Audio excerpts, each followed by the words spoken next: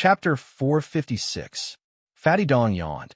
He was very familiar with digging holes for the border generals and not burying them. Maybe it would take a few years for them to realize what had happened.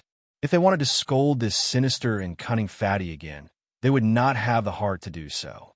However, Fatty Dong had always been honest with his wife. He explained, if Chongping was an official in the Southern Dynasty, it would be a good thing to be close to me. But if he went to the imperial tent and flirted with me again, His Majesty the Emperor wouldn't mind, but the Yelu and Murong families would gossip. It would not be a good thing after all. I might as well use a trick that could not fool the old fox, but could fool many idiots.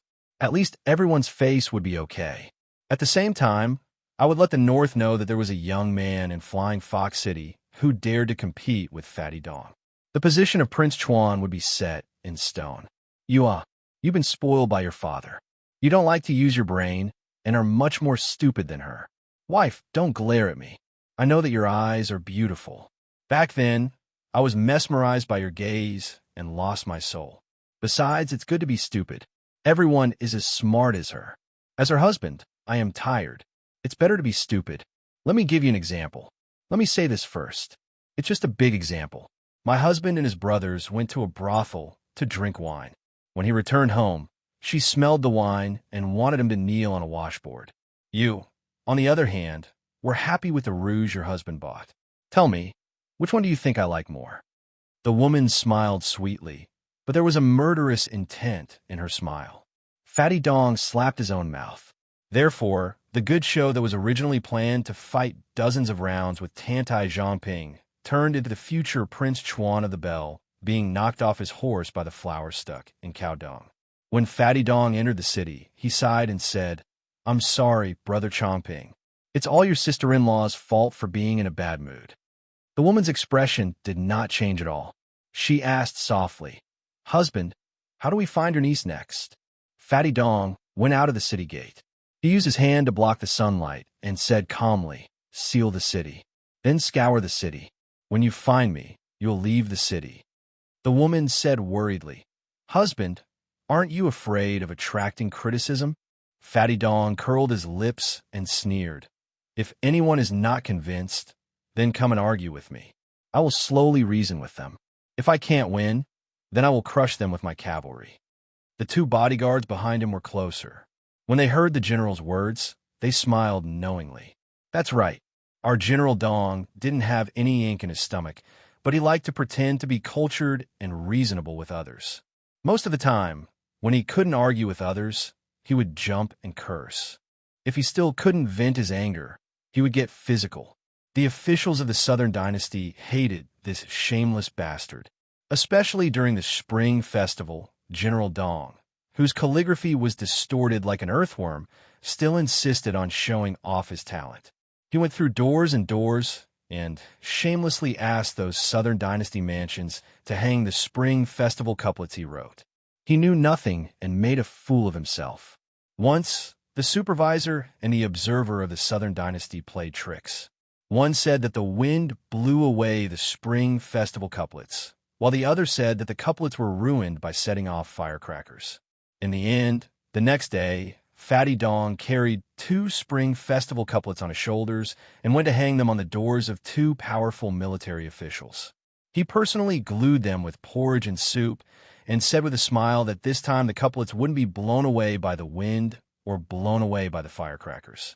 In the vast western capital, where there were as many influential officials as there were dogs, only General Huang Songpu dared to directly block this fatty outside the door.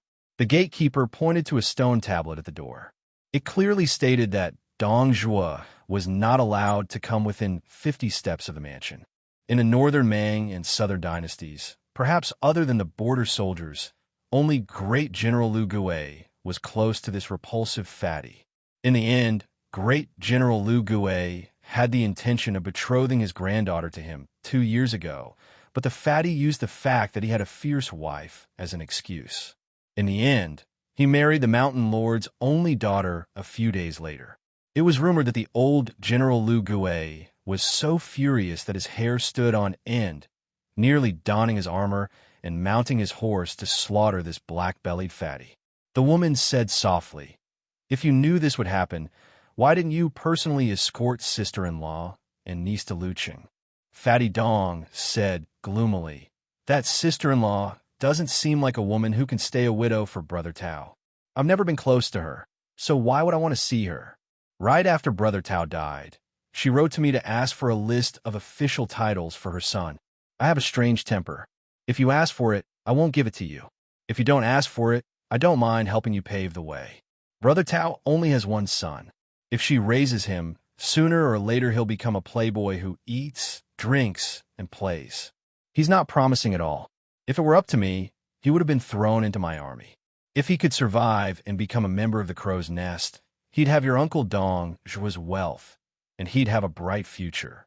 But would that woman be willing to do that? Wouldn't she be worried to death and stab me in the back? That nephew's temperament doesn't follow Brother Tao's, but his mother's. Therefore, I only like young man Wu. I, Dong Zhua, swore that I wouldn't visit old Corporal Wu until I became a first-class general or minister in Beimei. Fatty Dong snorted coldly. As long as I find young man Wu, I'll make sure that my youngest daughter can live more freely than any princess or infanta. Whoever dares to bully her must be tired of living. The woman rubbed her black hair and said softly, "From the news, it's a young man with a saber who's traveling in Dragon Way State who kidnapped young man Wu. When you meet him, how are you going to deal with him?" Fatty Dong's expression eased a little, and he said with a smile, "I don't care who he is or what his identity is. As long as he doesn't let young man Wu down, as long as he dares to ask, I'll dare to pay him." The woman from Bubang Mountain said with a smile, "That's what I like about my husband." Fatty Dong laughed and said, "Wife, I like a lot of things about you." The woman, who was born to live at the top of Jianghu and enjoyed the scenery, was born to be indifferent to the world. Only to Fatty Dong, who was her nemesis, she threw a coquettish glance that only showed her true love. Fatty Dong squinted his eyes and looked at the city. He didn't like this flying fox city. It was too effeminate and annoying. When the cavalry entered the city, they didn't go straight to the mayor's mansion. Instead, they symbolically circled the city and passed by a restaurant in the northeast corner. The woman suddenly turned her head and looked at the window upstairs. Fatty Dong wondered, "What's the matter?" The woman thought for a while and shook her head. Fatty Dong thought that there was a playboy who coveted his wife and didn't take it seriously. If it was a normal day, he could beat him to death. But now, he really didn't have a mood to do so.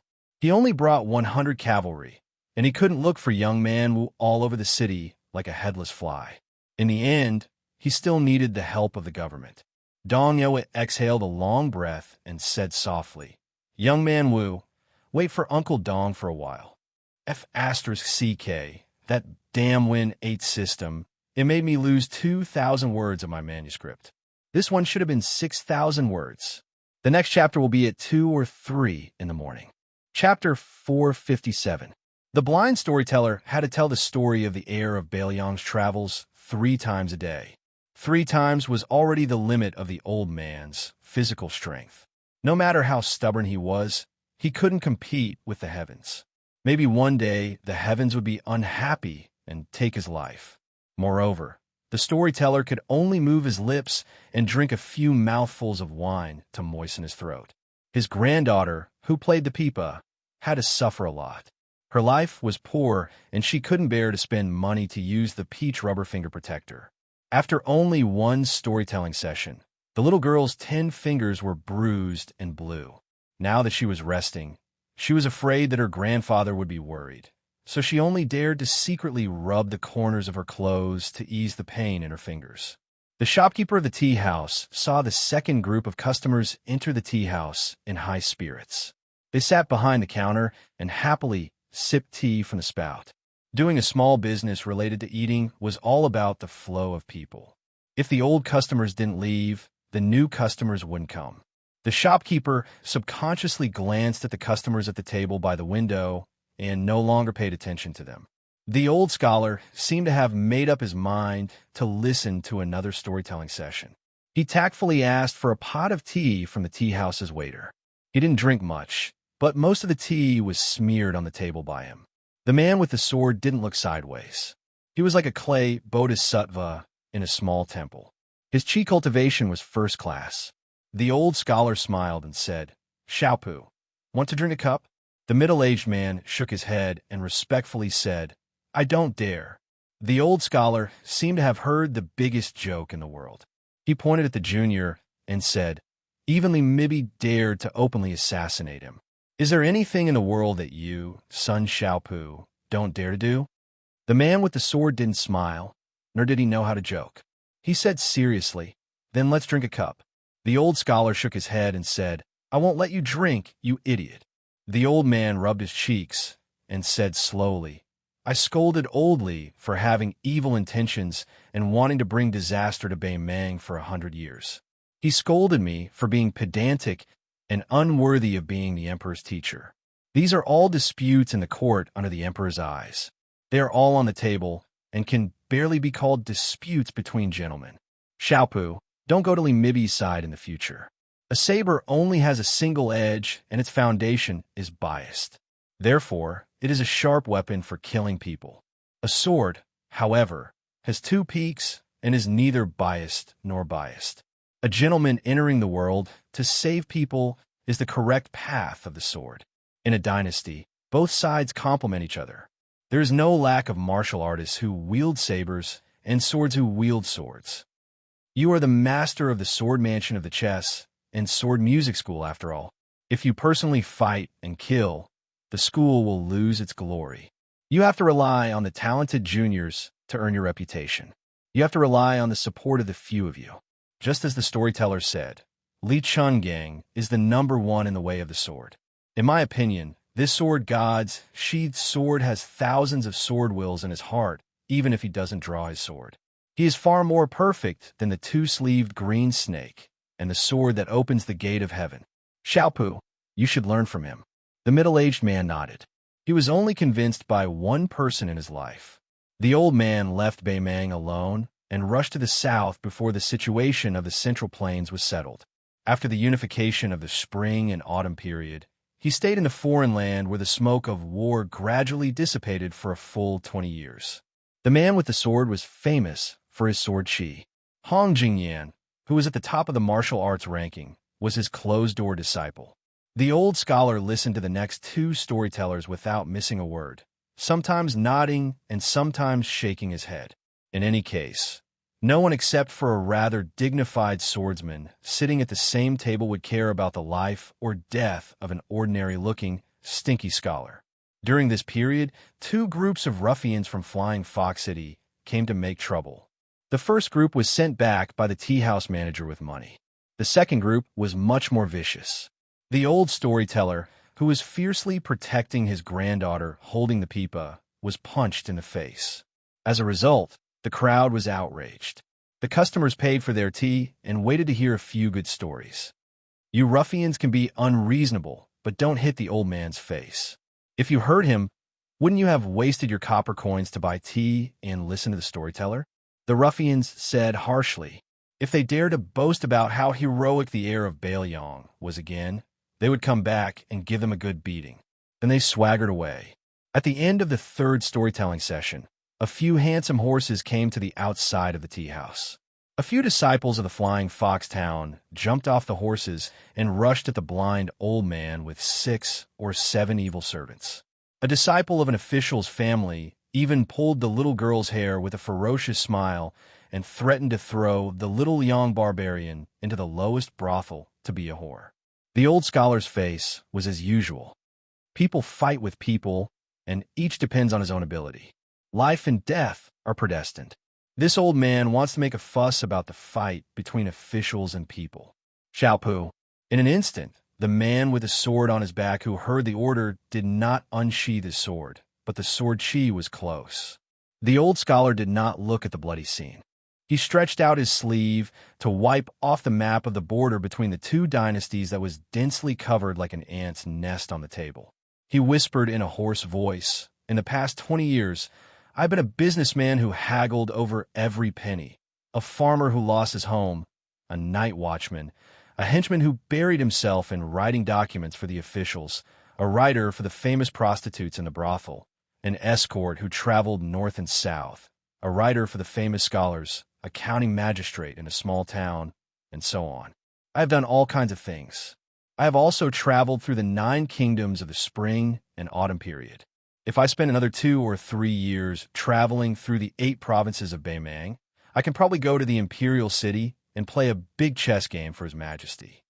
The old scholar said flatly, Huang Sanjia, Huang Sanjia, you use the 9 kingdoms of the Central Plains as a chessboard, and I use the 2 dynasties to divide black and white. You are about to lose 1 rank. The old scholar suddenly laughed and said, you already have 1 foot in the coffin, yet you are still so focused on winning. It's not good. In the inn, Su Fengyin saw Tao Manwu, who had just stood on tiptoe to look outside the window, suddenly shrink back as if she had seen a ghost in broad daylight. She trotted to the bedside, took off her boots, and jumped to his side. She hugged the strange box with a complicated expression on her little face. Su Fengyin joked, what? You didn't really see your Uncle Dong, did you? That doesn't make sense. If it were me, I would have already shouted and jumped down the stairs. The little girl raised the box in her hand and tilted her head. She said timidly and seriously, if the little spiders in the box spin a web tomorrow, you have to promise me one thing, okay? Su Fengyin bluntly refused. Do you think I am stupid? If you want me to meet your Uncle Dong who has outstanding military achievements, or if you want me to carry that money bag in the future, do you think I will agree? The little girl was still holding the small wooden box, about to cry. Su Fengyin said angrily, go away. Don't try to seduce me. There really isn't such a beautiful girl in the world. After hesitating for a moment, Su Fengyin said self-mockingly, even if there is, it is not a silly girl like you who is only 4, 5, 6, or 7 years old. Su Fengyin wanted to get out of bed to see what was going on, but he found that she was tugging on his sleeve. He looked down and saw that the little girl's eyes were wet, as if a flood was about to burst out of a dam. Su Fengyin had a keen sense of hearing. Naturally, he could tell that it was the movement of 100 elite cavalries crossing the street outside the building. There were very few people in the Flying Fox City who were qualified to make such a big move. Tantai Zhangping was one of them. However, the eldest son of the city's official had always been reserved, so he would not bring an army to the northeast corner of the city to show off. Connecting this to Tao Manwu's strange expression, the truth was revealed. She was just an ignorant little girl who had only known each other for less than a month. So what kind of unforgettable feelings could there be? Su Fengyin felt like she would just suffer a bit of pain for a while. Once she saw that Uncle Dong, who had a meteoric rise in Northern Mang's political arena, it wouldn't take long for her to forget about him.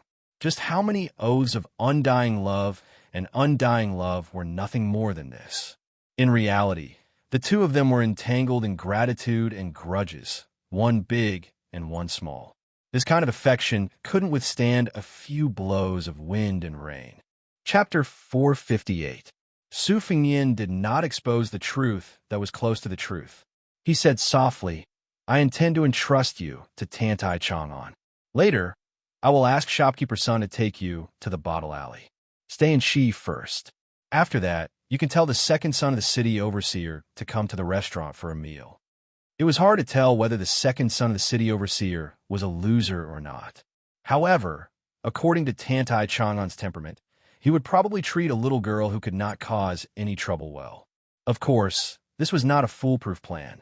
However, Su Fengyin could only do this because of the situation. As for whether Tao Manwu would reveal his identity or give Tantai Chang'an to Fatty Dong after getting along for a period of time, it would be a good thing for the city overseer's mansion and the little girl. Su Fengyin was destined to go deep into the hinterland of Beimang alone and even to the distant northern region. It was impossible for him to take a little girl to the end of the world. It was not a fun thing to do. Maybe one day she would become a burden and be abandoned as an abandoned child. Finally, she would die under unknown weapons. No matter how Su Fengyin agreed with the hypocrisy of the world and how cruel and ruthless he was, he did not think it was a trivial matter to watch her die an unnatural death. The little girl turned her head and said angrily, No, I won't tell you if I go. I'll be a mute. Su Fengyin smiled and said, It's up to you whether you go or not. The little girl nodded heavily. Su Fingyin flicked her forehead and said, "You will hate me one day. Then you'll know how hard it is to part peacefully now." Tao Manwu picked up the porcelain pillow and wanted to hit the big bad guy. However, when he saw his eyes, he did not dare to do so. He was afraid that he would cry out loud. The little girl turned over and threw herself on the bed. First, she hugged the porcelain pillow and Chi Chiao under her body. Then, she hurriedly covered her body with a quilt and hid to sob secretly. "I hate you right now," she said in a soft and indistinct voice. She wanted to cry and scold him, and she was also sulking under the quilt. The little girl must be very tired. Su Fingyin waited for a while. Seeing that she did not stop, he sighed, took the quilt, and threw it aside. Then he held her in his arms and put his chin on her head. He said softly, "Don't you want to see your Uncle Dong every day and want him to teach me a lesson? Why are you so shy when you see him?" Now, the little girl covered her face and her slender shoulders gently twitched. She said intermittently, "Uncle Dong is a good man. I won't let him beat you." Su Fingyin shook his head and said, "Fighting or not is a small matter." He did not continue. Since the fatty Dong Zhua had entered Flying Fox City with 100 cavalrymen, Su Fingyin would not only be afraid of him, but also want to kill him. Killing Dong Zhua would have a more far-reaching impact than killing 10 Tao Qianji. However, since the fatty was an important minister of the Southern Dynasty, Su Fingyin was not interested in whether the little spider in the little girl's Chi Chiao box spun a web. However, the Beimang spider web behind the fatty was very likely to slowly spread out inside and outside Flying Fox City. Su Fingyin wanted to kill a popular military official who must be protected by men of sacrifice and retreat successfully. Without the Finger Mystery Realm, it was impossible for him to succeed. Thinking of this, Su Fingyin felt a little guilty. What did the little girl do in her last life to meet him in this life? Tao Manwu said softly, "My father said that if a deserter on the battlefield, he would be beheaded." Su Fingyin pinched her cheek and spat, "Don't say such unlucky things." After a long silence, Tao Manwu cried until she had no strength left. She clutched the sleeves of the big bad guy, afraid that he would leave. Su Fingyin looked at the bag of money on the table and said while rubbing his forehead, Okay. I owe you this. Our Taozi is so beautiful. Maybe she will be kidnapped by a scoundrel and become his wife. I don't feel at ease. Let's make a deal first. I will send you to Uncle Dong's place." Outside the courier station in Flying Fox City, Dong Zhua, who had just rested for a short time, ran out with his eyes wide open. He was surprised and stunned. He had searched high and low for something, but found it without any effort.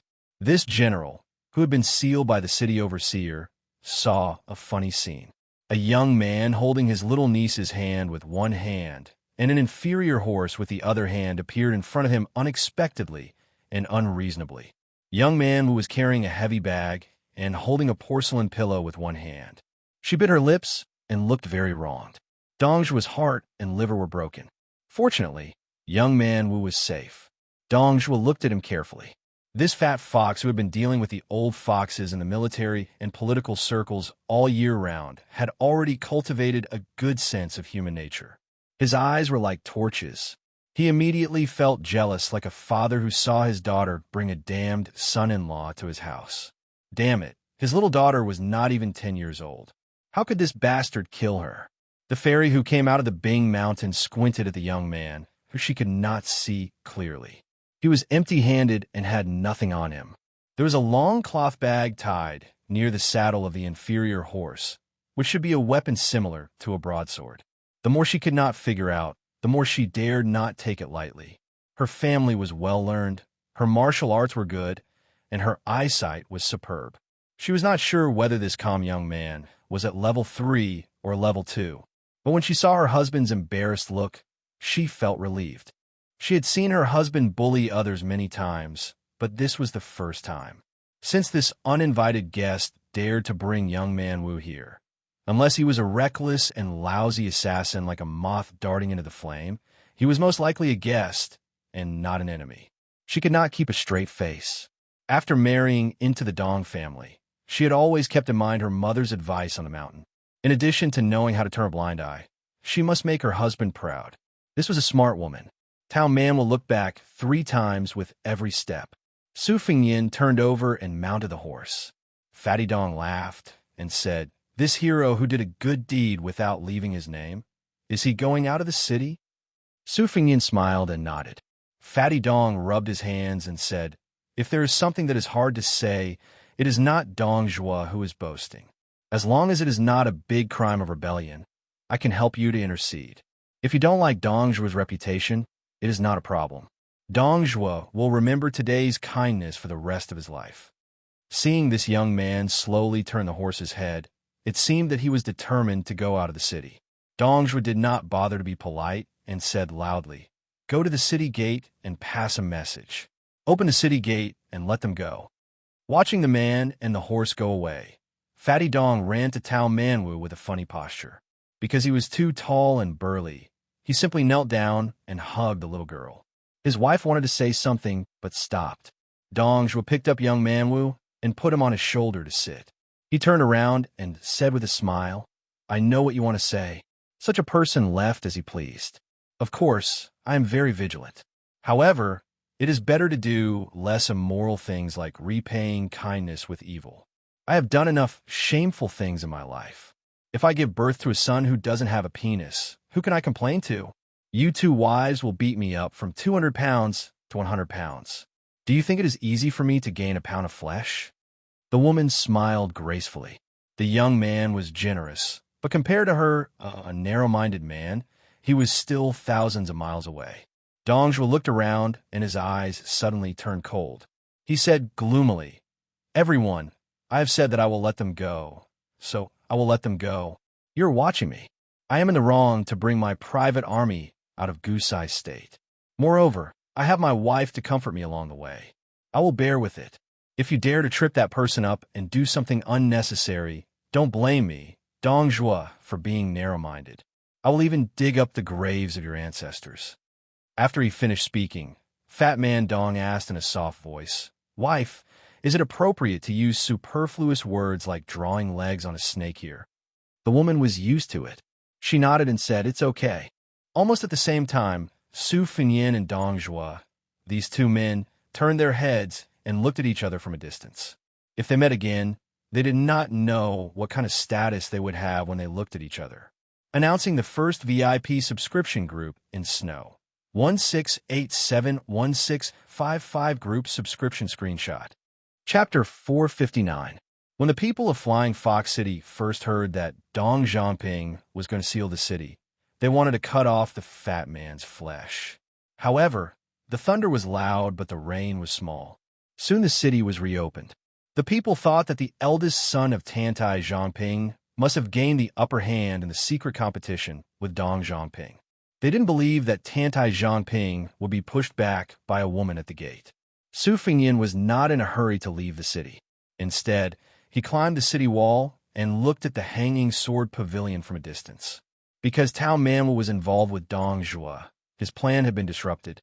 It was not appropriate to leave the city in a hurry. However, if he stayed in the city, it would be easier for him to be caught. Su Xiao wanted to find the old general of the Bailiang army by himself, so he had to put it aside for the time being. It was the lesser of 2 evils. He was mocking himself, but he still had some regrets. When Su Fingyin was about to turn around and walk down the city wall, a sloppy man who was sleeping soundly on the battlement murmured a few words. He then rolled sideways and was about to fall off the city wall. Fortunately, he fell into the wall, so Su Fingyin did not help him. The drunkard was not happy that he survived. Instead, he carefully stroked the wine gourd hanging on his waist. Only then did he raise his head and look around. When he saw Su Fingyin, he was indifferent. The drunkard with a full beard leaned against the wall and drank a mouthful of strong wine.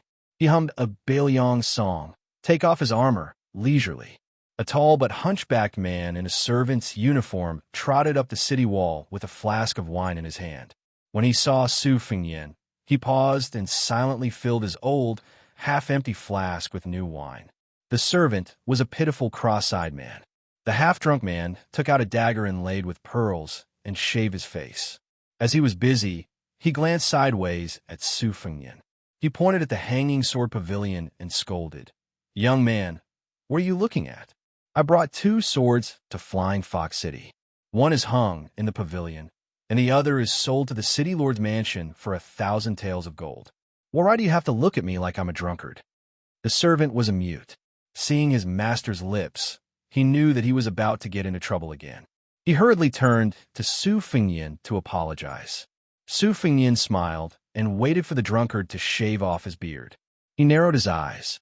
No wonder he could sleep on the top of Feng Feng Lu for so many years when he was selling swords and painting. If his clothes were clean and tidy, he must have been a romantic and elegant man. There must be something wrong.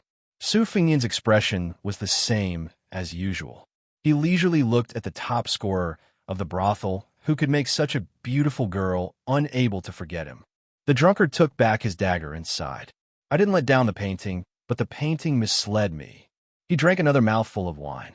Su Fengyan was not in the mood to beat around the bush. He asked directly, "Are you waiting for me?" The drunkard glanced at the servant as if he had heard a joke.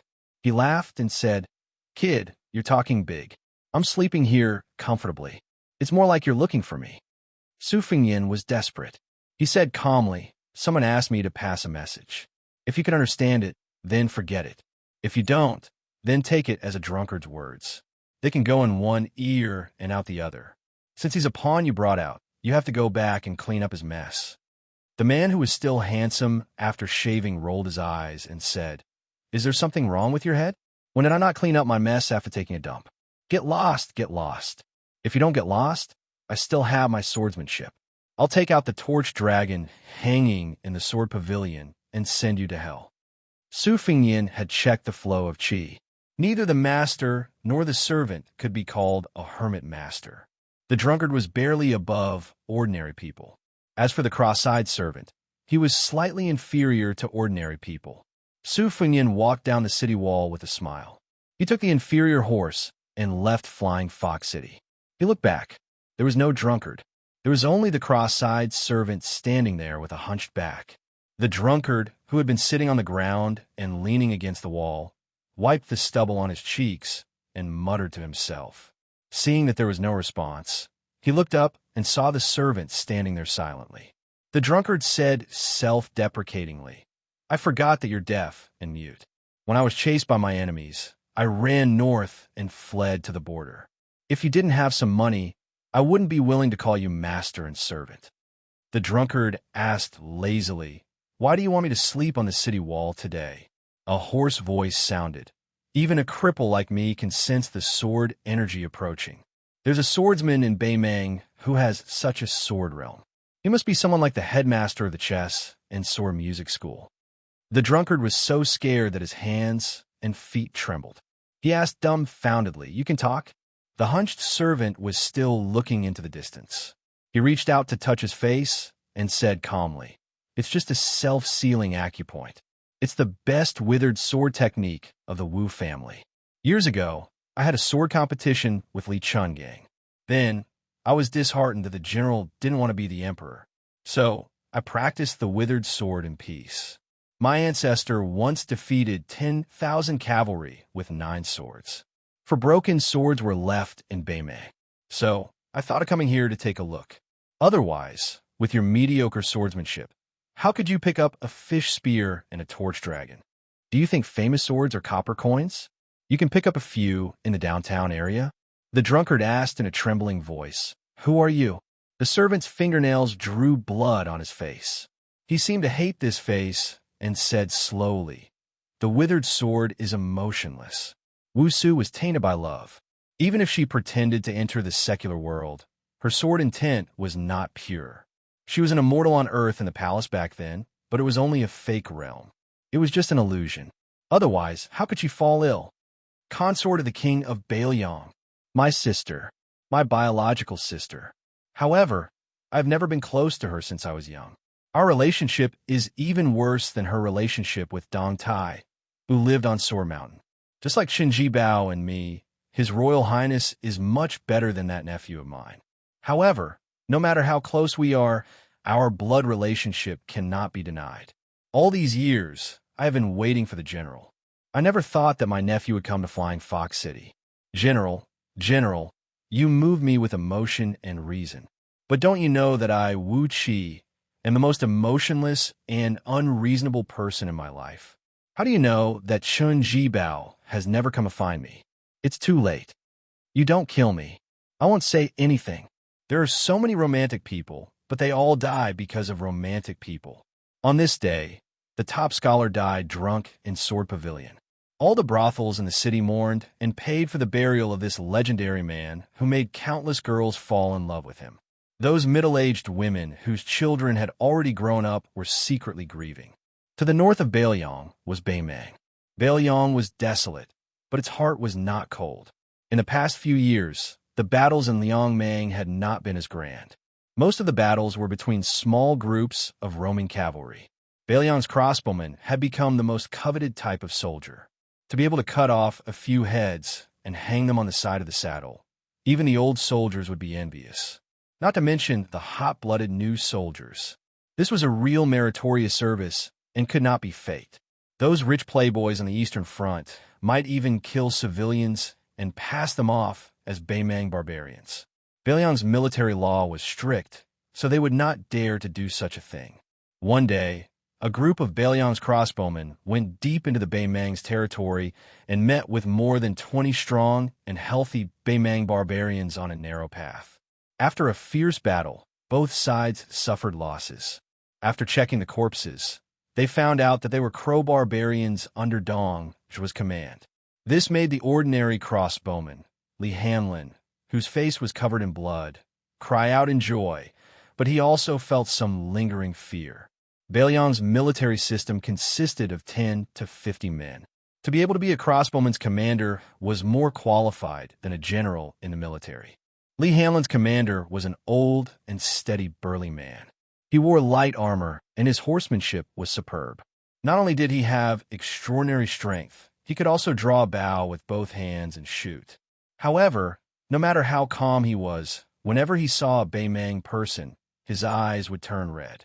He had broken many military rules and had been demoted several times. Otherwise, he would have become a general long ago. He was a man of few words, but every time his subordinates mentioned the incident where he was personally whipped by the general, the middle-aged man would grin. Li Hanlin and the other crossbowmen all knew that this was the commander's weakness. If they made a mistake, as long as they repeated this, the commander would be happy and soft-hearted. Li Hanlin rode on a horse with a deep wound on his arm. A Beimang barbarian's head was tied to his buttocks. Blood flowed down the side of the horse's back. In this small-scale battle, they had lost 3 men and completely wiped out the enemy. The 3 corpses of their comrades were hung on the backs of the marksmen and 2 deputy marksmen's horses. This was an unshakable rule in the army. On the battlefield of Bailiang, the most important thing was to return the corpses of the dead. As long as there was still a breath left in them, they had to return with their fallen comrades, as long as it didn't affect the important military affairs.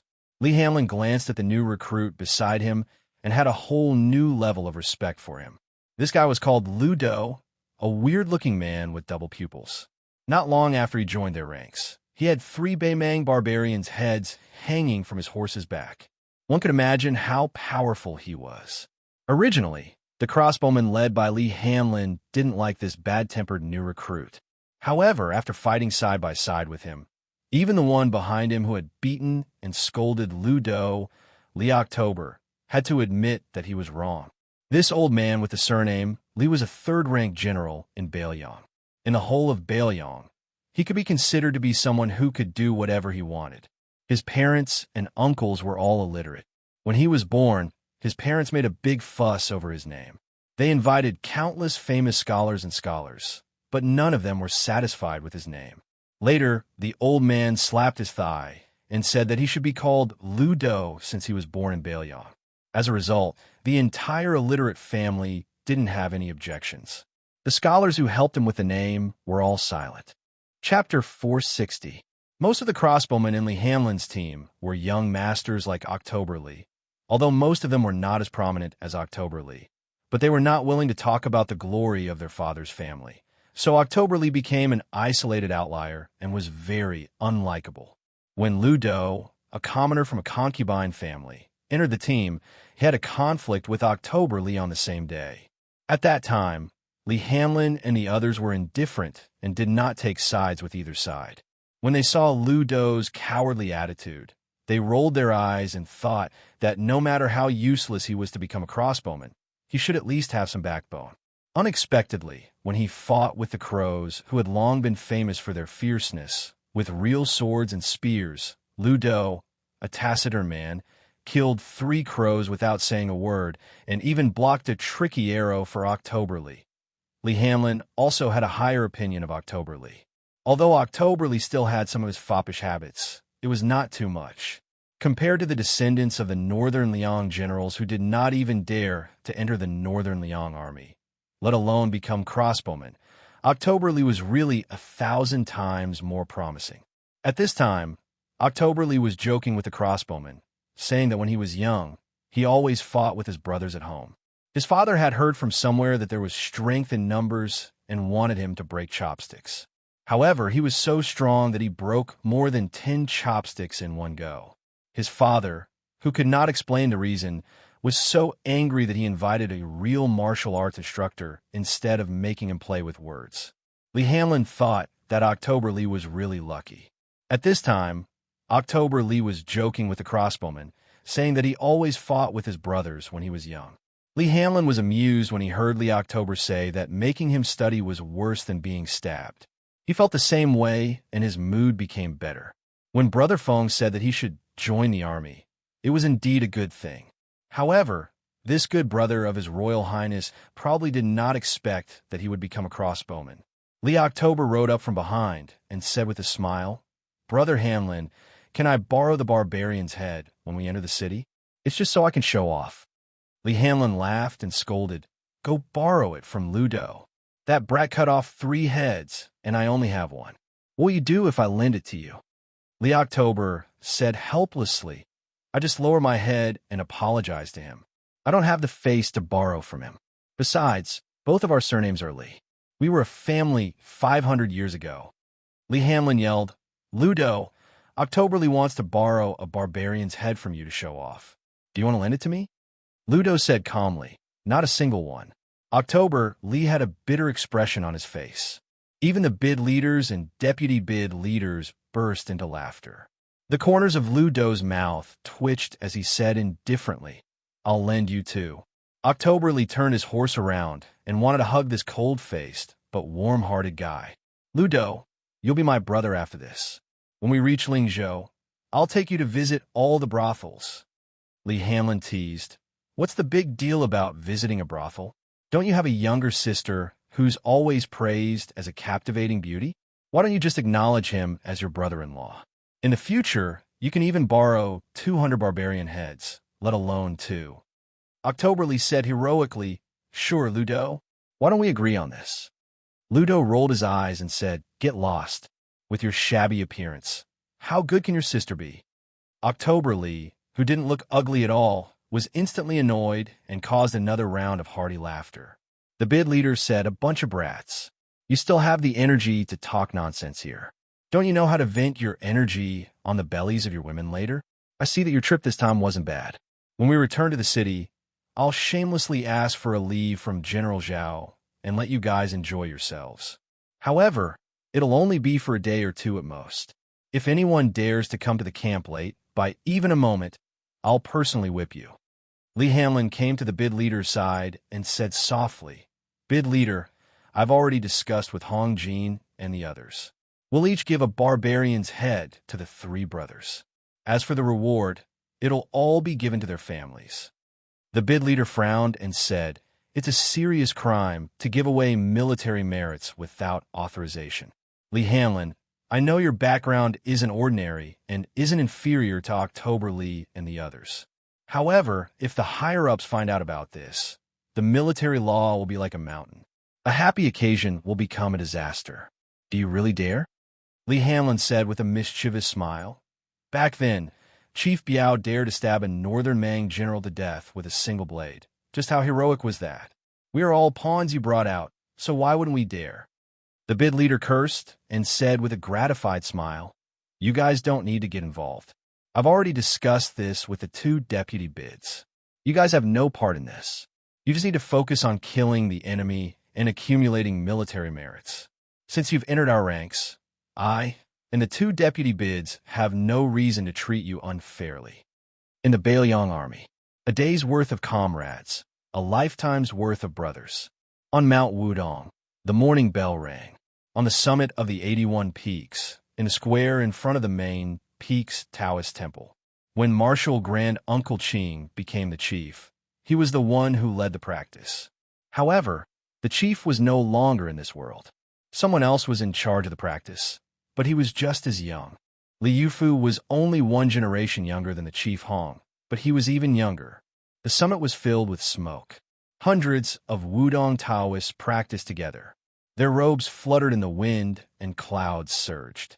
The 108 styles created by the young chief were simplified into 72 styles by Marshal Grand Uncle Li Yufu. Not only did they not lose the essence of Taoism, but they also became more complete. Even a Taoist child who just came up the mountain could do the same without any difficulty. After Wudong closed the mountain, only pilgrims were allowed to enter the mountain to burn incense. The Taoist temple on the mountain didn't care about the height of the peak. The Taoists on the mountain didn't care about their seniority. As long as they were willing, they could practice with Li Yufu twice a day. Those who arrived early could stand in the front row. Senior Marshal Grand Uncle Song Jiming and Yu Xingrui could casually stand in the back row if they arrived later. Regardless of wind and rain, they practiced on the summit for a day without rest. After the practice, Li Yufu and some young Taoists patiently explained their doubts. Master Yu Xingrui, who had been quietly waiting, walked to the little lotus peak and came to the tortoise camel tablet.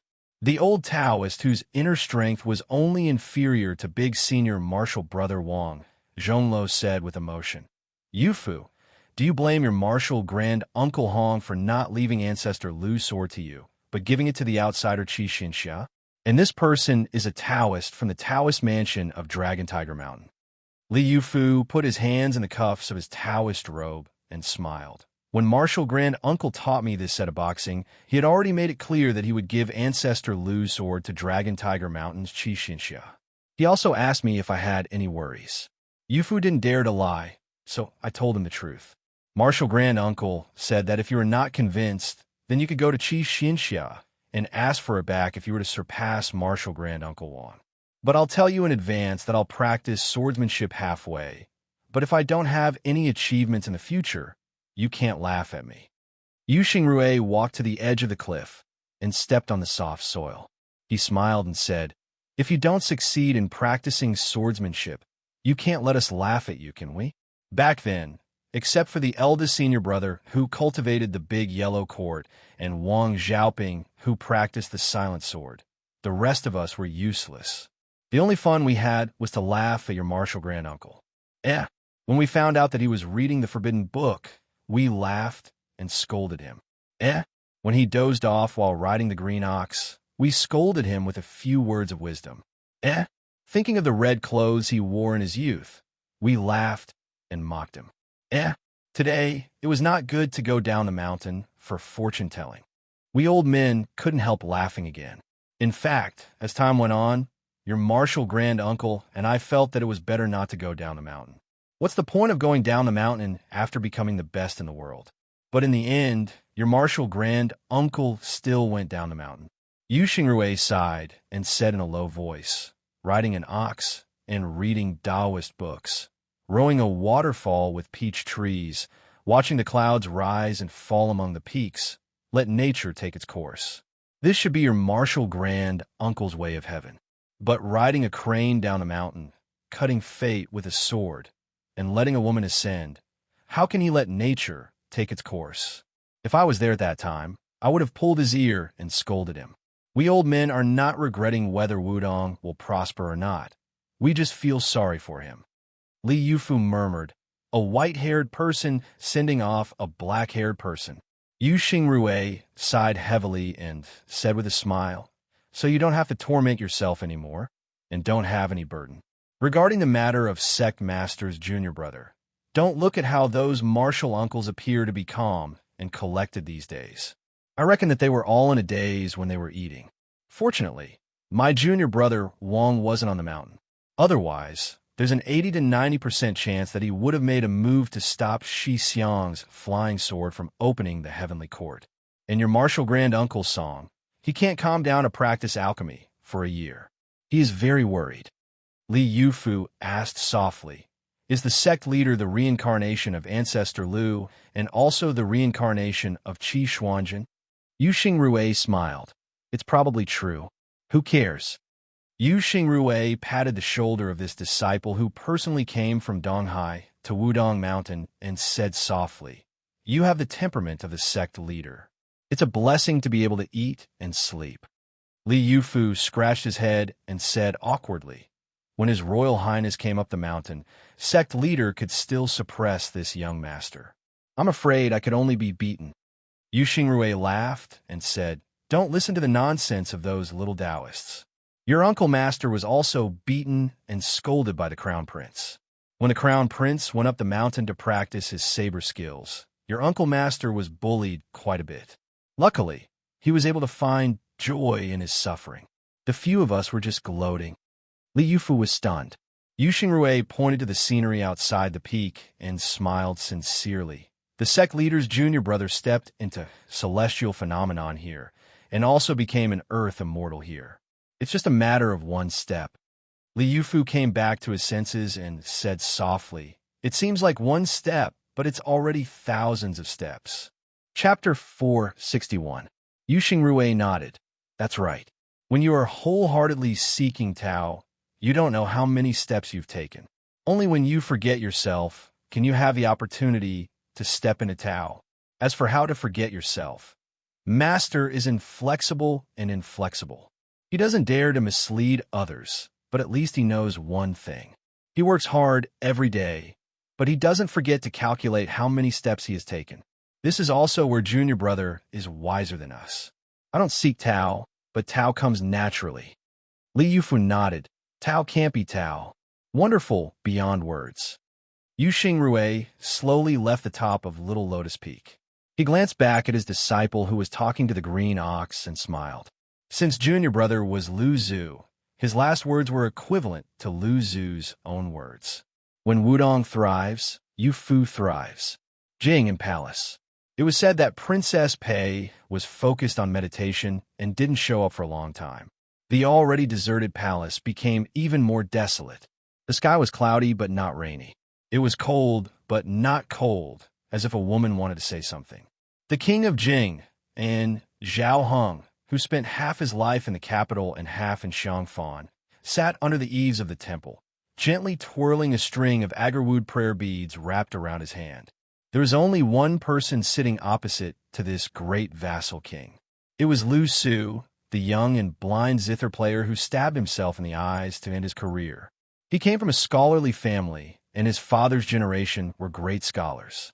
However, because he wrote the history of West Chu with a straight pen, the younger generation took advantage of a loophole and was punished by the imperial court. For 10 years, he played the zither for a famous prostitute in a brothel to make a living. For 10 years, he made a living by gambling in Yongzi Alley. Somehow his luck changed. Not only did he enter Jing and Palace, but he also became an important advisor of the father and son. Even today, the young people who were brought into the imperial family from Yongzi Alley still felt like it was a lifetime ago. As the saying goes, a carp jumps over the dragon gate. Thousands of carps fight until their heads bleed, but how many can jump over the dragon gate? Lu Su, who was a criminal, was favored by the king of Jing, Zhao Heng. It was really unexpected. Zhao Heng closed his eyes and turned the prayer beads on his horse to calm his mind. He asked indifferently, "Lu Su, do you know why I did not allow you to enter the capital with Shao?" The blind young man shook his head. "I don't know." King of Jing and opened his eyes and looked at the dusky sky. He laughed and said, "These days I made you conceal your surname and identity and move you around to become a low-ranking government official. Have you ever complained?"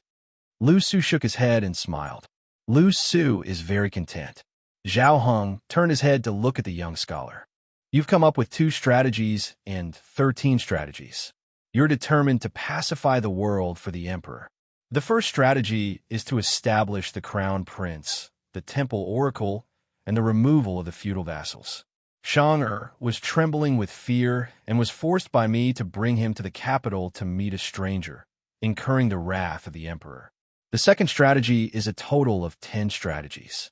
It only talks about the strategy of using troops to deal with Beimang. The first is to talk about the 2 surnames of Beimang and the 2 dynasties in the north and south. The second is to predict the intention of Beimang to divide their troops. The third is to talk about how to deal with the enemy's attack. The fourth is to prepare horses for the border. The fifth is to mobilize troops and generals. The sixth is to talk about Tu Liao. The seventh is to reconcile with Qin. The eighth is to give away fortune. The ninth is to reclaim Longyao Prefecture. And the 10th is to eliminate Beimang. The emperor was furious again. However, Shang sent a secret letter back to Xiangfan, saying that even Zhang Jiulu and Gu Jiantang attached great importance to it. Even the Old West Chu's Grand Preceptor, who usually didn't like to praise others, said a few good words in the imperial court. Of these 3 people, Zhang Jiulu chose to give away fortune to promote righteousness, to pave the way for his own political reform. Gu Jiantang favored the 9th strategy of reclaiming Longyao Prefecture greatly. Meanwhile, Sun Shiji, who was in charge of the province under the sect, even more so accepted the 2 strategies and 13 strategies. Once he praised the 2 strategies, these fellows standing in the main hall all felt ashamed of their inferiority, calling my impostor Shang a great talent in managing the world and helping the people, not the least bit inferior to Grand Secretary Zhang. Zhang Jiulu was unexpectedly not the least bit angry. Xiao Yan's words were not only not inferior, it was already difficult for him to look up to him.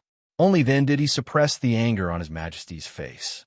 In reality, this king understands clearly that of these 2 strategies and 13 strategies, apart from the matter of appointing a crown prince, which violated his reverse scale and made him truly angry, the other 12 strategies, especially the strategy of removing vassals, simply hit the bottom of his heart.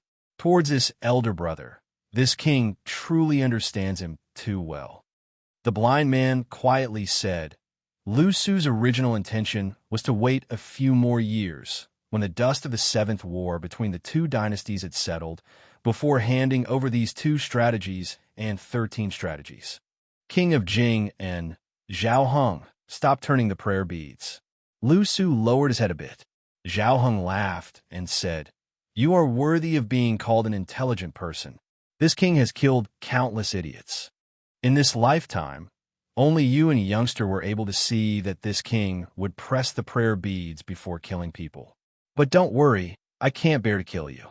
If I did, half of the Jing and palace would collapse.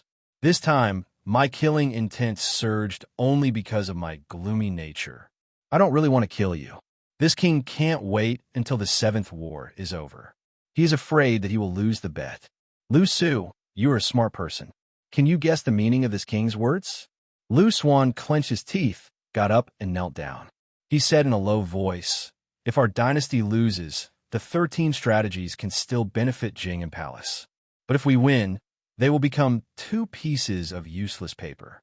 In this way, His Royal Highness will have no chance of being passed down from generation to generation. Zhao Heng laughed and said, Get up and talk. Lu Su got up and sat down again.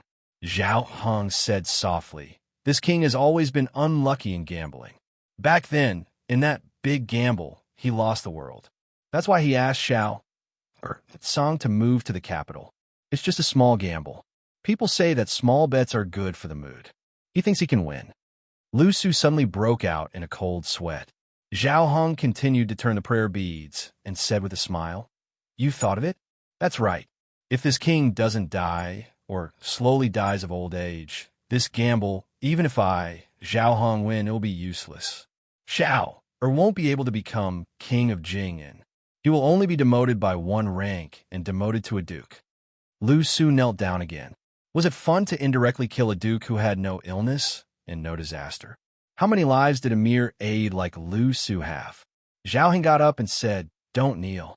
This king only wants one person to kneel in front of him. Who is that person?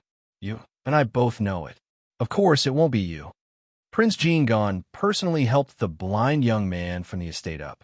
He smiled amiably and said, "Back then, that person relied on the scholar Sun Ping, who could be considered a peerless scholar, to achieve what he has today. With you, father and son, presumably, we won't be too far behind. Let's go. You've seen the splendor of Jing and Palace.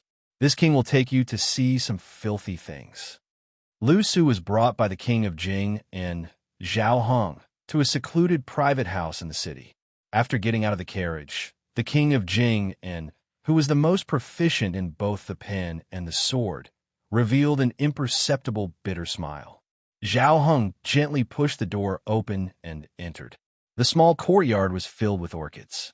A woman was lazily leaning against the wooden railing under the eaves. She was graceful and refined. Zhao Heng said indifferently, "When ordinary people see this woman in the courtyard, they will most likely mistake her for Pei Nanwei." When Lu Su heard this, he was stunned for a moment. After confirming that the woman in the courtyard was not the Princess Jing and Pei Nanwei, he was shocked by Crown Prince Zhao Sun's rebellious behavior. For someone as rich as His Royal Highness, it was normal for him to keep a mistress in a golden house. Even if he had a crown prince consort and kept a beautiful woman, no one would see it as rebellious. However, when this woman looked too much like a crown prince consort, it was somewhat shocking. Lu Su immediately understood why the king of Jing and Zhao Heng would say that it was a filthy thing. He looked down and no longer looked at the beautiful woman who was in a daze. The woman finally woke up. When she saw Zhao Heng, who looked 70 to 80% similar to Zhao Heng, she immediately knelt down. Her delicate body trembled and she couldn't say a word. Zhao Heng slowly walked to her side and reached out to hold a string of wind chimes under the eaves. He didn't say anything. The woman's face was covered in tears. After trembling for a long time, she raised her head and bit her lip until it bled. She said, "I'm not afraid of death, but I beg the king of Jing and not to punish His Royal Highness." Zhao Heng released the wind chimes and gently flicked them. They jingled. He didn't lower his head to look at the woman who was crawling on the floor. He sneered softly, "Are you worthy of speaking to this king?" The woman lowered her head and tears streamed down her face. The king of Jing and listened to the sound of the wind chimes and slowly said, "This king already knew from the first day you stepped into the courtyard. However, this scandal is nothing to this king. Su'er didn't cross the line." The woman was still trembling like a delicate orchid in the wind and rain. Zhao Heng continued, "Now for Su'er you have to die. Are you willing?" The king of Jing and Lu Su walked out of the courtyard. Before Zhao Heng boarded the carriage, he paused and laughed softly. "This king treats you like a scholar." Lu Su, who didn't speak, bowed deeply. The woman waited until the sound of the door closing. She wiped away her tears and went to the jewelry box to choose a pearl hairpin that Zhao Sun had given her. She came under the eaves and lay on the floor with him. She raised her head and looked at the wind chimes. Before the hairpin pierced her neck, she said softly, "Son." When the king of Jing and's crown prince, Zhao Sun, was in the capital, there was a piece of news that shook the world. The king of Jing and Zhao Heng died of chronic illness. Princess Jing and Pei Nanwei committed suicide. The news spread to the capital. It was rumored that the crown prince, Zhao Sun, vomited blood and fainted. That day, the emperor's grace was vast and mighty. The emperor decreed that Zhao Sun was to be the king of Jing'an. Among the 7 vassal kings, he was the second to be granted a hereditary title. However, he was the first to become a vassal king, His Royal Highness. After Zhao Sun thanked the emperor in the palace, he quickly returned to Xiangfan City. After meeting Lu Su, he put on mourning clothes. In the dead of night, Zhao Sun, who was about to become the new vassal king of the dynasty, sat alone in the morning hall. He expressionlessly threw a handful of yellow paper into the brazier. After the mourning period was over, Zhao Jie, who was now Prince Jingan, had his maidservants wait on him and put on his official robe. He dismissed the servants and stood in the room with his hands clutching his face. His expression was twisted and sinister, as if he was crying but not crying, as well as smiling but not smiling. He covered his face and lowered his head in tears. If there was someone watching, His Royal Highness would have an incomprehensible expression at this moment. It was a pity that the new noble Lu Su could only stand outside the door. Moreover, he was blind. Inside the room was the king of Jing Un, Zhao Sun. He covered his face, and the corners of his mouth curled up. The capital. When a woman marries into the imperial family, no matter what her previous status was, she would have no choice. Chapter 462.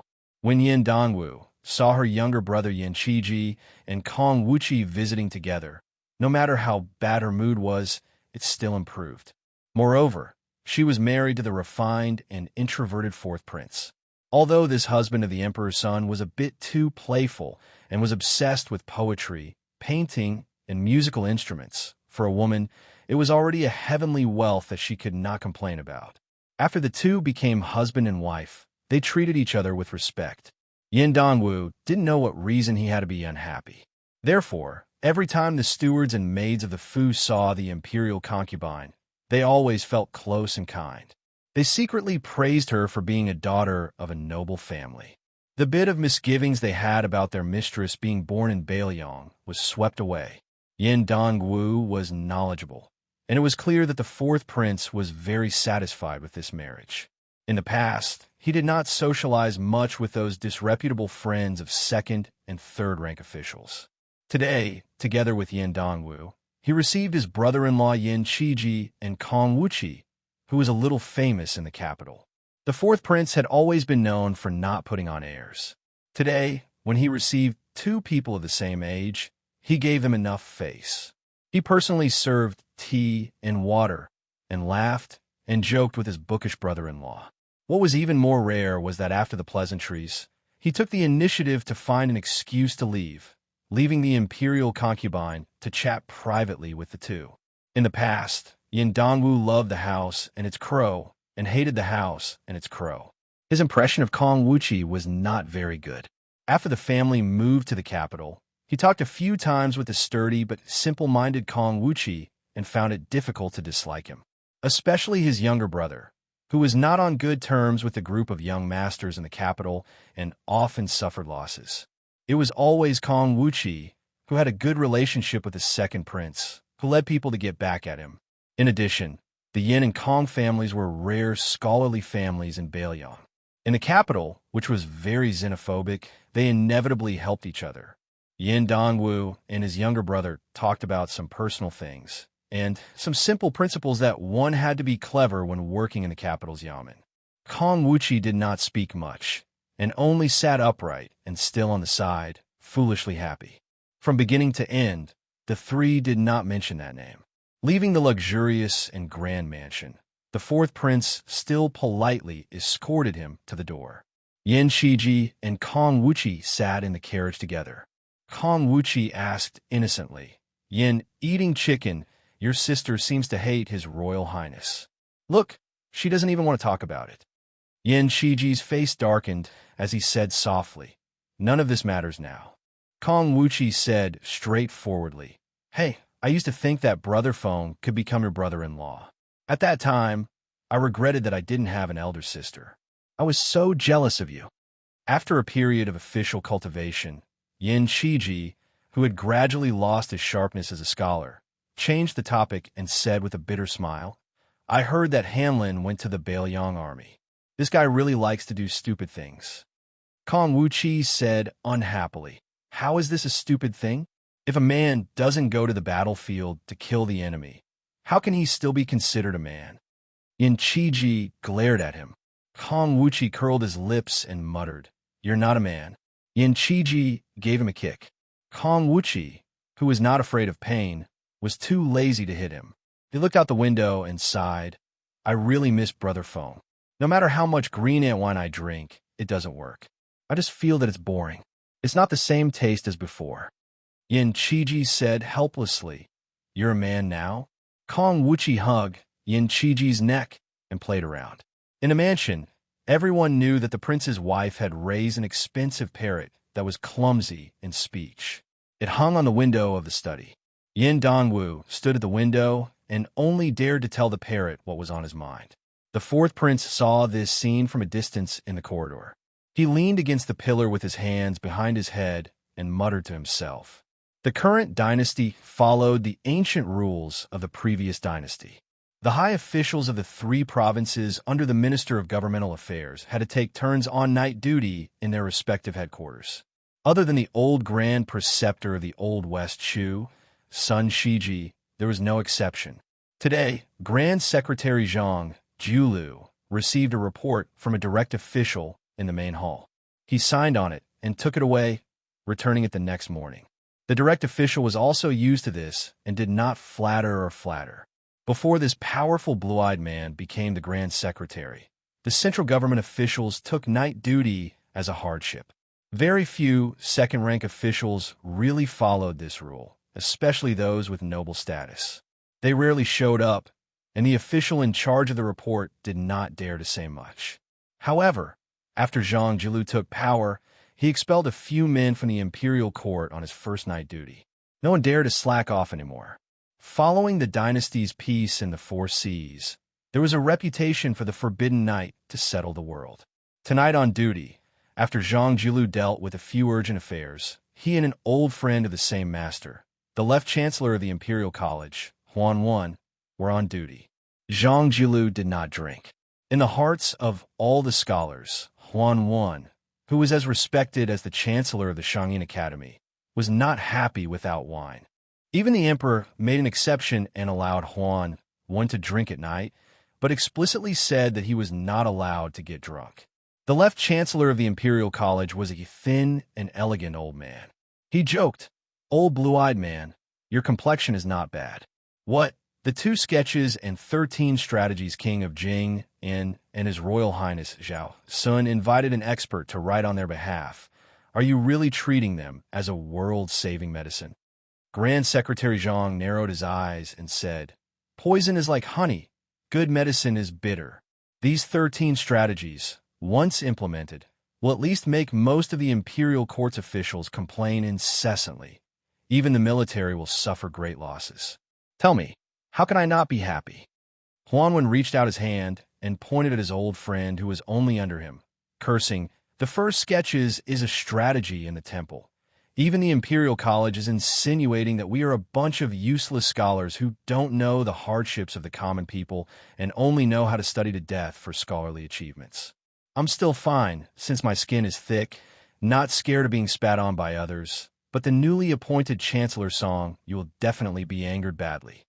Zhang Jilu sneered and said, "That literary giant with good handwriting, fortunately, only went to your Imperial College. Now that I've met him, he can still be considered a smiling face.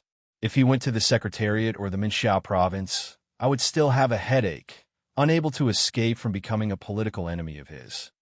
Huan Wan chuckled and said, "This Song family father and son pair is a great literary giant who is going to dominate the literary world for 100 years. Old blue-eyed man, you should take it easy. If they hold a grudge against you, just wait for them to splash dirty water on you after you die." The blue-eyed purple-bearded Grand Secretary Zhang stooped down and reached out to warm himself by the fire, calmly saying, "Penknife, penknife, penknife. A pen is a knife, killing people without spilling blood. In my opinion, he isn't inferior to great General Gu Jiandang." Huan Wan drank a small mouthful of wine, narrowing his eyes and lowering his voice, saying, "The Green Party has already fallen apart, but the Gangnam-do Liu family brothers, one has become the Minister of Rights, the other has become the Assistant Minister of War. The atmosphere is gradually rising. Aren't you nervous?" Grand Secretary Zhang said indifferently, "What's the point of being nervous about these things? I'm only worried about things like drought, floods, locusts, and other things." Huan Wan shook his head, not saying anything. He only feared natural disasters, not man-made disasters. With the officials in power, what more could he ask for? Insignia Mountain's Great Bull Mound, the 2 great guest elders Huang Fangfua and Hong You personally watched as that mountain lord woman placed a single hand on the head of a guest elder kneeling on the ground whose inner force wasn't ordinary, absorbing the aura of this man who was still a powerful martial artist a moment ago, not leaving a single drop behind. When she released her hand, that guest elder's body and blood essence didn't change, but his life force was already extinguished. The two guest elders who secretly captured this person to help the tyrant smiled at each other, their faces full of bitterness and horror. Even though they had already seen this scene many times, each time her absorption speed became faster and faster. The faster the mountain guest elder died, the more terrified they became. The woman who became Xianyuan family's master asked with a smile, Uncle Huang, what number is this? Huang Fangfua steadied his mind, doing his best to remain calm as he said, 39th. It was precisely Xianyuan Qingfeng who had brazenly ascended to this position during the Great Snow Plains upheaval. She bent down her slender waist, looking at that corpse that died with remaining grievances, her smile as innocent as a young girl's, saying with a smile, Two uncles, please be at ease. No matter how vicious Qingfeng's heart is, I still won't act against you two, my father's good friends. Huang Fangfua said softly, My only wish is for Miss to reach the pinnacle of martial arts as soon as possible. Xianyuan Qingfeng retracted her gaze and stretched her body. Not only was her face glowing, but there were also wisps of purple qi lingering around her body. She said faintly, If my father were still alive, he would never say such words. Perhaps he would regard me, his own daughter, as a devil that could be killed, and would no longer be willing to release a jar of red osmanthus wine for me every year. Huang Fangfua didn't dare to say anything else. Han Yu crossed his arms and began to close his eyes to rest. Xianyuan Qingfeng frowned and asked, If I'm not mistaken, Yuan Tingshan must have somehow obtained Xianyuan Pan's martial arts experience, and his blade technique realm skyrocketed. Otherwise, with his temperament, he would never compete with Gu Jiantang. On the other hand, our neighbor of Mount Hui, a young Taoist from the Taoist master residence with the surname Ning, on Mount Longhu, was able to block the sword of the peach blossom sword god Dong Tai. Compared to these two men, who's better? Also, during the Buddhist debate on the Golden Lotus Peak, a man with the surname Zhao brought a bald woman. Not only did she discuss Zen with Li Dongxin, she was also said to be the second person in the Vajra realm other than the white-robed monk. When can I be compared to her? Huang Fangfua didn't dare to speak nonsense, so he shook his head and said, It's hard to say. Xianyuan Qingfeng suddenly smiled and said, Let's not bother about these troublesome matters.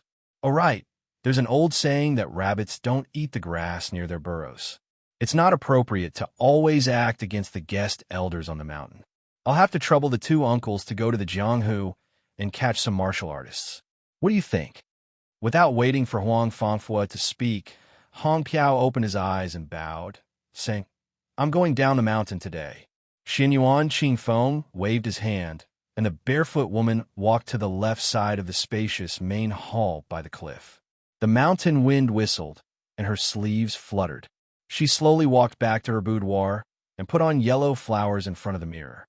After drawing her eyebrows and putting on makeup, she held the bronze mirror with one hand and pointed at the person in the mirror with the other.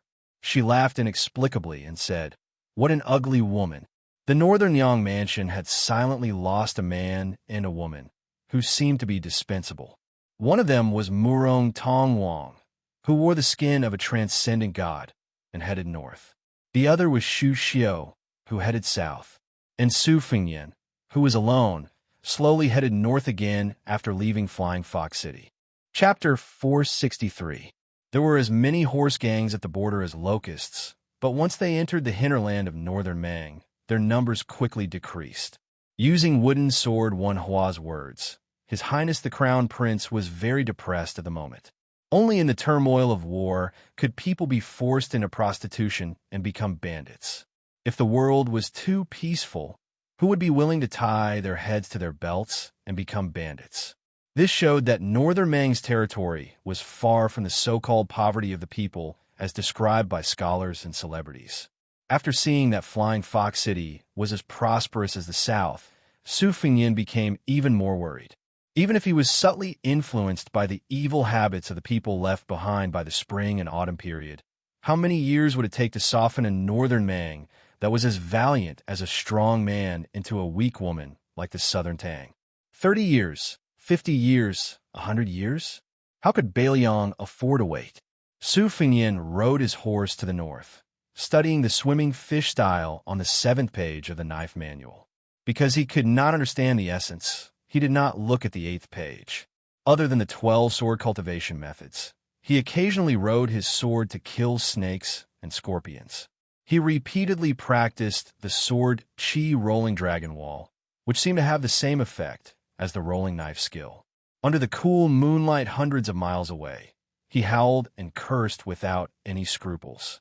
He cursed the old emperor, Zhang Jiulu, Gu Jiantang, and countless emperors, generals, and ministers, and also missed many people and many things. Unfortunately, there was no little girl Tao Manwu to help him relax his frowning brows. On this day, the scorching sun was still scorching hot. If not for the great yellow cord, even breathing would be like drinking scalding hot tea. Walking in the desert, the water sac would dry up. This seemed to be a type of ascetic cultivation. Su Fengyin was reluctant to ride an inferior horse that was not suitable for the hot weather, so he followed old Huang's example and led the horse. His ears twitching, Su Fengyin walked to the top of a yellow sand slope and looked into the distance. He could vaguely see blurry figures under the scorching sun. 2 people were galloping over. Probably because they saw Su Fengyin, they suddenly changed their course and galloped over. Su Fengyin smiled. He finally bumped into horse thieves. This had nothing to do with his eyesight. It was just that these 2 young horse thieves were too obvious.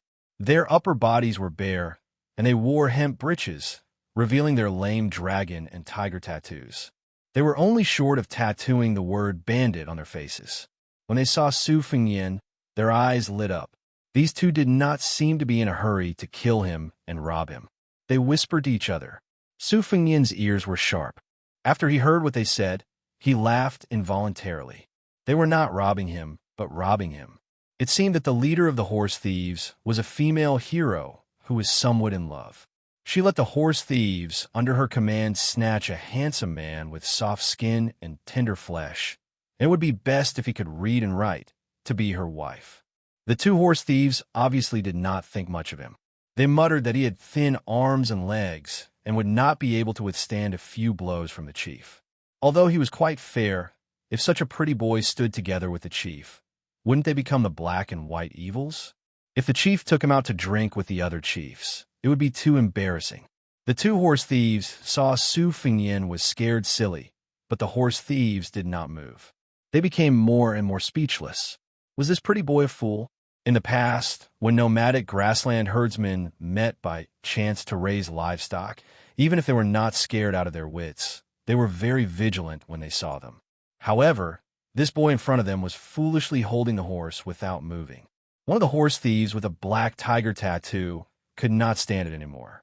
He rode up the slope, pointed at the pretty boy with a horsewhip, and scolded in a rough voice. "Are you in a hurry to be reincarnated?" Su Fengyin turned a blind eye to the horsewhip pointing at him. He smiled and said, "I want to buy some water with you 2 brothers."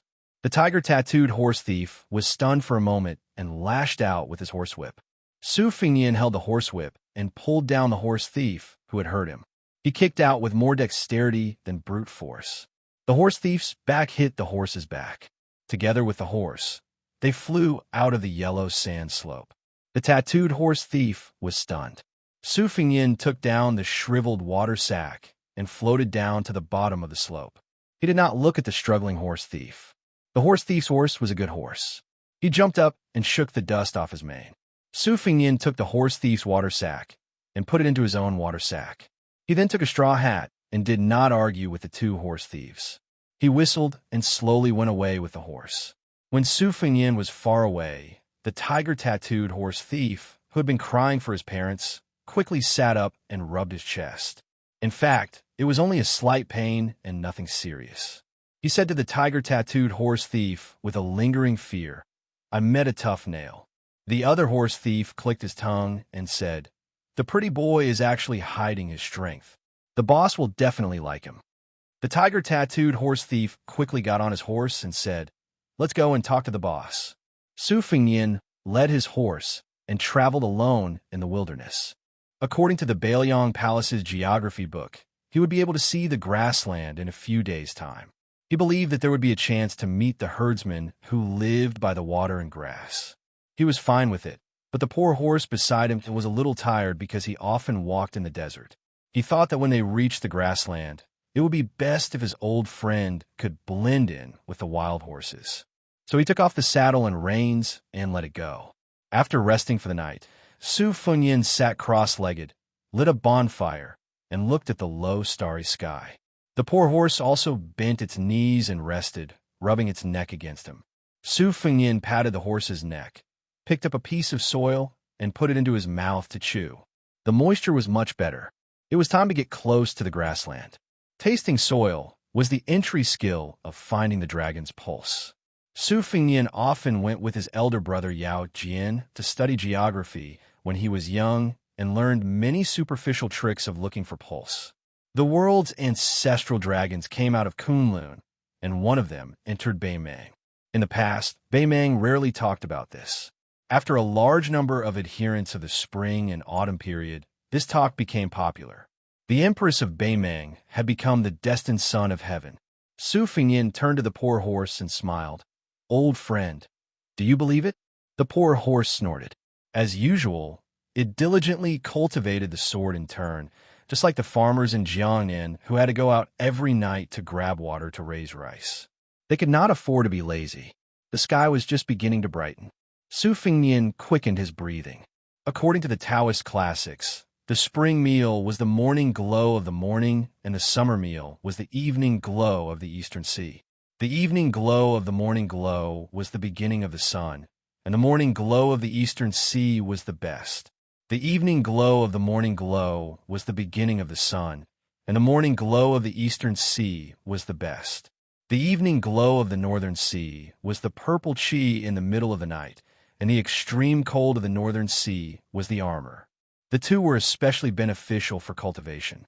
That Taoist orthodoxy lived up to expectations and became the state religion of Beimang. The current leader, Immortal Qilin, became a Taoist saint. Together with the abbot of the two Zen temples, they were known as the two saints of the north and south. In the early morning, Su Fengnian's breathing was red and yellow. It was probably because he had not reached the realm yet. He also cannot say that it was very mysterious, but he felt more refreshed than usual. He slowly stood up and had some understanding. The so-called martial arts geniuses were divided into two types. One type had a body that was different from ordinary people, like Huang Manor, who was born as a Vajra. It could be said that they were blessed by the heavens. The other type had a relatively normal body, but they could be felt by the heavens. The bull rider was one of the best among them, and only then could they have the magnificent aura of stepping into the celestial phenomenon.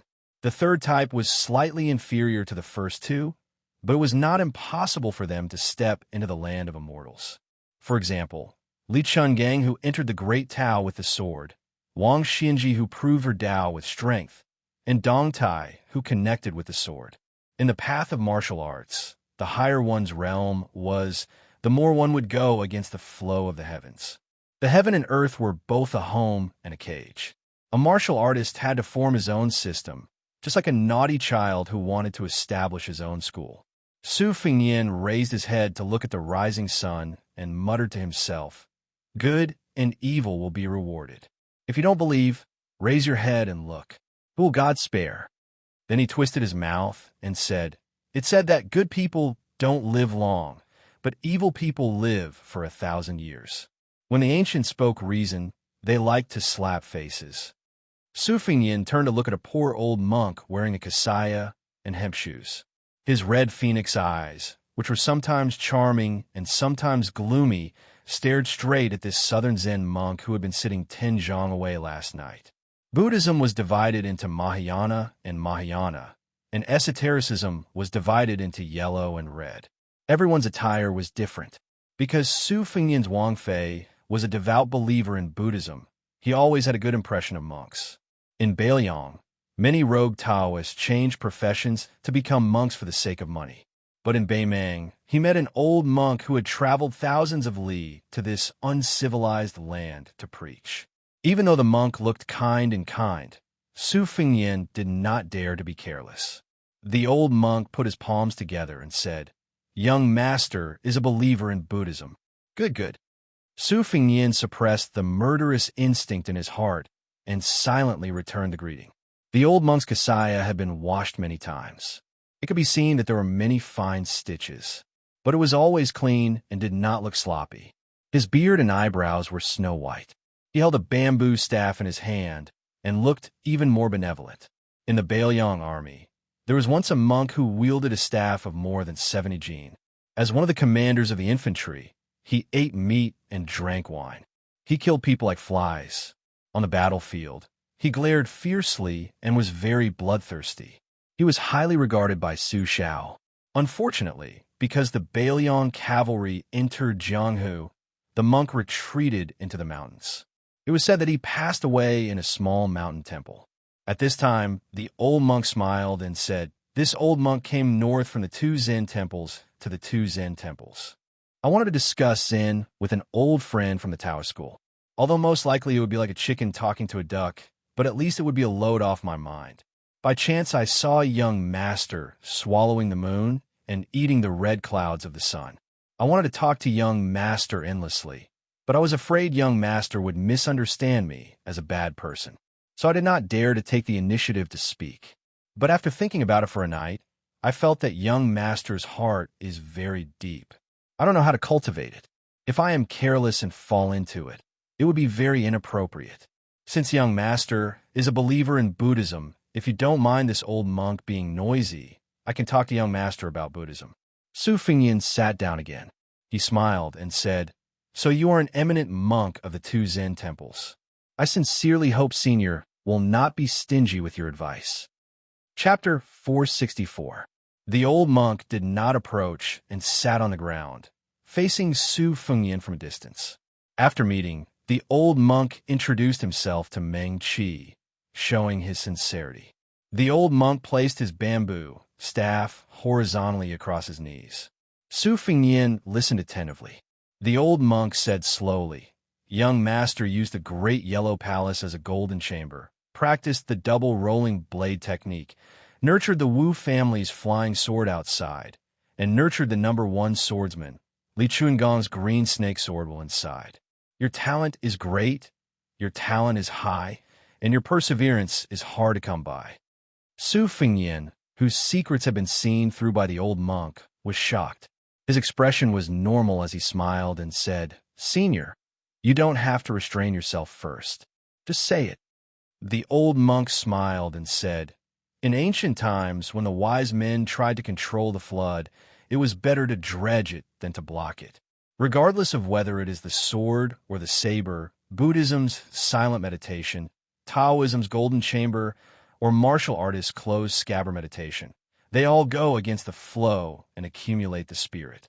However, to me, going against the flow is not derogatory. Young master, please don't take it to heart. It's just that when you block the flow, it becomes a flood. When you dredge it up, you have to pay attention to it. Do you block it to the end, or do you occasionally make small mistakes?" Su Fengnian said sincerely, "I don't dare to play dumb with you. In my opinion, it's better to block it to the end. Because the Bao has the principle of slackness, I understand that. However, if closed scabbard meditation is like a woman taking a stroll, walking and stopping, bashful and resting, I don't think it's a big deal."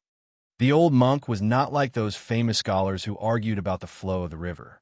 If there was a slight difference in opinion, they would be as aggressive as if they had killed their father. They would want to take all the principles of the world into their own hands. The old monk was not arrogant, because he was from the 2 Zen temples. He still carefully pondered over Su Fengnian's words, which were suspiciously stubborn. He said calmly, "This old monk is not good at talking about big and small principles outside of Buddhism. I would like to shamelessly ask for some water from you first. Allow this old monk to slowly think it through before speaking to you." Su Fengnian smiled. He was in good mood. He stood up, took out his water pouch, and leisurely tossed it over. After the old monk caught it, he took out a white bowl from his traveling bag. He poured half a bowl of water and drank a mouthful with relish. In the old monk's opinion, a bowl of very plain water was better than any delicacy. If it was his favorite porridge, it would be even better. Su Fengyin took a step back and stopped arguing. He asked, "What if I'm willing to drain the accumulated water?" The old monk raised his head and said, "It's enough to make love with a woman. Actually, your great yellow courtyard has already reached the realm of consummation. The reason why it's lacking is not because there are a few major acupoints that have yet to be opened, but because it's lacking yin and yang." The corner of Su Fengyin's mouth twitched a few times. The old monk laughed heartily and said, "Don't think that this old monk is a perverted monk. It's just that it's normal for men and women to make love. Although this old monk is an outsider, I don't see it as a scourge. Moreover, when I was young, I often couldn't sleep well at night. I was often beaten and scolded by my master." The old monk restrained his smile and said solemnly, "It's a good thing that you use the world's injustices to nourish your will. There's righteousness in the world. Although it doesn't repel murderous aura, it's mixed with evil aura and resentment. It's strong but not pure. You have to know that if you go astray, every step you take, every bit of strength you exert, it may seem like you're going far away from home, but it's actually going astray. Have you ever asked yourself this question? Moreover, in this old monk's humble opinion, when people say that they have a clear conscience, most of them are guilty. Even if they have a clear conscience, they are guilty of the truth. Allow this old monk to pour a bowl of water." The old monk poured a second bowl of water, leveled it, tilted it again, and shook it again until the water in the bowl calmed down. "Young master, when we conduct ourselves in the world, we all use this bowl. The righteousness of the world is the water in the bowl. It's just that the depth is different. No matter how the bowl is tilted, this bowl of water is always as flat as a mirror." Su Fengyin frowned and said, "If that's the case, how can you say that a bowl of water is equal? Isn't this just making trouble for nothing?" The old monk drank a mouthful of water and shook his head with a smile. This old monk doesn't dare to make a judgment. "Ha ha, this bowl of water was swindled from your hands. I'm ashamed. Su Fengyin didn't know whether to laugh or cry. His gaze became much gentler, and he smiled. Senior is indeed an old immortal of the two Zen temples. With just a few words, you're able to talk about big principles on small matters. Compared to those Buddhist teachings that are scattered by heavenly maidens, it's much more pleasing to the ear." The old monk held the bowl of water in one hand and hurriedly shook it with the other. "What old immortal? Young master, you flatter me. I am old, but I'm still far from being an immortal. Other than reading scriptures all year round in the temple, I'm not good at preaching scriptures. In fact, I only know how to do some farm work. Principles and whatnot are all figured out from farming." Su Fengyin asked curiously, "The monks of the two Zen temples have been conferred the title of imperial preceptor countless times. Has Senior not been conferred the title of imperial preceptor by the imperial court?" The old monk smiled lightly and drank a mouthful of water. He smiled and said, "Clothes can warm up 10%, rice can fill 7 or 8 stomachs, and tea can be drunk up to 5 or 6 flavors. That's enough." Su Fengyin smiled. "Then you have." The old monk laughed. Reserved. Even if you're not an old immortal, you have to have the demeanor of an old immortal. I have a disciple who passes on my mantle. He also has a daughter. When he found out that I was going down the mountain, he advised me to have the demeanor of an immortal. Seeing that I wasn't willing to dress up properly, he sent me down the mountain and was lectured by her all the way." The corner of Su Fengyin's mouth twitched violently. With a gentle gaze, he asked, "Is it a young lady with the surname Li? She has a little monk by her side who is her childhood sweetheart?"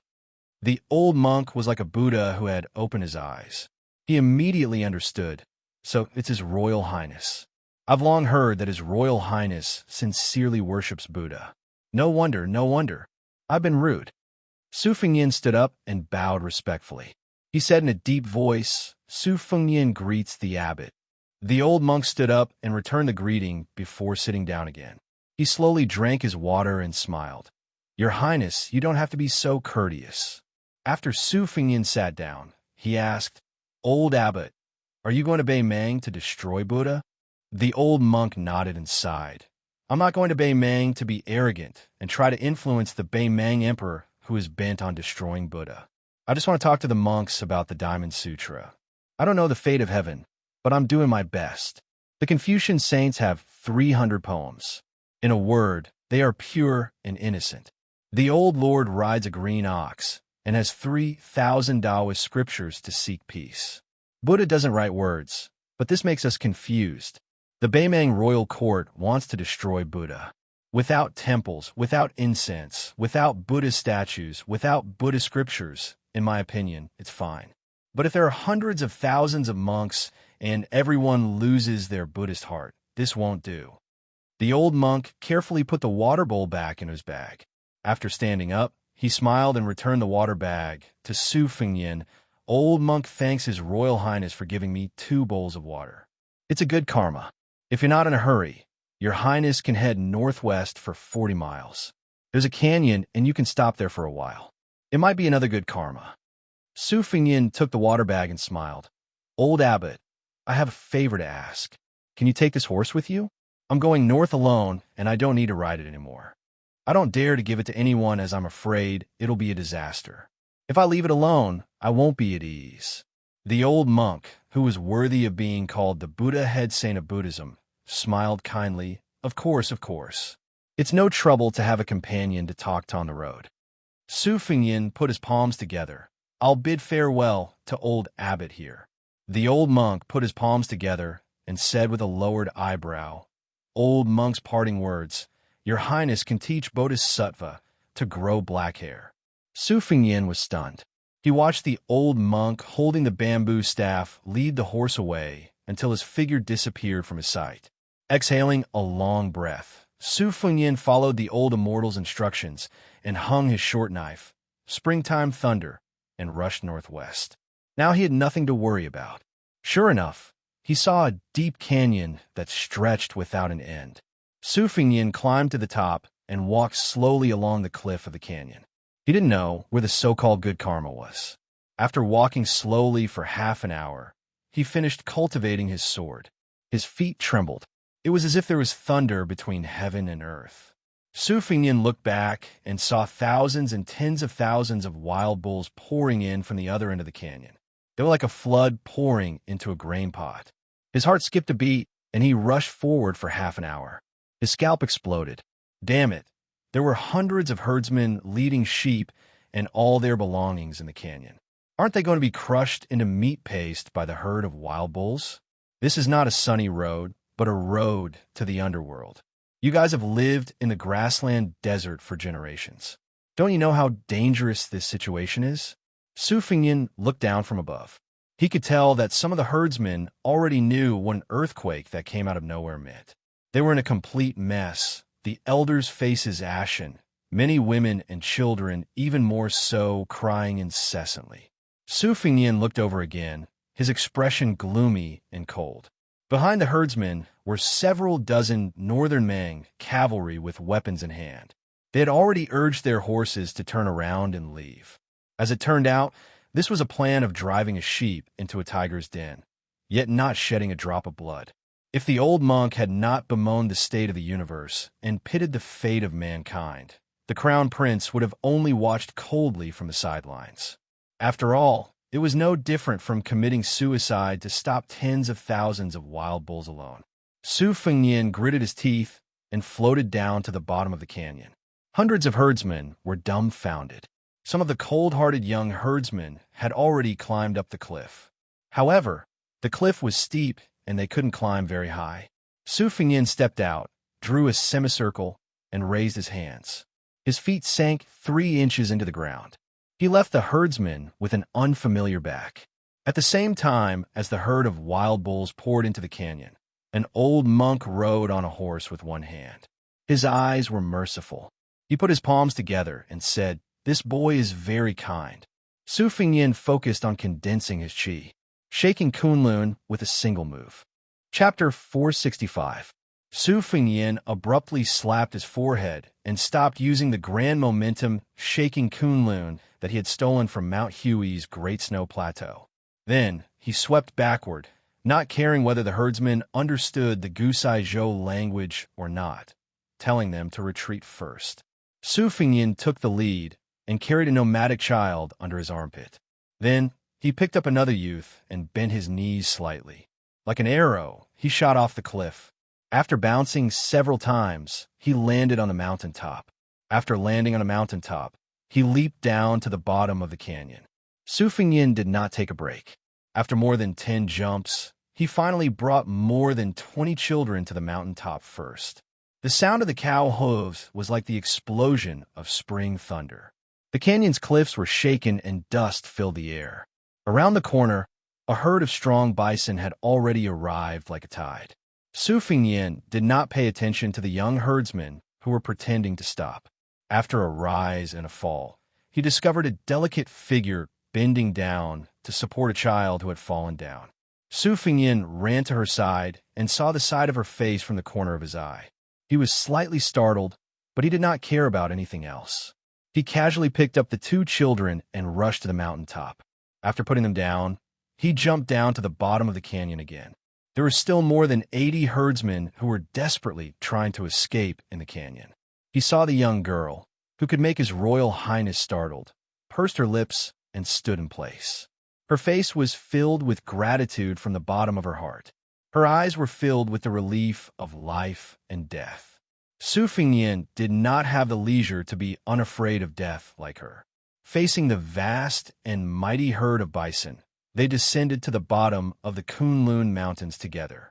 The ground shook violently. The herdsmen were so scared that their legs went weak. The canyon's ground was originally uneven. The ground shook, making it harder to walk. A few elderly people staggered and fell to the ground. They struggled to get up and run again. Su Fingyin's momentum was majestic.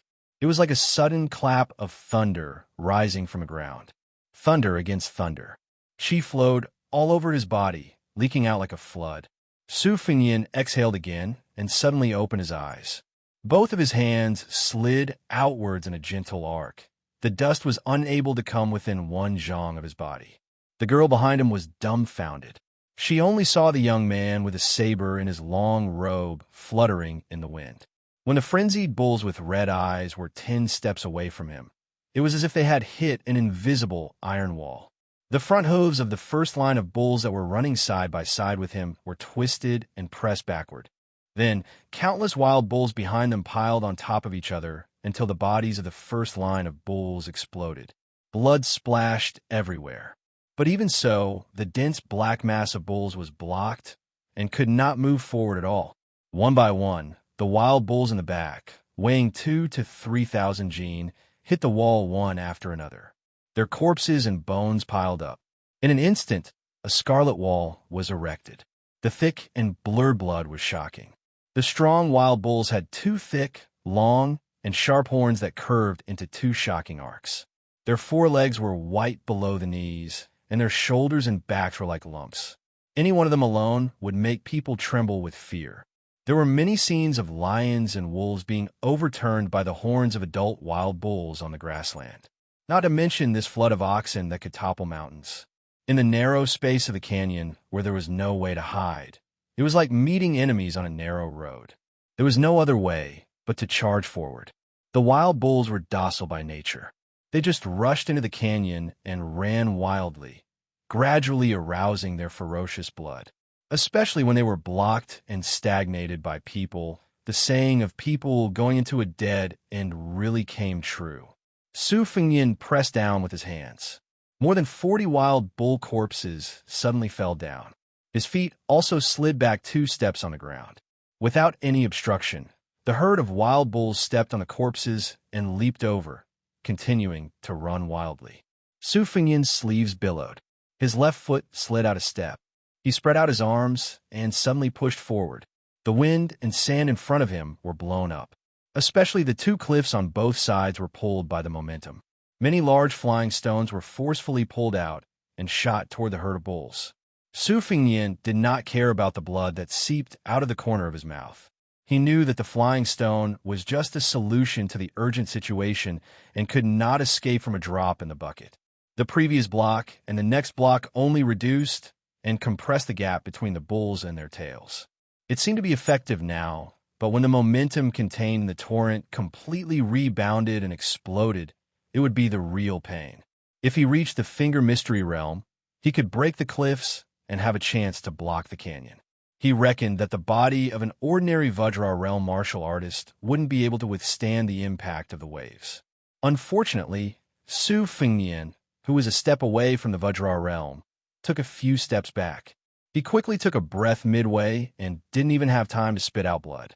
His long robe moved without wind as he shook Kunlun again. If he could block one step, he would block one step. Again and again, the cycle of the big yellow court grew. Chapter 466. After going back and forth for more than a dozen times, he had already slid back 60 or 70 feet step by step. During this period of time, Su Fengnian was very anxious. His murderous intent was aroused, and he used the falling rocks to launch a wave of sword chi to roll the dragon wall, dismembering the bodies of more than a dozen wild bulls. The price was that he could no longer suppress his spitting blood. His heart was greatly shaken, and he no longer dared to let his emotions affect his decisions. He only felt extremely sullen, and his hostility skyrocketed. His eyes were crimson red, and the red date mark between his eyebrows slowly turned a light purple, and then a deep purple. He could no longer see and no longer hear. He could no longer weigh the pros and cons of life and death. Gradually, he reached a kind of indescribable state of bliss. There was a gap between life and death. The Confucians believed that there was no evil, that they had a clear conscience and were not afraid of life and death. Su Fengnian shook Kunlun and secretly learned from the Confucian scholar Xianyuan Jingsheng in Great Snow Plains. He had an awe-inspiring righteousness. At first, he risked his life to save the herdsman. His heart was filled with an unknown good karma. But after a long time, he no longer had any worries. When he entered the world, he inadvertently gave birth to a desire for the world. He planted a golden lotus in the great yellow courtyard, waiting to bloom, and in a flash, he attained immortality. Su Fengnian opened the Juke acupoints but did not realize it. His right hand was naturally behind his back. He closed his eyes and concentrated, his left palm facing up. He only remembered that when he first came to Mount Wudong, he heard that the hierarch Wang Zhonglo had once cut off the Kanglan River. Su Fengnian's left hand gently swiped, and he blurted out, "Break the river." 10 feet in front of him, the ground cracked open and went straight to the cliff. A line of 6 or 7 buffaloes fell into the crack. After being filled by the buffaloes behind them who did not have time to jump, the buffaloes continued to run forward as if they were running on flat ground. Blood splattered everywhere. "You run, I break." Su Fengnian leisurely slid backward, breaking again and again. It was a tragic scene of the ebb and flow of the tide. Su Fengnian seemed to be free and unrestrained. He was indescribably leisurely and romantic, but he was already bleeding from his 7 orifices.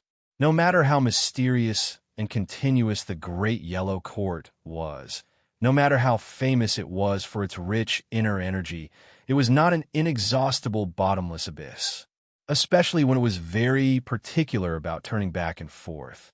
His Highness the Crown Prince forcefully raised his realm without any regard for his life and broke the river with one palm strike. He would eventually be exhausted. Su Fengnian swam like a fish among the green moss and green stones. He had no sword in his hand, but he had a clear idea of colliding with a flood of buffaloes.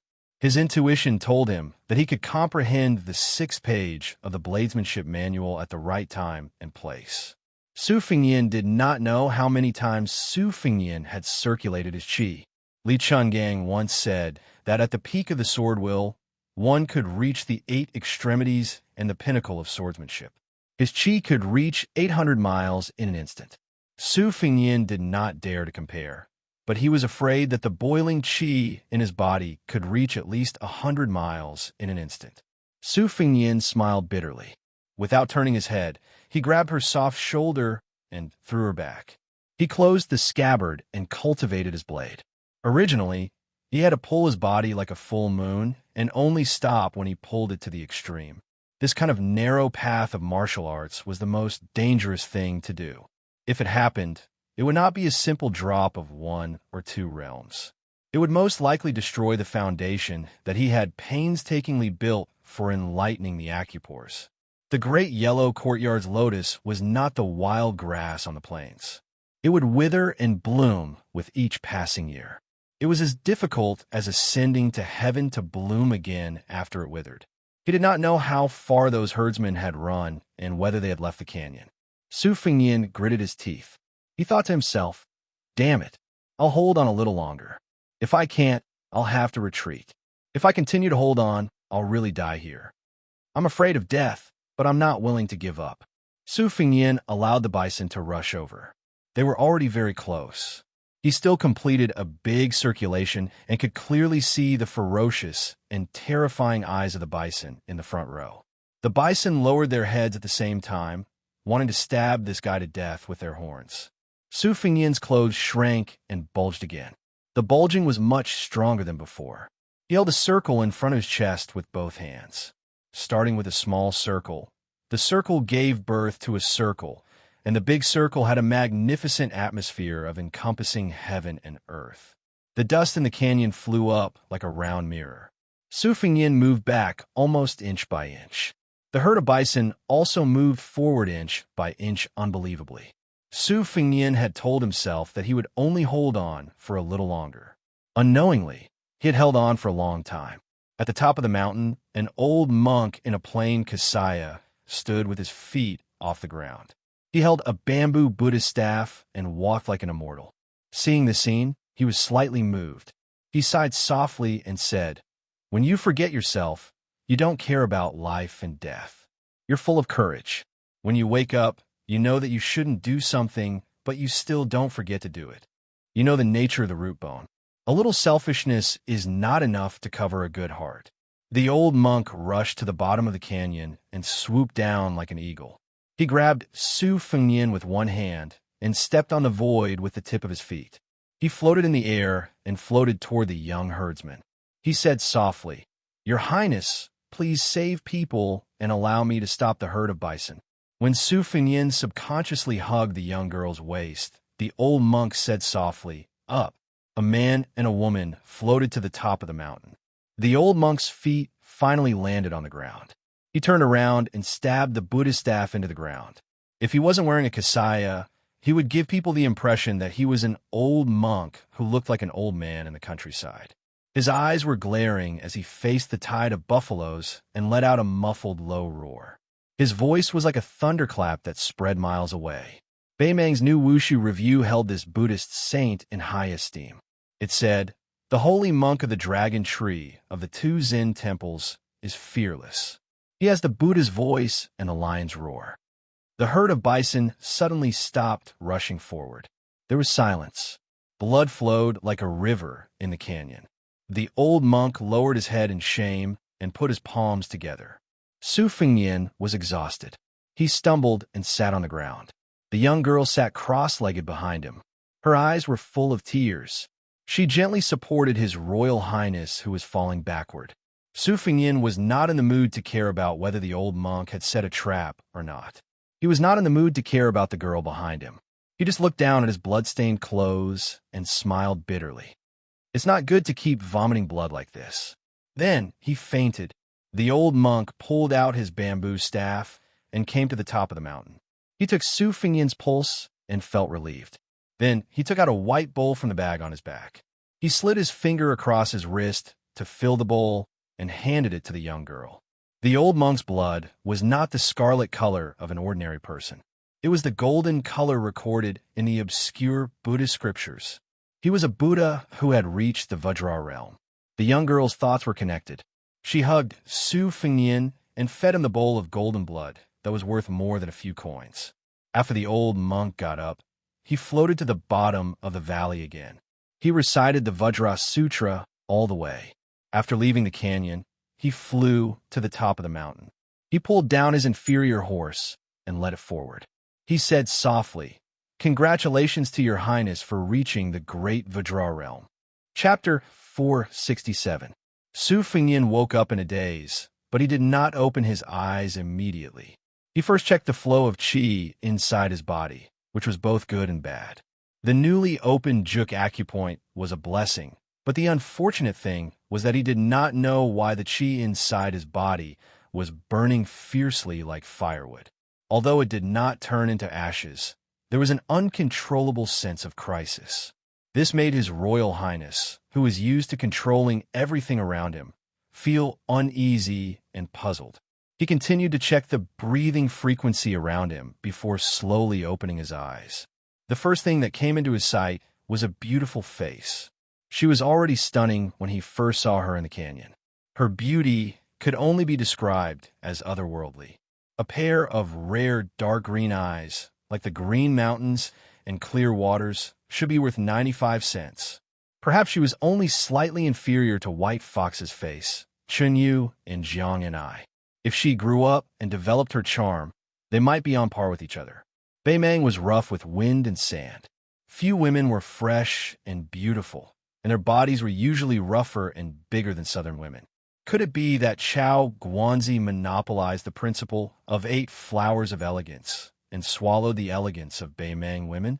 Su Fengyin suspected that he had been conferred the Golden Chamber of Commerce and turned himself into a monk who only ate vegetables and did not eat meat. Unexpectedly, he did not want to look at this peerless beauty at all. He slowly stood up and took the initiative to separate himself from his soft and warm body. After nurturing the sword, it was as if his body was fitted with a precise hourglass. Even when he was meditating and breathing, he would automatically wake up every 2 hours and jump to the bottom of the valley. He silently controlled the sword and dripped a drop of blood on the sword, causing the flying sword to unexpectedly fall straight down. 3 days of effort had been wasted. Su Fengyin held back from cursing loudly. He frowned as he stared at the blood mark on his palm. The bright red blood was permeated with an inexplicable, faint golden color. Even when he was at the consummate level of the Great Yellow Hall, he had never heard of such a strange sight. He no longer dared to nurture the sword carelessly. He withdrew the sword, and his slender ame, which was as fine as a woman's black hair, swept back to the mountaintop. Most of the rescued herdsmen were young. They surrounded the young girl and looked at Su Fengyin with eyes full of reverence and worship. Su Fengyin ignored them. Looking at the bottom of the white bowl that was sparkling under the sunlight, he squatted down and stretched out his finger to touch it. He sniffed and guessed 70 to 80% of it. The reason why the Buddha was called the Golden Body Buddha was largely due to the so-called invincible body of the Vajra. It was rumored that the Vajra could make all the evils in the underworld retreat and all the ghosts in Fengdu crawl. It was only through Li Chuangong's explanation that Su Fengyin knew that the Vajra realm in the world could be considered as a fake realm. Only Li Dongxin of the 2 Zen temples and his younger brother Su Longxiang were the real Vajra. Back when Li Dongxin returned from his 10,000 li journey to the west, someone spread the shocking secret that a flesh-eating monk in white could obtain the golden body of immortality with a piece of meat. Evil figures swarmed over, but none of them succeeded. In the end, when Li Dongxin approached Chang, and under the watchful eyes of everyone, he cut off a piece of meat and gave it to someone who was about to die of hunger and cold. A few years later, the old man died peacefully of old age, but he did not achieve immortality. Only then did his doubts dissipate. Su Fengyin sat cross-legged and stared blankly at the white bowl. The young girl and more than 20 children beside him did not dare to disturb him, so they accompanied him and stared blankly. Su Fengyin stood up and carried the 2 children down to the bottom of the valley. The herd of wild cows was intimidated by the Buddhist lion roar. They froze like a torrent and stopped moving. Finally, they all turned around and rushed out. Only then did the herdsmen feel at ease to pick the wild cow carcasses to store meat in autumn and winter. Su Fengyin sent the herdsmen down one after another. During this time, a few cheerful children felt as if they were riding on clouds and mist and laughed happily. In the end, only the slender and elegant young girl was left. North of Dragon Waste Prefecture was a very cold place. In autumn and winter, the rich people used the fur of marten, fox, rat, and raccoon as their fur coats. The poor people used the fur of cows, horses, pigs, and sheep as their clothes. In spring and summer, they used cloth and silk as their clothes. There was a difference in thickness between the rich and the poor. For example, the young girl in front of him had a narrow left sleeve and wore black leather boots. She could only be considered simple and neat. She could not compare to the silk and embroidered clothes of the maids and concubines of the noble families. However, she was a natural beauty. There was an exquisite Chong flute tied around her waist. There was no one at the top of the mountain. Su Fingyin finally had the mood to look at her carefully. He was not in a hurry to send her into the valley. She blushed for being stared at. She lowered her eyebrows, and 2 fingers quietly twisted the corner of her clothes. Su Fingyin smiled. He walked closer and pinched her chin. He tilted it up and forced her to look at him. Su Fingyin had seen with his own eyes the Mang cavalry hunting and chasing. He did not intend to get involved in this muddy pond. Beautiful women were a source of trouble. Su Fingyin did not have the ability to fool around in Beimang. The sort of emotion hurt people.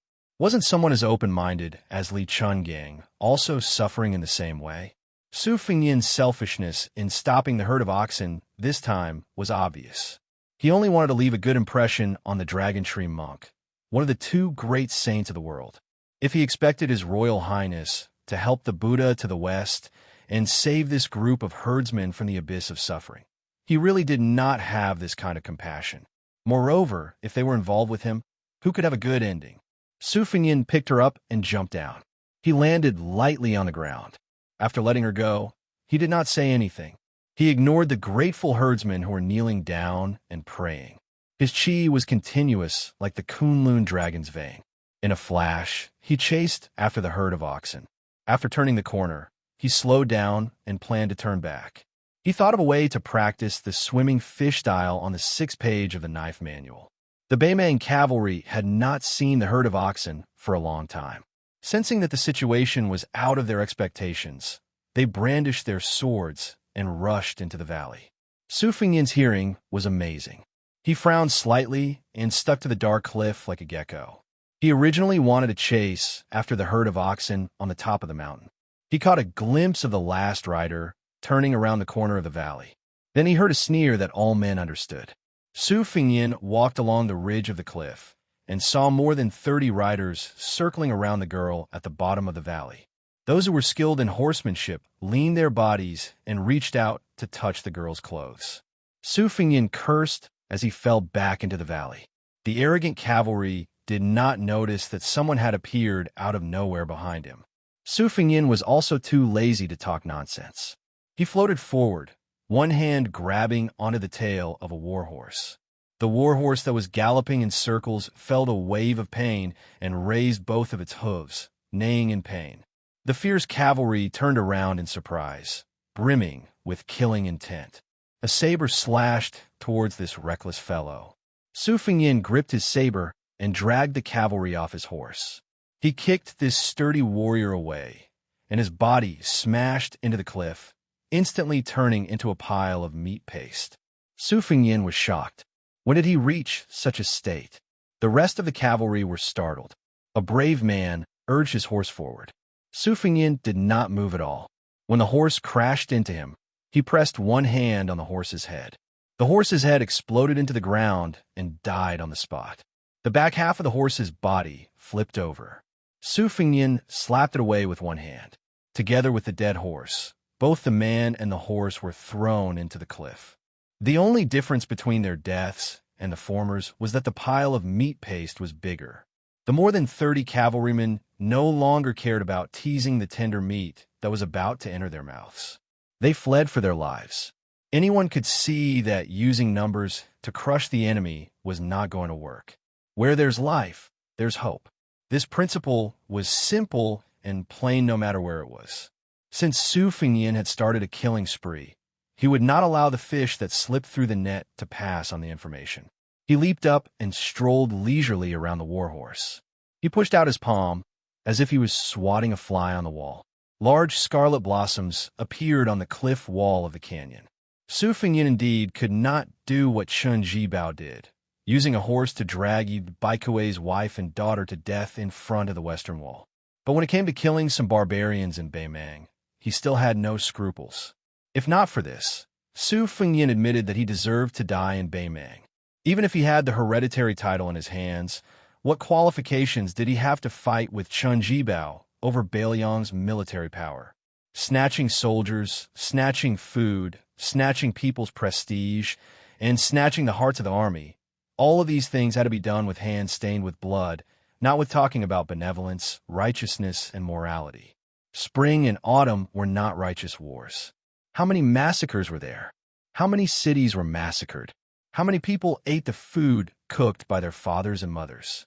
Scholars, aristocrats, powerful officials, and military men, one after another, entered the scene.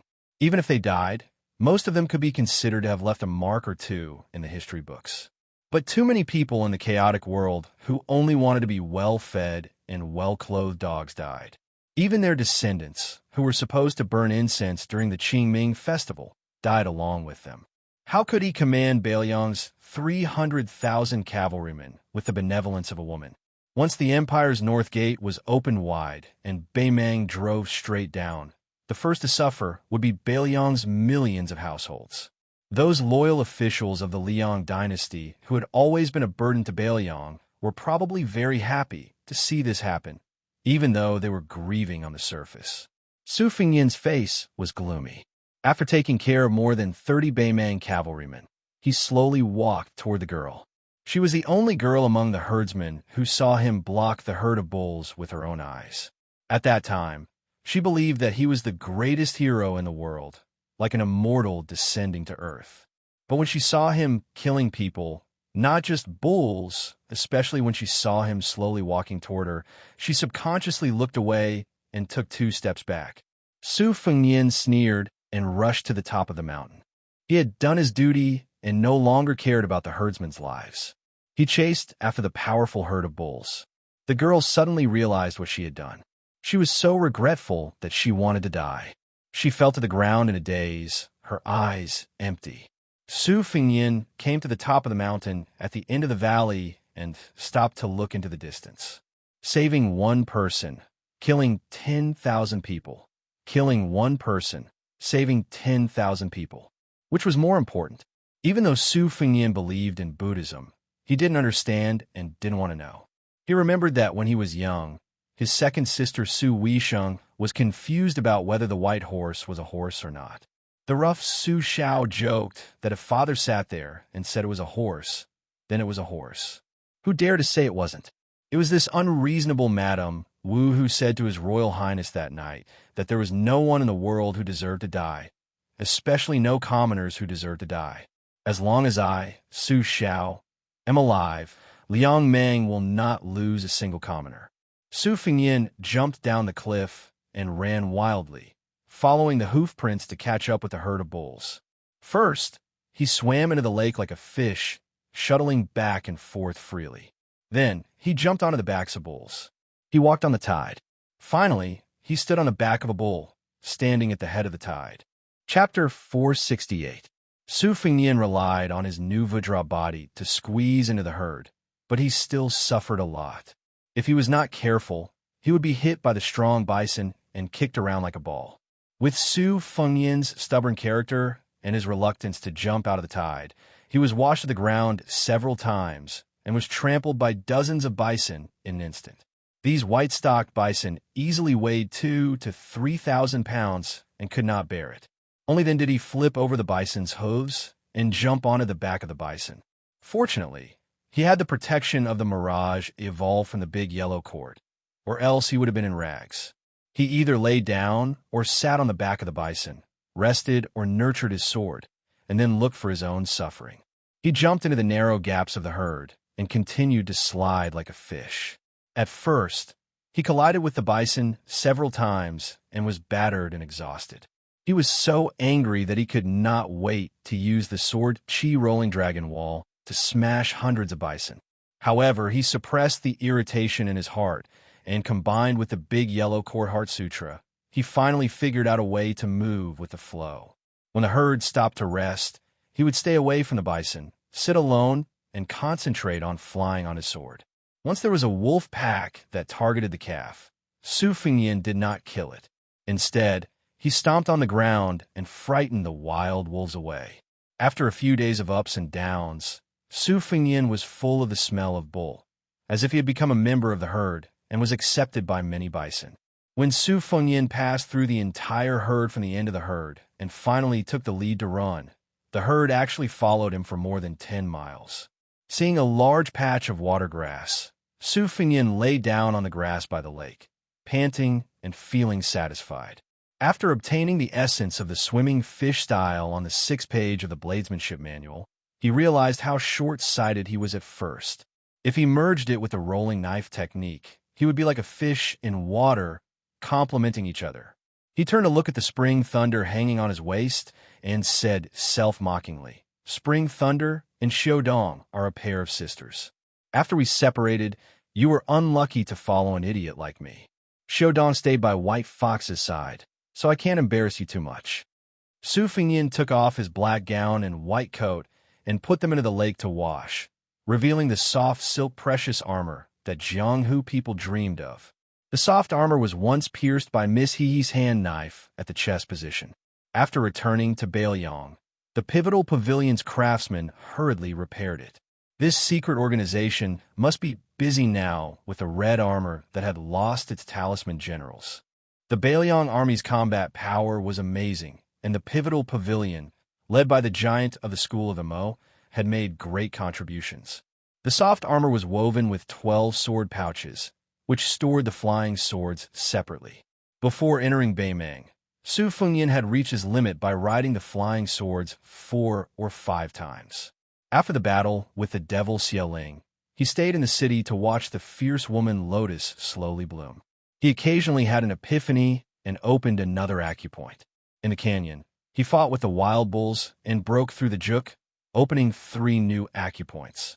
Su Fengyin spread out his clothes and sat cross-legged on grass. He rode the 9 flying swords in a dazzling manner.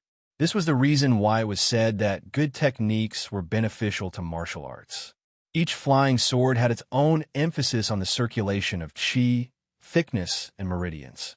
It required the sword owner to divide his mind into 9 parts. Of course, it was not to say that Su Fengyin was only 3 sword realms away from the previous sword owner, Dong Tai. Although there was only 1 word difference between riding a sword and controlling a sword, it was still an insurmountable heavenly gate.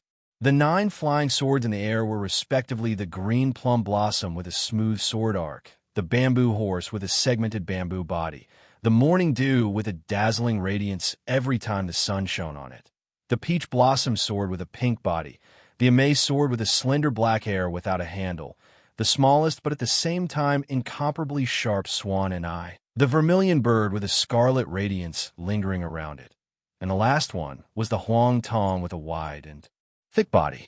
Each of the 9 flying swords had its own merits. His childhood sweetheart, Chao Lu Chunxue, was like the girl next door, nurturing the sword smoothly. Peach Blossom Ame, vermilion bird Huang Tong, was like a lady from a respectable family, progressing a little slower.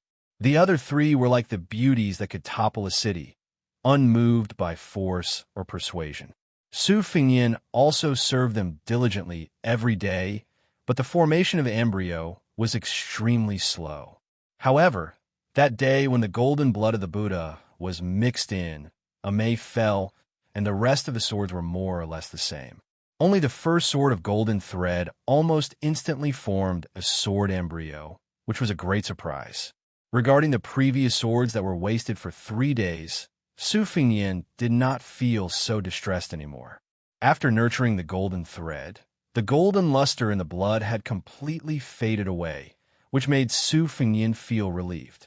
He could not abandon the other 11 swords just to nurture the first sword of golden thread.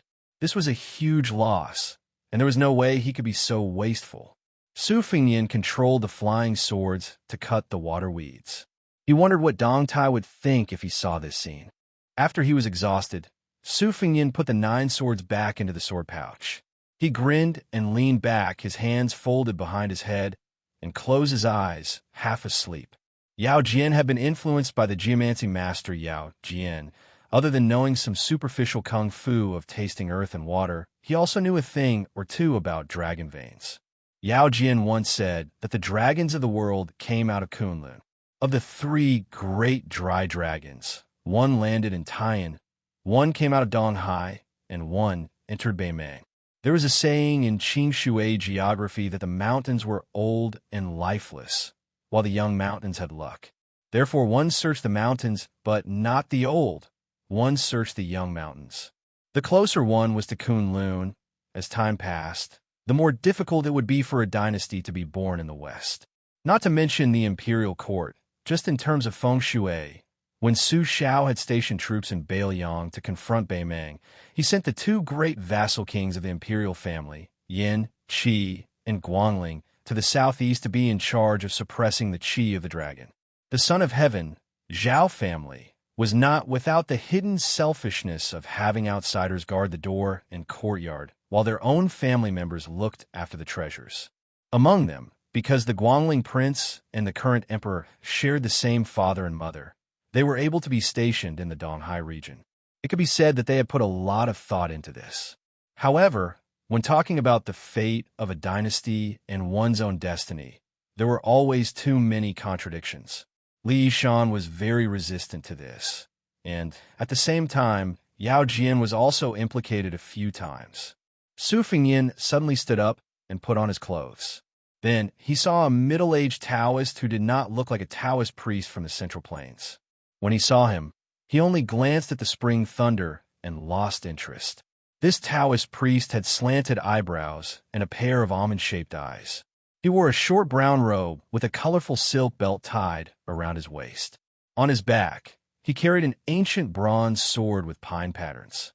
His appearance was elegant, and he had the demeanor of an immortal. He asked in a southern Beimang accent, "Have you seen an old monk with a bamboo staff?" Su Fengyin calmly shook his head and said, "Master Taoist, I have not seen him." Chapter 469. The Taoist narrowed his eyes and continued to ask, "You seem to have mastered the superior Taoist breathing technique. May I ask which Taoist Shuren taught you?" Su Fengyin, who had already concealed his qi, pretended to be angry and said, "No comment." The middle-aged Taoist smiled, but his smile was cold. "Oh? Then you must be a spy from Beiliang." In northern Ming, Taoism was the state religion. Taoist Master Qilin of the Tao Dao sect was a state teacher whose status was so high that it could reach the 9 heavens. The great Taoist master had 6 outstanding disciples, and he was also regarded by northern Ming as an immortal who had attained the Tao and could move the clouds and summon the rain. Before the empress ascended the throne in Beimang, Taoism was not prominent and Buddhism was prosperous. Since Taoist Qilin was given the title of national teacher, he was called the Emperor's Yellow Paper Imperial Edict. 316 people bowed to him together. Because of this, Buddhism gradually became silent. Taoist temples of all sizes in Beimang's imperial city sprung up like bamboo shoots after a rain. Hundreds of Taoists from Tao Te sect rose to the heavens. Most of them had a meteoric rise and were treated as distinguished guests by high-ranking officials and nobles. Su Fengyin was surprised. "Are you an immortal from Tao Te sect? I often heard about the miracles of Tao Te sect's Taoist Qilin in Gusai state. Are they all fake?" The Taoist with a sword on his back sneered. "Buddhism emphasizes the equality of all living things. When have I ever treated everyone equally? I know that I have no hope of attaining Tao. What I do in the dynasty is to kill evil with one sword." Su Fengyin seemed to be forced by the situation and had no choice but to lower his head. He said helplessly, "I did see an old monk heading north. He even asked me for half a bag of water to drink." The old monk said that he came from 2 Zen temples and was going to Qilin Temple to discuss Buddhism with the national teacher. The almond-eyed Taoist heard every word and snorted coldly before drifting away. Su Fengyin waited until the figure of the Taoist disappeared and confirmed that there was no doubt that he did not turn back to hide. Only then did he let the chi in his body rise spontaneously, contracting and expanding. The surface of the small lake beside him suddenly broke and ripples suddenly appeared. Su Fingyin had been like a fish swimming in a herd of cows for the past few days. He knew that he had reached the initial stage of Vajra realm and was not surprised. Below the second level, one's realm was judged by the amount of armor breaking. It was already a great fortune for martial artists in the world to reach the second level. It was enough to be called an outstanding martial artist. They were scattered all over the world and were regarded as unattainable masters by ordinary people. However, only after entering the first level did they know that the past was only a small part of the picture. After the picture of 1,000 miles was spread out, it was a truly beautiful scene. Just like how Su Fingyin was riding a flying sword now. He wasn't only able to see where the flying sword ended up, he was also able to vaguely see the trajectory of the flying sword. Su Fingyin guessed that once he reached the profound finger realm, he would be able to predict the trajectory of the flying sword in the next moment. As for the lawful embodiment of heaven and earth of the first-grade celestial phenomenon realm, Su Fingyin had no way to predict the profoundness of it. Su Fingyin looked at the lake that was gradually calming down and muttered to himself, "Food should be eaten one bite at a time. A woman's clothes should be taken off one piece at a time." What Wen Hua said is always very reasonable.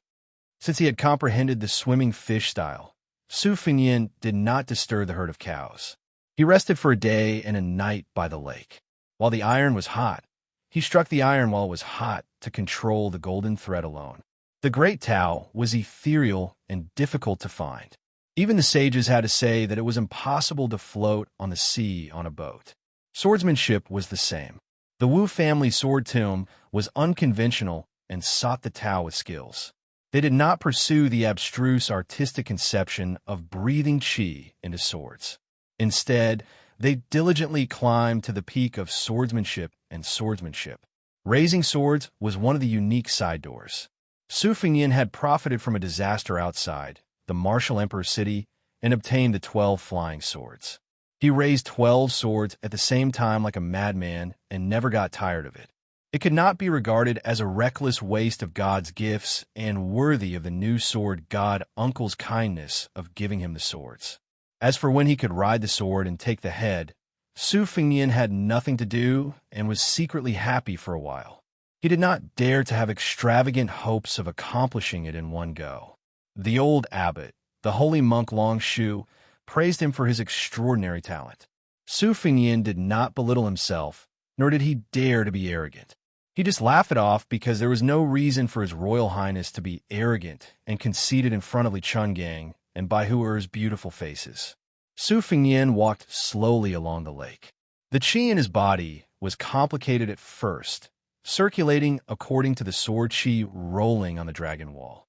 When he first entered Vajra, he returned to simplicity and began to circulate the qi in his body like a swimming fish. He did not know how long he had walked, but suddenly he heard the melodious sound of a chong flute. Looking up, he saw a group of herdsmen building black and white tents and large and small yurts in the distance. Every time the snow and ice melted, the herdsmen of the grassland would drive their carts and ox carts to find new pastures for their livestock.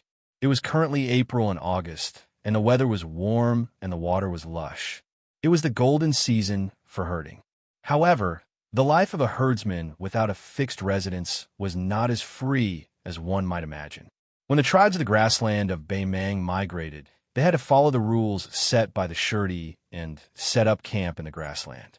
Although the grassland was large, the grazing land was almost completely encircled by the Shirdi. These Shirdi were the noblest and most powerful, occupying vast areas. Only a few herdsmen who had saved the lives of the descendants of the Beimang kings had the right to freely set up camp. Generally speaking, even if the grass was dry, the Shirdi would not allow the herdsmen of the neighboring tribes to enter their territory to seek refuge and protect their livestock. Therefore, the grassland was perennially embroiled in internal strife. Even though the grassland was also part of the royal family, there would still be a lot of bloodshed. It was only after the Empress of Beimang ascended the throne and worked hard to suppress the surety of Yelu and Murong that the situation improved slightly. Su Fengyin followed the melodious sound of the Chong flute and saw a graceful figure playing the flute in front of the lake. She puffed up her cheeks and took a breath before playing the flute solo. It was melancholy. Su Fengyin was proficient in music, but he did not know much about the Chong flute. There were a few high-quality Chong flutes made from Shishumin bamboo in the manor.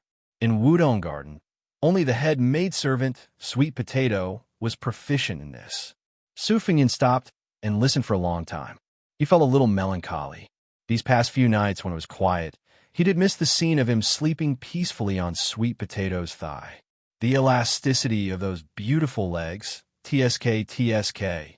Su Fengyin hurriedly swallowed a mouthful of saliva and silently recited the mantra to clear his mind. He did not know that it would have been better if he had not recited it. If he deliberately wanted to have a pure and innocent state of mind, the qi in his body would overturn rivers and seas. Once he stepped into Vajra, the title of Golden Chamber of the Great Yellow Court would be dispensable. For a moment, His Royal Highness felt like a lecher returning to his old ways. Su Fengyin felt a headache coming on. There were two paths in front of him. He could either be a beast that dragged a woman into the fields, or he could be a fool who scrupulously followed etiquette and was worse than a beast. His Royal Highness and his crotch were both very melancholy. The next chapter is before 12 o'clock. If there is a third chapter, it will be very late in the morning. Chapter 470. With the release of Beimang's new martial arts evaluation, it was well received by the two dynasties. Immediately, there were many works that followed the trend. The top 10 literary heroes in the world, the top 10 swordsman heroines, were too many to count. This was not considered too strange. There were also many restaurants that put up one of the top 10 famous dishes in the world, and many cloth shops that put up one of the top 10 silk fabrics. People didn't know whether to laugh or cry. Beimang had an evaluation of the top 10 famous courtesans of the current dynasty. Compared to the elegant and reserved women in the south, they were much more explicit and erotic. The most famous courtesan of Feng Feng Lu in Flying Fox City was famous for her small mouth. It was said that her nimble little tongue could make cherries nod. Her ultimate skill was the beauty playing the jade flute. In addition, there were also some evaluations of the yin-yang pot, which made the scholars of the Central Plains feel even more ashamed. As for what they were thinking and whether they coveted the various wonderful uses described in the text, it was unknown. At this time, the beauty's thin lips were sucking on the flute. Su Fengyin could not help but let his imagination run wild. Previously, he was full of hostility and had a bit of a grudge against this young herdsman girl. Now that he had calmed down, she was relatively pleasing to the eye. Beautiful women were really a gift from heaven. Not only could they be a feast for the eyes, but they were also pleasing to the eye. However, Su Fengyin was picky and harsh. He knew that this kind of poor girl, even if her face and figure were worth 95 won, would not be able to withstand deductions. For example, if her hands were rough due to years of hard work, 1 would be deducted. If she was herding sheep and riding horses, her buttocks were destined to be soft, 1 would be deducted. If she was not literate and had shallow knowledge, 2 or 3 would be deducted. Su Fengyin's disdain for those heroines in the past was not without basis. Although their sleeves were fluttering in the wind, they were like fairies descending to the world. Unless they had reached the realm of perfection and were able to grow flesh and bones, their hands would be calloused. If they were to wield weapons, who could guarantee that they would not have scars while practicing martial arts? Later, Li Chungang, who was at the time of the martial arts competition, commented that the girl's feet were really big. It was said that the girl was so angry that she cried. After she lost to Li Chungang in a sword competition, she was unwilling to set foot in the Central Plains again. It was conceivable that it was not easy to become a famous heroine, especially one who was gifted and had a full chest.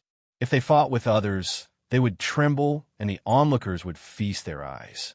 Of course, they would think that it was beautiful, but the heroine herself would probably be secretly distressed. When a young herdsman saw the man who had brushed past her in the canyon for the first time, she was first surprised, then afraid, and finally guilty and happy. Her 5 fingers clenched the exquisite flute, and she did not dare to make a sound. At first, she was afraid that this young hero, who had done a great favor for the whole tribe, would leave without saying goodbye. Seeing him standing not far away with a smile, she was slightly relieved. It was just that her palms were sweating and covered with her beloved flute.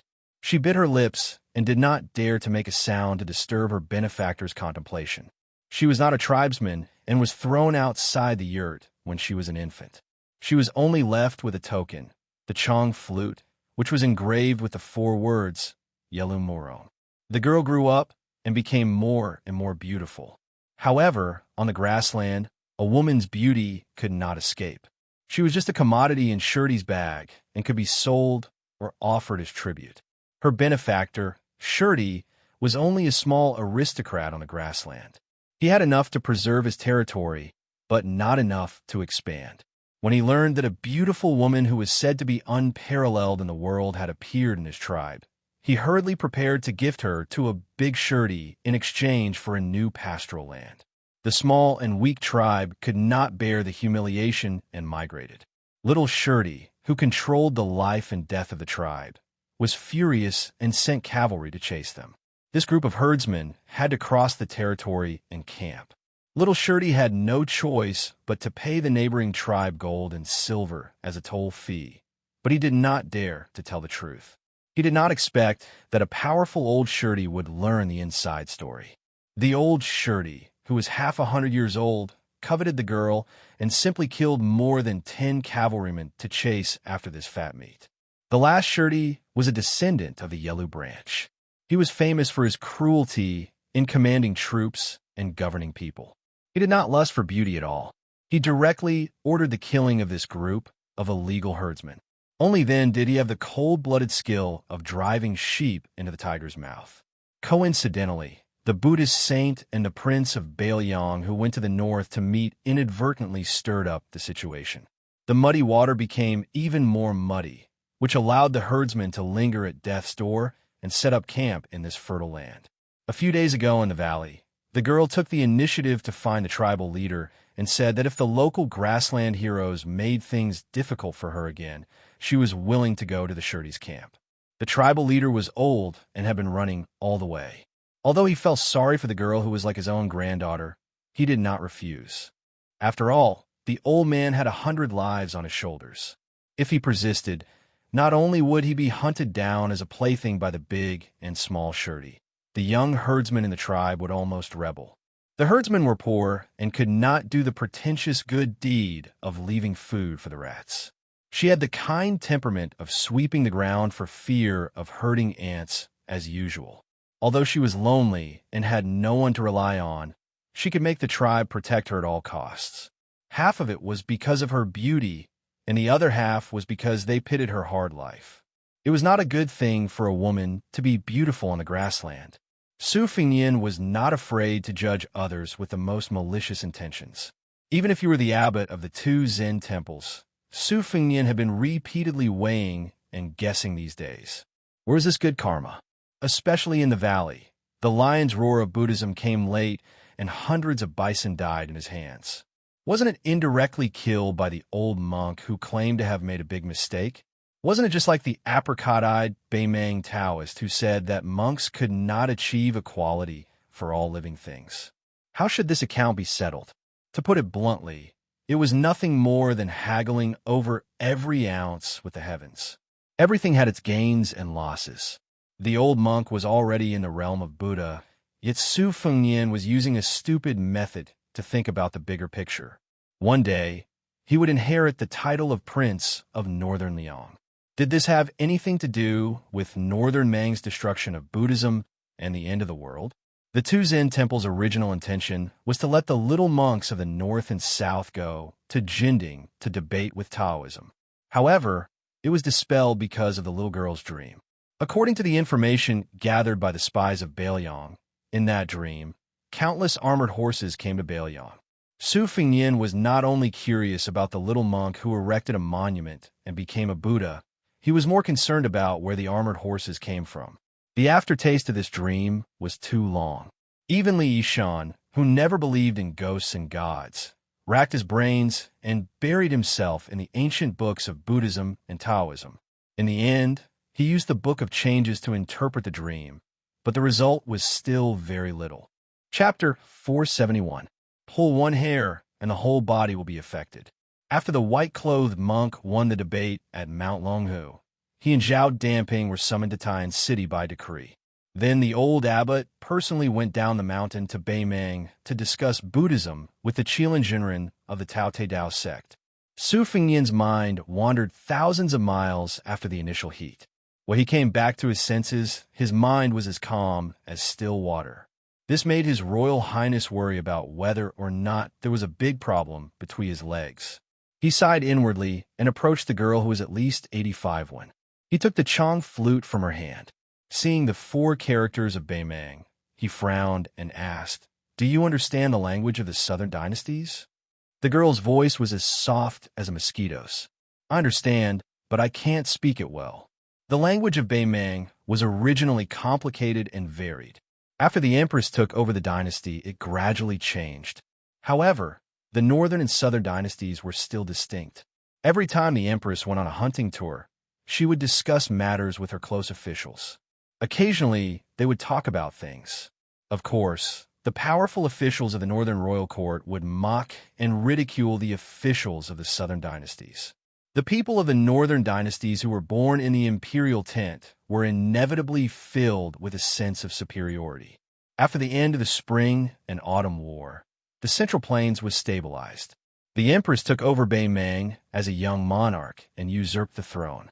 Then, she took the opportunity to settle the remnants of the Spring and Autumn War. This caused Beimeng to be in turmoil. The Liang dynasty and the Liang dynasty fought 6 times. The Liang dynasty won 2 times in name, but the true meaning of victory was only 1 time. It was when the Empress took the opportunity to unify the Spring and Autumn War and took the opportunity to take the initiative to attack Beimeng's unstable foundation.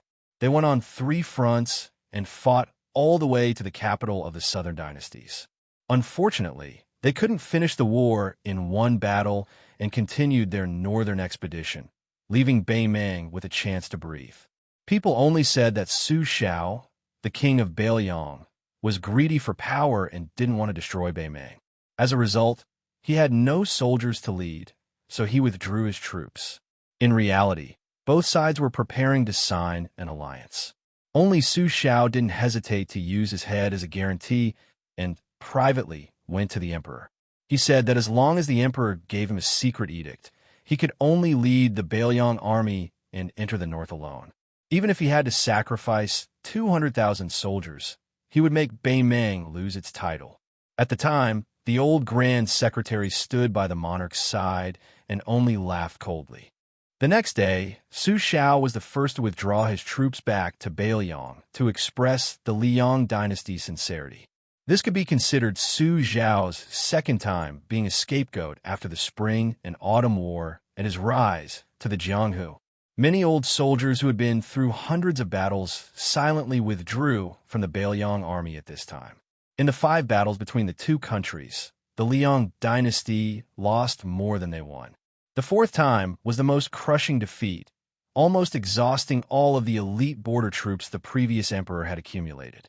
The eastern front north of Great Peace City was cleared of the wilderness, and it was even more forbidden to raise troops and attack without permission. It was only now that General Gu Jiantang had resigned from his post as the Minister of War and was personally overseeing the 2 Liao provinces, in addition to the Grand Secretary Zhang Jiulu's support, which was said by the scholars to have spent half of the dynasty's wealth, that the declining situation took a slight turn for the better. Su Fingyin directly asked, "Who are your parents?" She shook her head and said, "I am an orphan, adopted by the clan when I was young." Su Fingyin was most familiar with the dirty tricks of the imperial family. He asked with a smile, "Have you never thought that you might be a golden branch or jade leaf with the surname Yelu or Morong?" The young girl's eyes widened and her mouth dropped open. Clearly, she had never thought about this matter. Su Fingyin inadvertently saw the pink tongue behind her white teeth and felt hot again. However, he didn't feel the least bit ashamed of his inferiority in front of beauty. He only lowered his eyebrows slightly and glanced down at his waist, silently praising, "Good brother, you are very capable." After working hard to cultivate the great yellow courtyard, there shouldn't be any irreversible side effects. Otherwise, His Royal Highness would really use a piece of tofu to knock himself to death. Without any worries, Su Fingyin was in a good mood and threw some of the troublesome problems to the back of his mind. He remembered that in the past, he had spent a lot of money to buy countless poems. When they reached his second sister, only one line, "Tomorrow worries will come, tomorrow worries," entered her eyes and made His Royal Highness so happy that he had the servant send another 700 taels of silver to that poor scholar, 100 taels per word. Later, he heard that this scholar had passed the imperial examination and had some fame in the capital. He was one of the few honest people who didn't want to wallow in the mire and curse His Royal Highness with the scholars. It was probably because of this that he had waited on the cold bench for several years before he was replaced by a county clerk in a barren mountain and turbulent river. Su Fingyin sat by the lake and beckoned her to sit down. Smelling the unique fragrance of a woman, His Royal Highness, who hadn't even seen a female mosquito after leaving Flying Fox City, felt as if a lifetime had passed. The wild bulls were vast and mighty. Su Fingyin was wholeheartedly studying the swimming fish style in the knife manual. How could he care about distinguishing between male and female? Besides, even if he could distinguish between the two, what else could he do? Su Fingyin wasn't even afraid of the devil Xia Ling, but this thought scared him so much that he trembled. He then held his belly and laughed. It could be said that he found joy in the bitter struggle of Bei Meng alone. After laughing, he saw that the young girl who was sitting upright and still was confused. No matter how thick-skinned Su Fingyin was, he wouldn't be so brazen as to mention this. He lowered his head and stroked the Chong flute. The two dark purple bamboo pipes were side by side with gold and silver threads intertwined. The holes of the pipes were smooth and round. Even after many years of playing and stroking, there wasn't the slightest bit of wear and tear. It could be seen that it was a precious Chong flute of top quality. Su Fingyin could be considered an expert in calligraphy. He carefully observed the 4 main characters written by Murong in front and Yelu in the back. The characters carved on the Chong flute were extraordinary. He didn't exchange the flute. Instead, he smiled and said, "Take good care of this keepsake. Who knows, maybe one day you'll be the shepherd girl, Muko Shinbei's head. If that day really comes, remember my kindness." The girl blushed when she saw how gentle and meticulous he was stroking her, making her even more charming. However, when she saw this young master from the southern court using her beloved Chong flute to stroke her back in such a careless manner, there was a hint of resentment in her eyes. Perhaps Su Fingyin was slow to realize it, or perhaps he was deliberately teasing her, but when he saw her face, he couldn't help but smile. He extended a finger and twirled the Chong flute's opening, grinning wickedly. The girl's face was thin, and she was about to cry. Su Fingyin returned the Chong flute to her and lay down on grass. He was afraid that there wouldn't be many days of such leisure and carefree days in the future. The girl sitting cross-legged beside Su Fingyin clutched the Chong flute and lowered her head, saying, "I'm sorry." This time, she really was crying. Su Fingyin knew that she was apologizing for her cowardice after being saved in the canyon. The corner of his mouth curled up, and he said in a calm tone, "It's not wrong for a girl to be timid. If you feel that it's wrong, you could be bolder and sit on me. Even if I suffer such humiliation, I won't resist."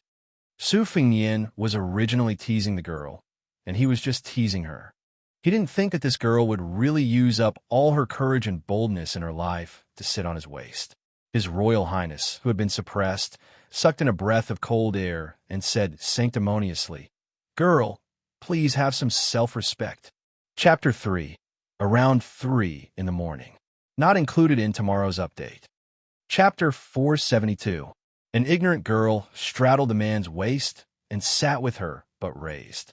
You couldn't expect her to be good at horsemanship in this aspect. Su Fengnian, on the other hand, was very familiar with it. Just a moment ago, he was like a chaste woman who was awe-inspiring and righteous, asking the girl to respect herself. However, when he saw her taking the initiative, he immediately changed his attitude and started to undress himself without hesitation.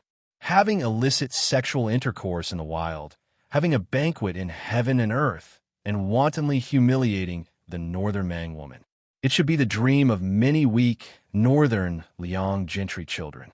Su Fengnian had seen many of these poor rich scholars who thought that they could compete with the soldiers who led troops to kill the enemy by riding on the northern Mang prostitute's body in the brothel. Su Fengnian's eyes were clear as he looked at the herdsman, who seemed to be crying and laughing at the same time. He stopped what he was doing, which was mostly acting. She undoubtedly had a pair of bright eyes, which were not the kind that directly pointed at one's heart, but the kind that was pure and untainted by dust and dirt. This kind of woman's eyes were destined to be like the clear lake on the grassland beside him, which would disappear into the yellow sands sooner or later. Once he saw her this year, he might not see her again next year. Even if she was a golden branch and jade leaf left behind in the grassland, even if she returned to the palace, what benefit would it bring? Su Fengnian did not have the charming thought of taking off his clothes to see her naked, but he was not allowed to take advantage of her. He smiled and shook his head, indicating for her to relax. At the same time, he held her extremely flexible and slender waist with both hands in an inappropriate position. The two of them looked at each other. The so-called killing a beauty with a sword under the waist was probably the true portrayal of Su Fengnian at this moment. No matter how innocent and naive the girl was, she matured early. No matter how ignorant she was not a fool. She also knew what kind of evil was suppressed under her soft buttocks. Riding a horse and herding sheep would not be so embarrassing. This was not a woman who deliberately wanted to seduce people. Even though Su Fengnian had been untainted by flowers for a long time, he also felt that those fallen monarchs who never went to the morning court were not wronged. Su Fengnian's hands quietly slid down and naturally squeezed. This was a skill that came with practice. Back then, during the 3 years of traveling, he had relied on this ingenious technique to make that brat when Hua prostrate himself in admiration. Unfortunately, this brat's comprehension ability was worlds apart from His Highness the Crown Prince's, and he could not maintain a righteous expression as a moral person. Unfortunately, he had a lecherous face that deserved a beating. Every time he mustered up the courage to go to the downtown area to take advantage of women, Su Fengnian would inevitably have to step in to save the situation. If when Hua cooperated, saliva would immediately flow from the corner of his mouth, and then he would say that he was an idiot brother in the family. Girls with weak temperaments would be soft-hearted and let him off, but those who were more shrewish would be punched and kicked, implicating Su Fengnian as a fish in the moat. Among the latter, Xianyuan Qingfeng was the most relentless, leading his vicious servants to chase after them for several streets. The young girl did not say anything and only stared at him with her eyes wide open. In his life, other than a girl's crying, Su Fengnian could not stand this kind of pure gaze. He could only withdraw his hands in embarrassment and laugh as he scolded, "You're the only one who's allowed to ride a horse, but I'm not allowed to flatter you?" The young girl, who was not used to puns, thought carefully. When she had figured out the meaning, she clumsily revealed a slightly late bashfulness. Su Fengnian saw her charmingly naive appearance and could not bear to do it. He sat up and held her in his arms, lightly smelling the fragrance of her fine black hair and feeling the delicate trembling of her virgin body. He sighed and slowly released her. Beimang's customs were bold and unrestrained. Not only were there illegal activities permitted by the law, but there was also the custom of kidnapping a bride, as well as the remarriage of a woman whose sister had passed away and whose mother had become a widow sister-in-law. These were all excellent reasons for the scholars of the Central Plains to criticize the barbarians of Beimang. Su Fengnian picked her up and put her down beside him.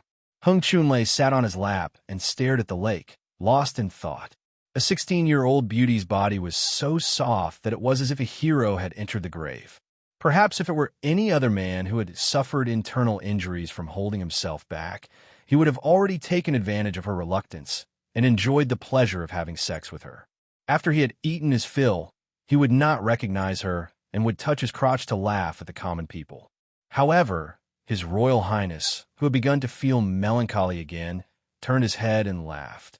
If only you were Pei Nanwei or Yu Wei. There was no woman in the world who liked to be compared with other women. Although the girl was ignorant about love, she could still hear the weight of the words. She did not dare to show her grievance and only turned her head away. Su Fengyin stood up and made a plan in his mind. He wanted to see if he could help this group of fleeing herdsmen settle down. If he had the chance to return safely in the future, he would take her back to Baoyang Palace. Not to mention whether she would be a vase or eaten, it would be good for the eyes. Later on, when he evaluated the top 10 beauties and spent some money, she would definitely be on the list. If word got out, it would be a happy thing to make those scholars envious. If he ate her now, would he take her to the north? If he ate her but did not take her back, Su Fengyin did not want to hear that she had become the exclusive property of some vigilant person in his tent. His Royal Highness, who had been taken advantage of by Xu Xiu countless times, had also learned some superficial disguising techniques.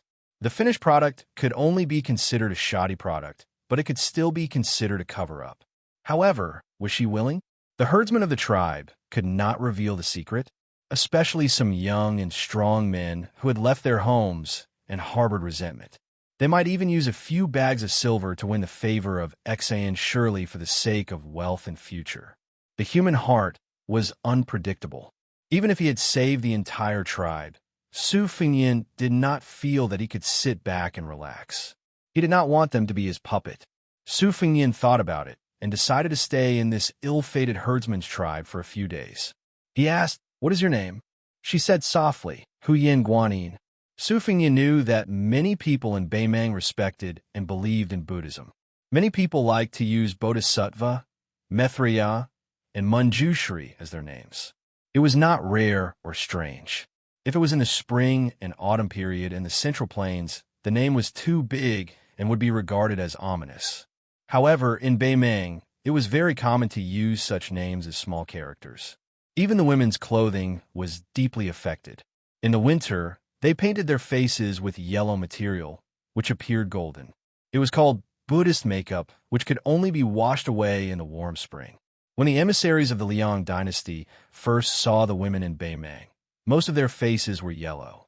They thought it was because of the illness caused by the miasma. Chapter 473. Su Fengyin asked her to take it to the tribal camp. Huyin was a first-class family name on the grasslands, similar to the Tuoba family, second only to the Yelu and Murong royal families. It was bestowed by the Mang lord who was well-versed in the culture of the Central Plains 100 years ago.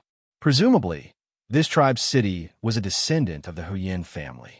However, the family name was prestigious, but it didn't mean that anyone with the surname Huyin was a noble.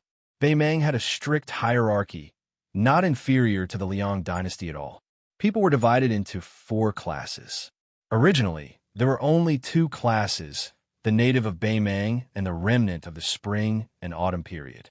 They were fiercely opposed and had countless disputes. The chess and sword music school's Taiping order proposed to divide the people into 2 classes, both below the remnant of the spring and autumn period. In fact, they were all sinners or stubborn people who were forcibly brought into Beimang territory by force. Their numbers were relatively small, but even so, the remnant of the spring and autumn period were all grateful. It was their nature not to worry about scarcity, but to worry about inequality. Not only that, but they had also become a person above others. Of course, the people were divided into 4 classes. The small group of nobles who stood at the top of each class, regardless of wealth or status, were far beyond the reach of ordinary people. Su Fengyin muttered to himself, Tuoba, Huyin Guanyin, these names are quite interesting.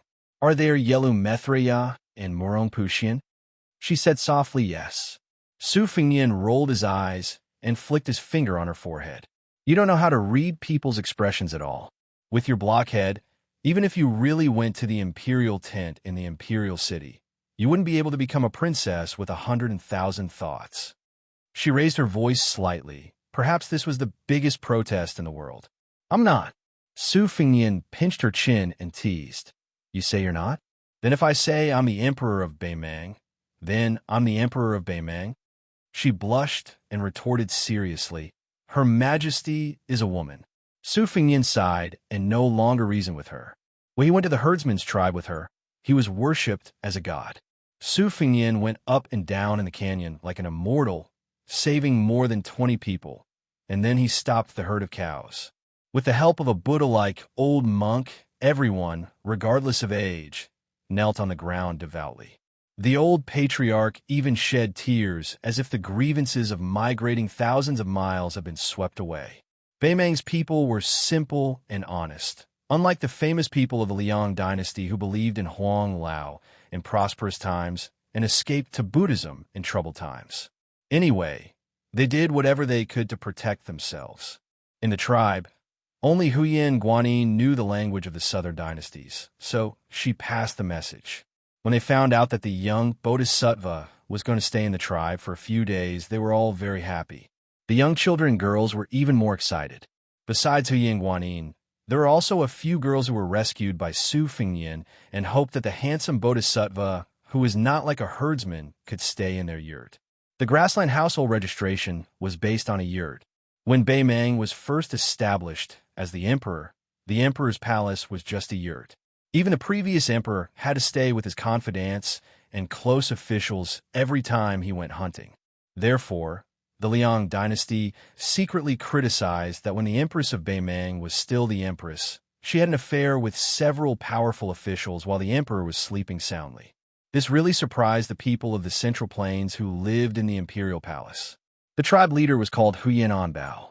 He personally welcomed Su Fingyin into the spacious black and white yurt. Other than the simple and honest son and daughter-in-law, the old man also had a granddaughter and a granddaughter. The granddaughter was once brought up the mountain by Su Fingyin and was extremely happy. The grandson was the child who was always held by Huyan Guanyin at the bottom of the canyon. He stared at Su Fingyin's eyes as if he was looking at a deity, full of reverence and worship. When Su Fingyin entered the yurt, the child and his sister stood outside the yurt together and looked at the young deity's elegant demeanor through the gap. They only felt that every movement of the young deity was extremely beautiful. They reckoned that when Su Fingyin burped and farted, the two siblings would think that it was a great knowledge. Beimang revered martial arts and was good at horseback archery. They especially revered powerful martial artists who had outstanding strength and strong fists. Tuoba stepped on the bones of his fellow tribesmen to become the empress's servant. Revenge had never changed in Beimang for thousands of years. The Dangxiang tribe especially focused on revenge. If they didn't take revenge, they would inevitably be disheveled and dirty. They wouldn't get close to women and wouldn't eat meat. Only after killing their enemies could they return to normal. After both sides reconciled, they would need to fill the skull wine cup with human blood and the blood of 3 animals. Both sides swore that if they took revenge, they would take the lives of 6 animals. When Tuoba gradually became the god of war and had outstanding military achievements, the 16 tribes of the Dangxiang tribe were convinced. They proposed to the number 1 person in Beimang to reconcile. Tuoba ignored them, and the leaders of the 16 tribes committed suicide together. Later on, when the empress appeared, Tuoba only agreed verbally. Not only did the Dangxiang tribe not see it as a great shame, they even took it as an honor. Without exception, the valiant and strong young men joined Tuoba's personal army. It could be seen that Beimang had a strong spirit of martial arts. Sitting in the tent, after listening to Huyan Guanyin's narration, they found out that her tribe's migration wasn't done blindly. Huyan Anbao's father, who died on the way, was a staunch believer in evil spirits. He was a well-known fortune teller who was good at using wormwood to burn sheep's scapula. Back then, it was this old man who took in the baby girl in swaddling clothes. At the end of winter, it was this old fortune teller who used the cursed sheep to request the tribe to migrate to the southeast. Su Fingyin was skeptical of this kind of fortune-telling witchcraft. When he heard it, he didn't take it to heart. When he found out that Huyen Guanyin lived in the adjacent tent, he glanced at her. It was just a small gesture out of habit, but it made the young girl blush like a peach blossom. The old tribal leader saw it, but didn't say anything. He just smiled and felt gratified. The little girl was alone and had no one to rely on. In the end, she still needed to marry a man with broad shoulders to truly settle down. The old man had complete faith in this young master, Suhu claimed to be from Gusai Prefecture. At the bottom of a narrow valley, a man could stop 10,000 bulls. It was a miracle that he didn't even dare to think about. The old man still remembered the legend of 9 swords breaking 10,000 cavalry that had been circulating in the grassland for 100 years. Although it was a magnificent feat of the Wu family's swordsmen from the Central Plains, he felt that the young bodhisattva sitting in the same tent was comparable to those 9 swordsmen. After Su Fengyin drank a big bowl of wine and ate big chunks of meat, he walked out of the tent with his head lowered. Huyen Guanyin followed behind him. Su Fengyin slowly walked up a small hill. Other than the young girl, there was also the old tribal leader's grandson sneakily following from afar. He seemed to be called Aba Oji by his nickname. Su Fengyin looked at the setting sun and suddenly narrowed his eyes. A yellow eagle that was originally hovering leisurely cried incessantly. It swept across the sky and swayed as it fell. 100 miles to the northeast, the yellow eagle fell to the ground. There was a small bird's claw that was like an iron hook that was nailed into the eagle's back. It was only heard of the eagle catching the sparrow. Was there really a sparrow riding an eagle in this world? The extraordinarily handsome bird flew to the shoulder of a young man who had a sword and a saber hanging from the left side of his waist. Its cry was crisp and clear. The young man in the fox fur hat had 2 retainers standing beside him. One of them was a middle-aged man with a strong body like a lion. His voice was as loud as a bell. "Young master, you've already killed no less than 600 people and 4,000 wild bulls on your way here. Have you enjoyed yourself?" The other old man in a brocade robe said gloomily, "Of the 10 great devils, other than you and I, who are both slaves to the young master, I haven't seen any of the other 8. How can I enjoy myself?" The young man sneered with a strong smell of blood. He reached out to tease the small bird on his shoulder and said, "Devils and what-not are actually boring to kill. Killing that Buddhist saint is more interesting." The self-proclaimed Beimeng demonic old man nodded and said, "This dragon tree monk of the 2 Zen temples is said to be the master of the white-robed monk Li Xiaoxin. We should meet him." Hearing the name Li Xiaoxin, the young man's eyes turned red. He reached out to gently hold the small bird and suddenly exerted force. His hand was covered in blood. He gritted his teeth and said, "They all deserve to die." Chapter 474. The young master in the fox fur hat casually tossed away the falcon-hunting sparrow. He rubbed his thumb and fingers together. The blood was thick, and he sniffed it. Obviously, he had a shrewd and ruthless personality. He wiped his fingers on the fox fur coat. The middle-aged man said, "Even though the old bald donkey long shoe is a saint, he is from the 3 sections. His realm is too fake and can't be accurate. There are more than 30 people in the martial arts role of the dynasty who are first-class 4 states. I reckon only these people can enter the young master's eyes. Even though the Vajra state is divided into big and small, and the Buddha's invincible golden body is respected, it is still the ability to take a beating. When it comes to killing people, I'm afraid, even compared to the Confucian and Taoist sects, not to mention me and my brother who are from the demonic sections, this bald donkey from the 2 Zen temples is the most suitable for the young master to practice his knife. He can hack 800 and 1,000 times in one go to verify if the Buddha is really invincible." The elder in the brocade robe sneered, "Duan Boer, are you really stupid or are you pretending to be stupid? A saint is a saint. How can his golden body be broken so easily? Be careful that you don't get to eat the lamb. You and I know each other well. Besides, no matter how good the young master's talent is, he is not 20 yet. He still can't enter the Vajra state after fighting with the bulls. Can the 3 of us gain anything by intercepting and killing Long Shu Monk?"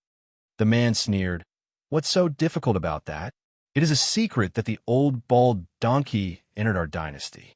We can let the young master find a few great guardians and gather 1,000 or 2,000 cavalrymen.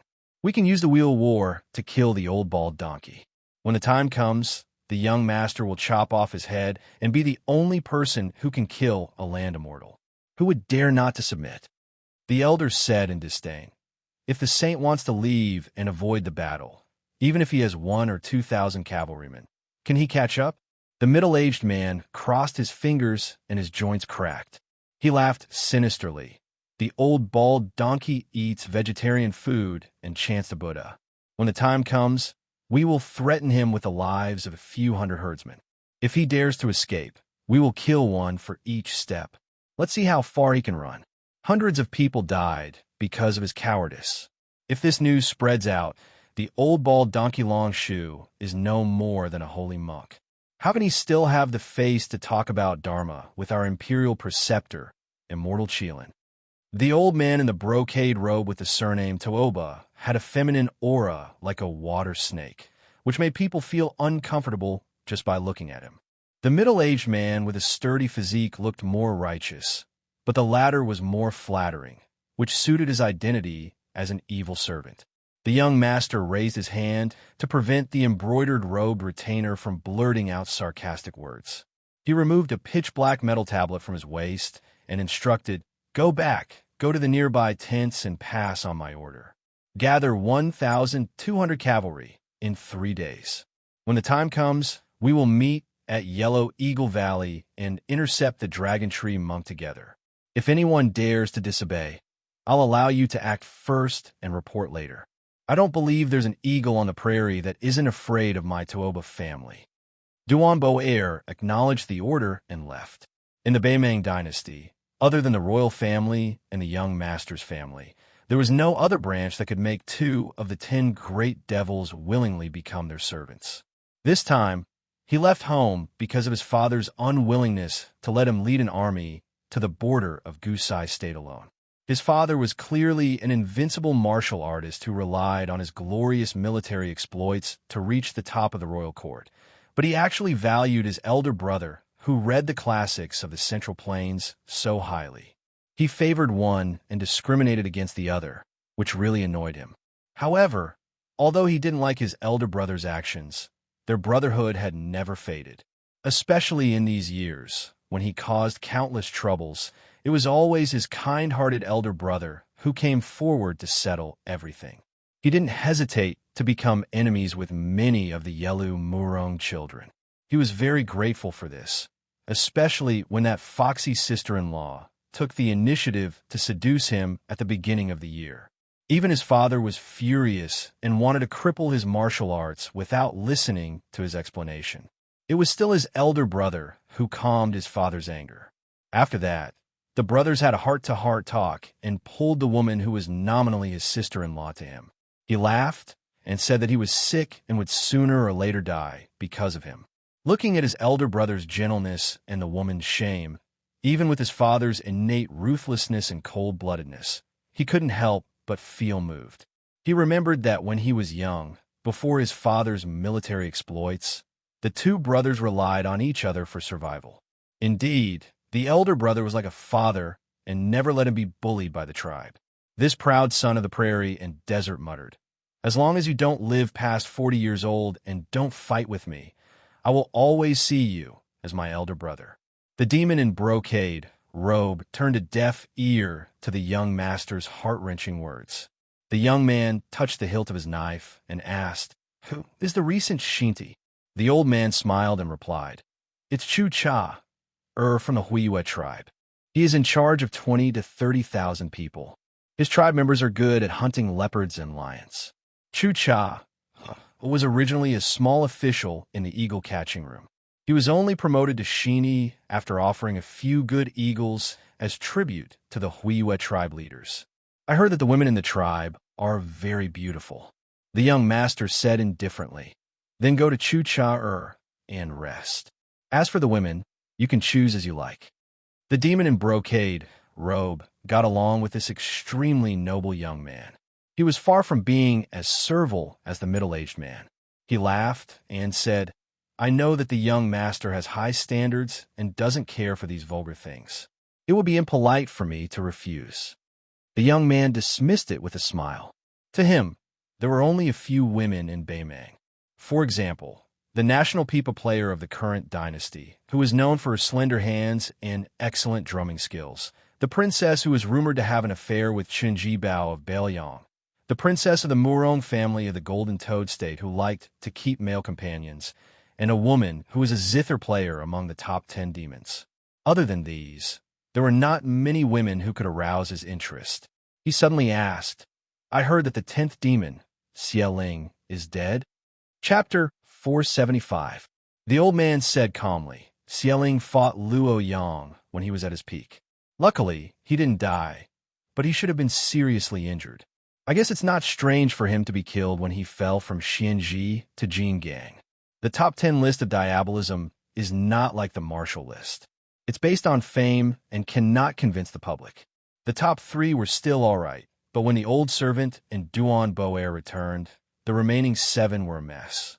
For example, the Dragon King beside Princess Hong, Yin was only ranked 9th, but he had a 60% chance of winning against the 5th-ranked female zither player.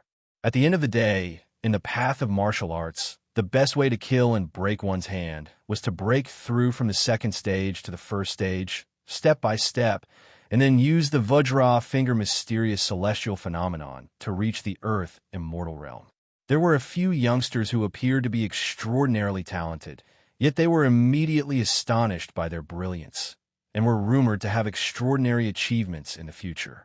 However, in this old servant's opinion, they were not even worth mentioning.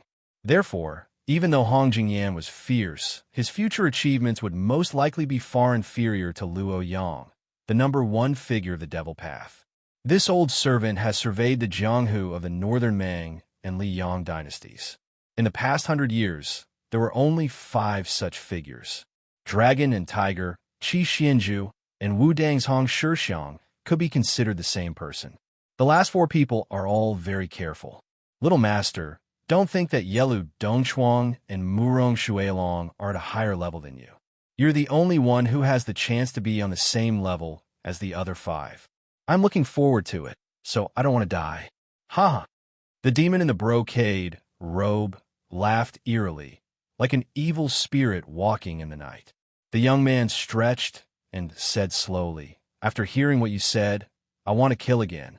The sun was setting in the west. In the herdsman's camp, the sun was setting. The heat was fading away, and the wind was blowing. It was peaceful and peaceful. The herdsmen of the grassland mainly ate meat and dairy products. The meat came from cows, horses, and alpacas that died naturally, as well as wolves, foxes, deer, and rabbits that were hunted. If the cows or horses died, they would be cut into strips and hung under the sun to dry in a ventilated place. Their internal organs would be made into sausages and eaten raw. Freshly slaughtered mutton was a rare feast. Thin slices of mutton were soaked in salt water and sliced with a sharp knife. Su Fingyan was squatting at the side, watching how the herdsmen milked the horses. The method was peculiar. First, they nailed 2 wooden stakes into the ground, then pulled up a long rope and tied the mare to the young horse for a period of time. The mare would gradually run to the young horse's side. It was unusually quiet, and the milking process was much smoother. If the horse's milk was fresh, it would be very sweet and not inferior to cow's milk. Su Fingyan watched as Huyan Guanin and the granddaughter of the old patriarch milked the horses skillfully. After the milk was poured into the large leather pouch, it was handed over to the young men in the tribe to stir and beat. It was said that after the horse's milk was fermented, the residue at the bottom of the leather pouch would be used to feed the livestock slaves. The pure part on top would be enjoyed by the superior herdsmen in the tribe. Some of the best horse's milk would even be offered as a tribute to Shirdi. Su Fingyan squatted beside a child named Abaoji. He did not speak, but just followed this immortal bodhisattva in his heart from afar. No matter how he looked at it, he would never get tired of it. Su Fingyan suppressed his hot and dry emotions. Looking in this direction, he could just see the details of Huyan Guanin's milking. He clicked his tongue and said, Her technique is really not bad. During the official dinner that followed, the patriarch Huyen Onbao not only served a whole roasted lamb to this living bodhisattva who was the benefactor of the entire tribe, he also took out his precious collection of tiger bone wine and yellow rice wine. The staple food was a meticulously brewed soup made from barley and mutton. This was almost all of the tribe's wealth. Su Fengyin wolfed down the food and especially did not refuse anyone who offered him a toast. This made the dozen or so forthright herdsmen who represented their respective camps to have a better impression of him. Most of them drank to their heart's content and were dead drunk. The old patriarch was no exception. On the contrary, Su Fengyin had the cultivation of the great yellow court and the disposition of a large volume of alcohol. After the banquet ended, he walked out of the tent that was filled with the smell of wine and meat. The herdsmen were more in awe of this young man with profound martial arts than they were close to him, so they did not dare to disturb him. Su Fengyin came to the lakeside to raise the Huangtong sword embryo. After the flying sword entered his sleeve, he saw Huyen Guanyin leading the evasive Baoji over. The young girl gathered her courage and said, "Baoji wishes to be your disciple and learn martial arts from you." Su Fengyin shook his head and said, "That's impossible." Although the child did not understand the language of the southern dynasties, he could still clearly see the bodhisattva shaking his head. The young girl hesitated for a moment and said softly, "I beg you to teach him 1 or 2 fist techniques. Any fist technique will do." Su Fengyin laughed and said, "Am I very close to you? Do I owe you money?" Huyen Guanyin bit her lips, her gaze desolate. Su Fengyin ignored her. He broke off a leaf of watergrass and flicked it with his finger, tearing open the surface of the lake. However, it did not move forward in a straight line. Instead, it twisted and slithered like a fish snake. Baoji was dumbfounded. This was much more powerful than the martial arts masters in his clan. This was not Su Fengyin's intention to show off in front of them. It was just a casual move. On the 6th page of the knife manual, the opening shoe style seemed to be wide and wide, but it was actually complicated and obscure. On the 7th page, the swimming fish style was still a skillful move. Compared to the sword chi rolling dragon wall, it lacked sharpness but was more rounded. On the latest page, the 8th page, was called the black hair knot. It was like a mass of tangles. Su Fengyin did not know where to start. Since he had nothing to do, he could only entertain himself and treat it as practice makes perfect. He kept breaking off leaves and tearing open the surface of the lake. The rich in martial arts and the poor in literature. Apart from the family background, martial arts ultimately required hard work and unremitting practice. This was also the biggest obstacle. Otherwise, the rich aristocratic families, who were richer than the nobles, did not lack secret manuals, weapons, and expensive medicines to strengthen the body. Logically speaking, they should have produced many masters. However, in fact, the majority were still powerful martial artists who came from ordinary families. Whether it was Li Chungang or Old Huang, they all came from the poor streets. This was probably the root of why the martial arts world was far more lively than the literary world.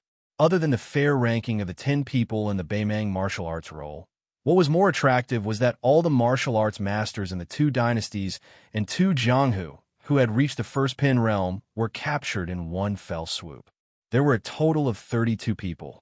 Even if there were some left out, it was still an unprecedented feat. Su Fengyin knew that among the first Pin masters in the Beimang martial arts roll, there were several young martial arts masters of similar age. Among them, Yilu Dongbed and Murong Longshui were both members of the royal family. The former was a military upstart in the palace tent and was in harmony with Dong Zhuo. The latter was a woman, but unfortunately, she was as fat as a pig and looked worrisome. On the Baoyang side, Chun Jibao and Yuan Zuozong were both on the roll. The former was even regarded as the new generation of spear immortal.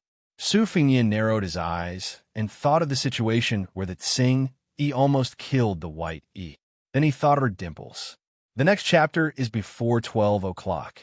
The 3rd chapter is estimated to be around 4 o'clock in the morning. Chapter 476. A burst of light footsteps broke the tranquility of the lakeside. Abaoji's sister trotted over and whispered something to Huyin Guanyin. Su Fingyin, who had studied the Mang language, knew that the ewe were about to give birth, and Huyin Guanyin should be an expert in delivering lambs. They went to the sheep pen together and quietly watched her deliver the lambs in an orderly manner.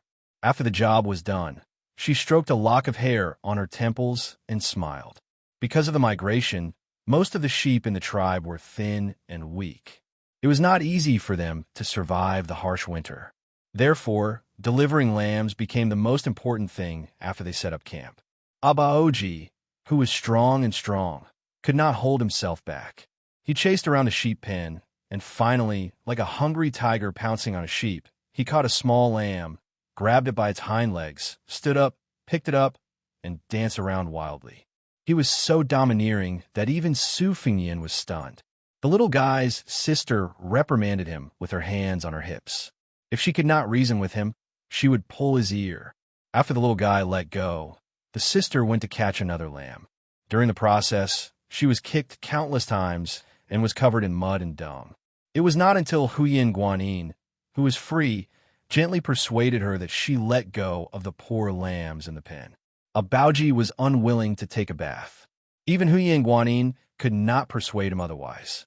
Su Fingyin grabbed the naughty little brat by the collar and threw him into the water when they reached the lakeside. The little brat was not angry. He just swam in the lake happily. For the next 2 days, Su Fingyin coldly observed the tedious work of this small tribe. Regardless of whether they were male or female, old or young, their division of labor was clear. They were not allowed to be lazy. Herding livestock, milking cows, digging wells, shearing fur, tanning leather, gathering dung, and weaving hemp. As long as they had enough strength, they would never be able to finish their work. Su Fingyin did not interfere and only silently calculated the land cost of a herdsman or control flux warrior. After conversing with Huyin Guanyin, he learned that in the previous generation, there had been a few members of the Beimang imperial court's Xie Shui army who had been exempted from many miscellaneous taxes. Otherwise, with the tribe's manpower and resources, they would have to hunt large wild animals or even raid other tribes to survive. However, these two matters were too risky. If they were not careful, the tribe would be annihilated. Every day, there would be small tribes of this scale in the prairie that declined or were annexed by other tribes. They migrated here and luckily managed to occupy a piece of the lake. They could only hope that the local government would be lenient and that the neighboring tribes were weak. During this time, Su Fingyin had a secret discussion with the old chief. After that, Huyin Guanyin finally put on a rough face, which broadened the horizons of the herdsmen of the tribe. They increasingly viewed Su Fingyin as a strange character who had reincarnated from a bodhisattva. On the third day, at noon, Su Fingyin, who was meditating by the lakeside, looked toward the north. They had finally arrived. However, compared to what he had expected, this time it was much larger. The owner of this pasture, Titi Chu Cha, was sitting high on a tall horse. This Titi Chu Cha was in the prime of his life.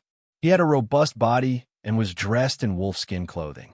The hair near his ears and in front of his forehead was shaved, and 2 braids were tied behind his ears. A large falcon was perched on his shoulder. Chu Cha waved his hand, and 100 or so riders behind him rushed out with strange cries. They galloped wildly around the campsite. This was not considered a terrifying method. What was more frightening was that there were 2 cages beside Chu Cha. Each of the cages held a golden cheetah and a fierce tiger captured from the 2 Liao's side. The 2 fierce beasts that were originally curled up and dozing seemed to have smelled the scent of blood. They suddenly stood up in their cages and roared. Their sharp claws slammed against the iron bars as if they were about to devour someone. The chief, Huyin Onbao, who had migrated thousands of miles away, led the members of the tribe and gathered together in fear. They did not bring any weapons and did not dare to show any signs of resistance. Migrating across the border was originally a wrong thing to do. If it was not for the fact that the tribe did not have any valuable treasures, Huyin Onbao would have personally gone to offer incense to this new Titi Chu Cha, who would control the life and death of the entire tribe in the future. Su Fengnian and Huyin Guanyin did not walk out of the tent. There was still an indignant Abaoji hiding beside them. He looked at the arrogant TT Chu Cha's personal guard through the gap, but in the end his gaze stopped at the man who looked like a master and servant beside TT Chu Cha. The young man was wearing a fox fur hat and had a sword at his waist. Unlike the knights, he sat cross-legged on the back of a horse and looked at them with a cold expression. The old man in the brocade robe had restrained his spirit, although Su Fengnian had restrained his prying gaze at the first moment. Perhaps because Huyin Guanyin had revealed some clues, the old man felt that something was amiss. He looked straight at them with a cold gaze. The cavalryman narrowed the encirclement, completely not giving Huyin Onbao a chance to get close to TT Chu Cha. Every autumn, when the Empress personally came to the Beimang Palace for a large-scale hunt, it was the same. However, it was even more spectacular. Just chasing the prey from the periphery required tens of thousands of soldiers and took 2 months. The soldiers were orderly and advanced slowly. The Imperial Chieshui army was in charge of supervising the troops. The formation followed the established route strictly. If there was a slight deviation, they would be dragged away and beaten. If the prey escaped the encirclement during this period, the decurion would be beheaded on the spot. The centurion would be stripped of his official position, and the chiliarch would be demoted by 1 rank. When the hunting circle finally narrowed to a distance of 2 to 3 square meters between the soldiers, ropes were tied together and blankets were covered. At this time, there were countless wild beasts in the circle. Lions and donkeys were in the same place. Cows and horses collided with each other, and jackals, wolves, foxes, and rabbits were squeezed together. What followed next was a feast of slaughter where the rank of nobility would decrease in order to enter. Chu Cha urgently shook her shoulders, and the great falcon flapped its wings and flew into the sky. Then this TT, Chu Cha, smiled cruelly and clapped her hands. When the cavalrymen opened a gap in the hunting circle, a few spiky bee slaves who were not fully clothed immediately opened the cage and let out the restless, howling tigers and leopards. Releasing the reins, the wild and untamed leopard and tiger rushed out side by side and skillfully pounced on the herdsmen in the circle. When the tigers and leopards ran, their slender, dynamic, and strong bodies were especially prominent. This meant that once they came into contact with the herdsmen, it would be an incomparably bloody tearing. The distance of 100 steps was covered in an instant. Chapter 477. The 2 strong herdsmen guarding the tribal leader had participated in many wild beast hunts. Although they did not have spears and arrows, they still stood out of the formation. They first took big steps and then ran wildly to confront the lions and tigers that came out of the cages. The tigers and leopards that he had carefully raised were not ordinary prey. Their wildness was far stronger than when they were first caught. Only when they went out to hunt, they were imprisoned in cages. The rest of the time, they were kept in cages. When they killed all the livestock, when they changed cages, when they punished the shepherds who violated the rules in the tribe, they were thrown into cages. Even those horned experts with amazing strength could not withstand a few rounds of killing and biting of the tigers and leopards. For many years, only one person survived, and after that, one of his arms was bitten off. Almost at the same time, 2 herdsmen were pounced on by the agile tigers and leopards.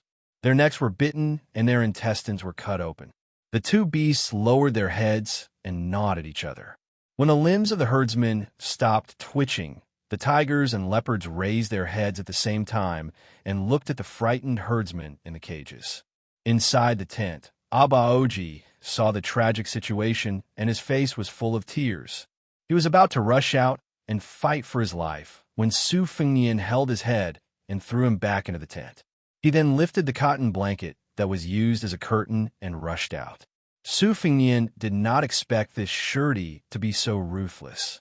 Generally speaking, although herdsmen who crossed the border could be sentenced to death, it was true that human lives were worthless in the grassland and desert. However, it was different from Beimang's attention to the number of young men who could control horses and fight in the tribe. The grassland women's remarriage was more relaxed than the Central Plains people's etiquette justice, integrity, and shame. Every time there was a war, Beimeng would spare no effort to abduct the people at the border of Liang dynasty to settle in the north. It was all because in the final analysis, the strength of the big and small surety was measured by the number of horses and heads. Generally speaking, when a tribe raised a flag to betray the tribe and chose to migrate, as long as the tribe had enough strength and was not afraid to be the enemy of the previous surety, most of them would be willing to accept them. Huiyang Guanyin's tribe was thousands of miles away, and the original surety was destined to be out of reach. For any surety who did not lack water and grass, it was a fortune. It was nothing more than spending some money to bribe the superior official who was in charge of the nomadic household registration. It was equivalent to having more than 30 more tent tax sources. Su Fengnian did not expect that the surety who came after hearing the news and met with the herdsmen would want to use blood to establish their power. The handsome young man with the sword and saber at his waist raised his eyebrows. The old man in the brocade robe was about to speak when the young man shook his chin, indicating that there was no need to pay attention to him. Su Fengnian tiptoed and jumped over the cavalry's head. When he landed, he happened to be in front of the old patriarch. The fierce tiger opened its bloody mouth. Su Fengnian did not care about the tiger's claws that were blocked by the big yellow court mirage. He grabbed the upper and lower jaws of the tiger with both hands and gently tore it in half. He threw it in front of him. Splitting tigers and leopards was nothing more than this. The only remaining leopard suddenly stopped. It was obvious that it felt a huge sense of danger and did not dare to rush forward rashly. Chu Cha was furious and snorted coldly. The beast tamers and slaves began to shout and command the leopard to kill. The leopard with shiny fur finally could not hold back its restlessness. It rushed in a straight line and turned when it was 10 steps away. It jumped 5 steps to the side and pounced to the right side of the prey. Su Fengnian had comprehended the river-splitting technique from the canyon. He did not move his hands, nor did he use his saber, but the prey's body was cut in half in the air. This time it was Chu Cha and the cavalry's turn to be dumbfounded. The eyes of the young man in the fox fur coat brightened, and the corner of his mouth twitched. It was really a surprise. The reason why the Shurtai led the troops to kill this tribe of 100 was because of the instructions of the powerful young master Toba. On the grasslands, perhaps there were powerful Shurtai who did not give face to the Yelu and Murong descendants, but there was absolutely no one who dared to disobey his orders. In the desert, his father's words were almost equivalent to Her Majesty's imperial edict. If it was in the Beimeng army, it would be even better. The key was that the Empress had never felt that her merit was too high. She did not have the slightest suspicion of this military god who came from the Dongxiang tribe and trusted him to the utmost. Therefore, in the northern palace, even if you were a relative of the emperor or a prince, when you met the 2 sons of the military god, you would have to lower your head. This young man, called Young Tuoba, had personally killed 600 people along the way. When did any of the Shurtai go to the Empress and say anything? There was no lack of Shurtai who personally led the horses and sent him out of the border. Young Tuoba was still holding his chin. He tilted his head and smiled. Which state of the southern dynasties are you from? Why don't you be my adopted son? You will be able to enjoy glory, splendor, and wealth in this lifetime. Beimeng had the custom of accepting adopted sons. It was similar to the Liang dynasty's adopted sons, but their status was usually only slightly higher than that of a servant. Of course, the adopted sons of powerful families could also bully men and seize women by flaunting the might of the emperor. Especially those big families in the Beimeng palace who could wear Xinbei jade belts. The adopted sons had prominent power and countless privileges. The young man smiled and casually said, I know that you lowly people have some useless backbone. If you don't agree, after killing all these shepherds, I'll make you my first target. I'll bury you in the yellow sand, peel off your scalp, and water you with mercury. Su Fengnian didn't want to talk nonsense with him. He just said calmly, speak properly. The young man sitting cross-legged on the horse was stunned for a moment before he burst into laughter. He raised his hand to wipe away the tears from his eyes as he stared at the man with the saber in the hunting circle. Instead, he asked the brocade-robed devil beside him, "When will he arrive?" The old man's eyes were shining. He laughed and said, "In 15 minutes. It's rare for a delicious food to come to your door. Young master, are you not going to personally take action this time?" The young man curled his lips and said, "I'm in a good mood today. I'm still considering whether to accept him as my adopted son or peel his skin and expose him to the sun." The old man stepped out of the line and asked, "Then I will play with him for a while?" Young Tooba, who didn't feel that there were many people in Beimang that he was afraid of, nodded lightly. Su Fengnian's Huangting Palace was like a flood. His figure flashed like a rainbow and pressed one hand on the forehead of the young man with the wolf hat. He pushed the young man off the horse and slid on the ground for a distance of 15 meters. Chapter 478. When Su Fengnian pressed down on the cross-legged young man, wearing the fox fur coat on the horse with one hand, he was determined to blow up the head in an instant. However, the master and servant had underestimated Su Fengnian, who was traveling the grasslands. He also did not expect this rich child to have such a strong internal energy. Although it seemed that he was thrown off the horse, and even thrown 50 or 60 feet away, in fact, his palm was bounced away as soon as it touched the young man's forehead. The brocade-robed old man left the horse's back and attacked Su Fengnian's head with both palms. Su Fengnian was not willing to do such a shady business of exchanging a life for a life. He could only watch helplessly as the great opportunity to capture the ringleader slipped from his hands. After throwing off the young man wearing the fox fur coat, he quickly moved to the side and pulled away from the brocade-robed retainer. The young man sitting on the ground had his wolf hat slanted. He grinned, revealing a mouthful of white teeth. He gently reached out to touch his burning forehead. He didn't hurry to get up and clicked his tongue in wonder. His body's chi flowed like dragons and snakes, concealing a profound principle. It wasn't wrong that Su Fengnian couldn't kill him in one strike. The Tooba family dominated Beimang by tempering the body. Their foundation of martial arts was incomparably firm. This young man was brought by his father to the ice plains in the extreme north when he was young. He dug a hole to hide his chi and slept in ice all year round. Compared to the Taoist method of returning to the original from the inside out, he did the opposite and went from the outside to the inside. It could be said that the first rank had 4 realms. Among them, the diamond finger mysterious celestial phenomenon. Every time Tooba stepped into a realm, he could be said to be the number 1 in Beimang. Like father, like son, this young man who claimed to be number 2 in Beimang was also equally outstanding. Otherwise, he wouldn't have been called Little Tooba. Fortunately, he was able to control his impatience and didn't pull out his sword. After getting up, he patted his back and for the first time raised his hand to signal the devil in brocade to not be calculative. He laughed and said, "Not bad, not bad. With your technique, you're not far from the first rank. If you still have strength left, it'll be amazing. Whether it's scheming or ability, you've opened my eyes. When did such a talented person appear in the Southern Dynasty? Which Jia clan's direct descendant are you? Tell me. I can't bear to skin you. Just treat it as a joke. Don't mind it." After the Empress of Beimang came to the court, she exchanged and listened to the suggestions of the powerful officials in the north and south. According to the system of the Central Plains, she came up with a rough division of families. Apart from the 2 royal families, which are the first-class surnames, there were 10 families named A, which were known as the surnames Fufu and Zhuran. The 3 families in the Southern Dynasty were all ancient and powerful families in the aristocratic group in Longwan. These 3 families were the leaders who controlled the government of the Southern Dynasty. Little Tooba, who was wearing a wolf hat and fox fur coat, naturally thought that this hidden figure of the Southern Dynasty was a direct descendant of the 3 great clans.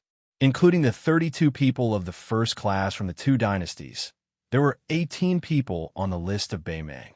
This was enough to make the Liang dynasty, which boasted of its outstanding people, blush with shame. Fortunately, Wang Xianji and Dong Tai occupied 2 of the top 3 positions, which saved a lot of face. Apart from his father, the 4 gods and demons, Hong Jingyan, Luo Yang, and Murong Baoding, as well as the state preceptor, Immortal Qilin, the 5 great clans of Mount Tibbing Chess and Sword Music School had 6 positions. Apart from Luo Yang, whose position overlapped with Xieling's and the dead Xialing, 5 of the 8 notorious diabolism giants were on the list. Together with the 2 rising stars, Yilu Dongchuang and Murong Longshui, there were 18 people in total. The 6 celestial disciples of Immortal Qilin of the Tao sect were all at the bottleneck of the first class. Taoist Jinren often reached the first class and were only 1 step away from the first class. Little Tuoba couldn't help but be curious about the man in front of him. He was only a few years older than him and was able to cross the threshold of the second class at such a young age. The second class was called the Master Realm. It wasn't like cabbages that could be planted in autumn and harvested in winter. His father once said that there were too many geniuses in the Liang dynasty who had the potential to reach the top. The current situation where Bei Meng had the upper hand might not last long. Su Fengyan smiled. It's just a small family, not worth mentioning. The young man in the fox fur coat nodded regretfully. He jumped up and gave little Tuoba a taste of his own medicine. He suddenly pulled out his blade and chopped down. The blade was no different from a normal cavalry. However, when it was in his hand, it was shocking. The old man in the brocade robe had his hands in his sleeves. He looked like he was watching the battle with squinted eyes. However, his footsteps were light as little Tuoba attacked. Su Fengyan took a few steps back. His left palm slapped on the handle of the spring thunderblade. He swung the blade backwards and drew an arc. After barely dodging the blade, he flicked his finger and the spring thunder turned around and left the battlefield. Almost instantly, Su Fengyan's body leaned back and dodged the second blade. Little Tuoba also dodged the spring thunder that was behind him. He took a few steps forward and the third blade was raised. Su Fengyan's body returned to a standing position. He flicked his finger and the spring thunder continued to spin around. The scabbard and the blade clashed together. The young man in the fox fur coat laughed evilly. He held the blade with one hand and changed it to 2. His strength increased explosively. He was used to seeing experts fight since he was young. Naturally, he had the ability to see things from a strategic perspective. He wanted to cut off this weird blade's chi pattern so that this fellow couldn't continue to act mysterious. Just when he was confident that he could cut off the chi pattern, Su Fengyan moved forward. He didn't care about the spring thunderblade. He passed by him and pushed his palm towards the young man's forehead. The young man in the fox fur coat didn't fight according to common sense. His hands didn't change the trajectory of the blade, nor did he reduce his strength. Instead of dodging, he swung his head forward. Su Fengyan's face was expressionless. He didn't touch the young man's forehead with his palm. Instead, he touched the young man's face. He raised his wrist and held the young man's chin. His arm and sleeve were filled with chi. He suddenly pushed his arm and sleeve upwards. The young man who was still holding the blade with both hands fell down. Su Fengyan raised his leg and kicked towards the young man's chest. The young man in the fox fur coat shrunk his chest and removed most of the force. He still slid far away after landing on the ground. The blade in his hands cut a crack on the ground. Chapter 479. Blood seeped out of the corner of his mouth. He lifted his sleeve and wiped it away. Little Tuoba grinned coldly. Just now, he wanted to take the full force of the kick and deliver a heavy blow to his opponent. But after years of training by his father, he was keenly aware that if he really did that, both sides would suffer. Damn it. Even if one leg was broken, he would have to pay an unbearable price of breaking his chest. He had no choice but to put away his saber and point it at the damn guy's crotch. If he dared to ignore the consequences, he would cut off his family jewels. He made the right bet, but he still suffered a great loss. It was equivalent to taking a kick for nothing. His chi and blood were surging, which he had not enjoyed for a long time. With the brocade-robed servant on the side, the young machete man who did not draw his saber did not chase after him. Little Tuoba spat out a mouthful of blood and slowly stood up. He asked, "You are so fearless. Could it be that you have entered the first class?" Su Fengyan held the spring thunder that was not as satisfying as before. He had no time to care about the wonderful expressions of Cha and the hundreds of cavalrymen. At the critical moment of life and death, he had to deal with both the young villain and the old man in brocade robed. He could not take the time to enjoy the surprise and awe in other people's eyes. As for the life and death of the herdsman, he had to survive first before he had the right to think about it. Little Tuoba's manner changed completely. He no longer smiled. "I don't want to play with you anymore." Su Fengyan gave him one back this time. The young man in the fox fur hat did not get angry. He calmed down and changed the saber in his right hand to his left hand. After drawing his saber, there was still a good sword hanging on the right side of his waist. As a right-handed person, he was obviously ready to draw his sword at any time. Restraining his frivolity, the young man really brought a lot of surprise to Su Fengyan. After fighting seriously, the saber in his left hand was better than in his right hand. The strong wind penetrated the blade. After a few flicks, the wind brought up sand and stones, which almost pierced the mirage and reached the skin. Su Fengyan frowned and had to loosen part of his chi. He used the spring thunder as a sword. The sword aura rolled on the dragon wall. This move was secretly learned by the chess and sword music school and became a famous move. It was magnificent. Su Fengyan's body was like a fish. Although the spring thunder was out of his hand, he still controlled it. Su Fengyan's body avoided the sharp edge of the young man's saber, but the sword aura kept on increasing. It was the same move of Su Fengyan. Every time it passed, the sword aura grew bigger and bigger. It was like a snowball rolling. After 10 rounds of sword aura rolling on the dragon wall, Tao Qinji was crushed. At this moment, the young man's sword was rolling on the dragon wall countless times. Although the young man showed signs of defeat, he was always separated by a layer of window paper.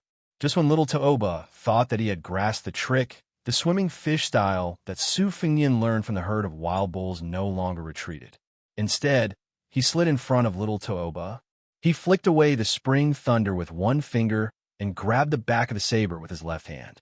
When he was about to make a move, he could clearly see that the young man, who was less than 20 years old, was shocked. However, Su Fengyan did not beat him when he was down. Instead, he retreated without hesitation. As expected, little Tuoba, who was as good at acting as he was in martial arts, finally pulled out the famous Beimang sword and drew a ruthless crescent moon on Su Fengyan's chest. Su Fengyan exhaled quietly. His body gently touched the ground and floated backward. The ground suddenly exploded. It was really like a sudden clap of thunder rising from the ground. A giant python with a colorful crown on its head rushed out of the ground and bit at Su Fengyan's right foot that had landed on the ground. The old man in the brocade robe did not make a move. It was actually this beast that had sneaked out of the ground that launched the sneak attack. Su Fengyan did not follow his instinct to jump up and expose the flaws of the young man in the fox fur coat and the retainer in the brocade robe. Instead, he stomped down on the giant python's mouth that was full of sharp teeth. The sharp teeth cut through the mirage and slid down 2 bloody grooves on both sides of Su Fengyan's calf. At the same time, Su Fengyan took advantage of the opportunity to stomp the head back into the ground. Su Fengyan succeeded in stomping down, suppressing the intense pain and numbness on his calf. However, when he looked at the old man in the brocade robe who had taken a step forward and then retreated, his red phoenix eyes narrowed. Finally, he did not conceal his killing intent. He knew who this sinister old man was. He was the colorful python brocade sleeve man, ranked 7th among the 10 great devils of Beimang. This person was abandoned in the wilderness when he was young, and no one knew what he was raised by. It was unknown whether he was gifted or not, but he could understand the language of beasts since he was young. When he left the mountain when he was young, he became famous for rearing rare birds and strange beasts. However, when he was in his prime, he did not know the immensity of heaven and earth and wanted to steal a young Qilin from the forbidden area of the Taoist sect. His spine was shattered by the state preceptor of Beimang's finger, causing him to lose all his skills. However, he was still able to make a comeback and enter the Vajra realm. In terms of martial arts prospects, it was impossible for him to advance to the mysterious finger realm.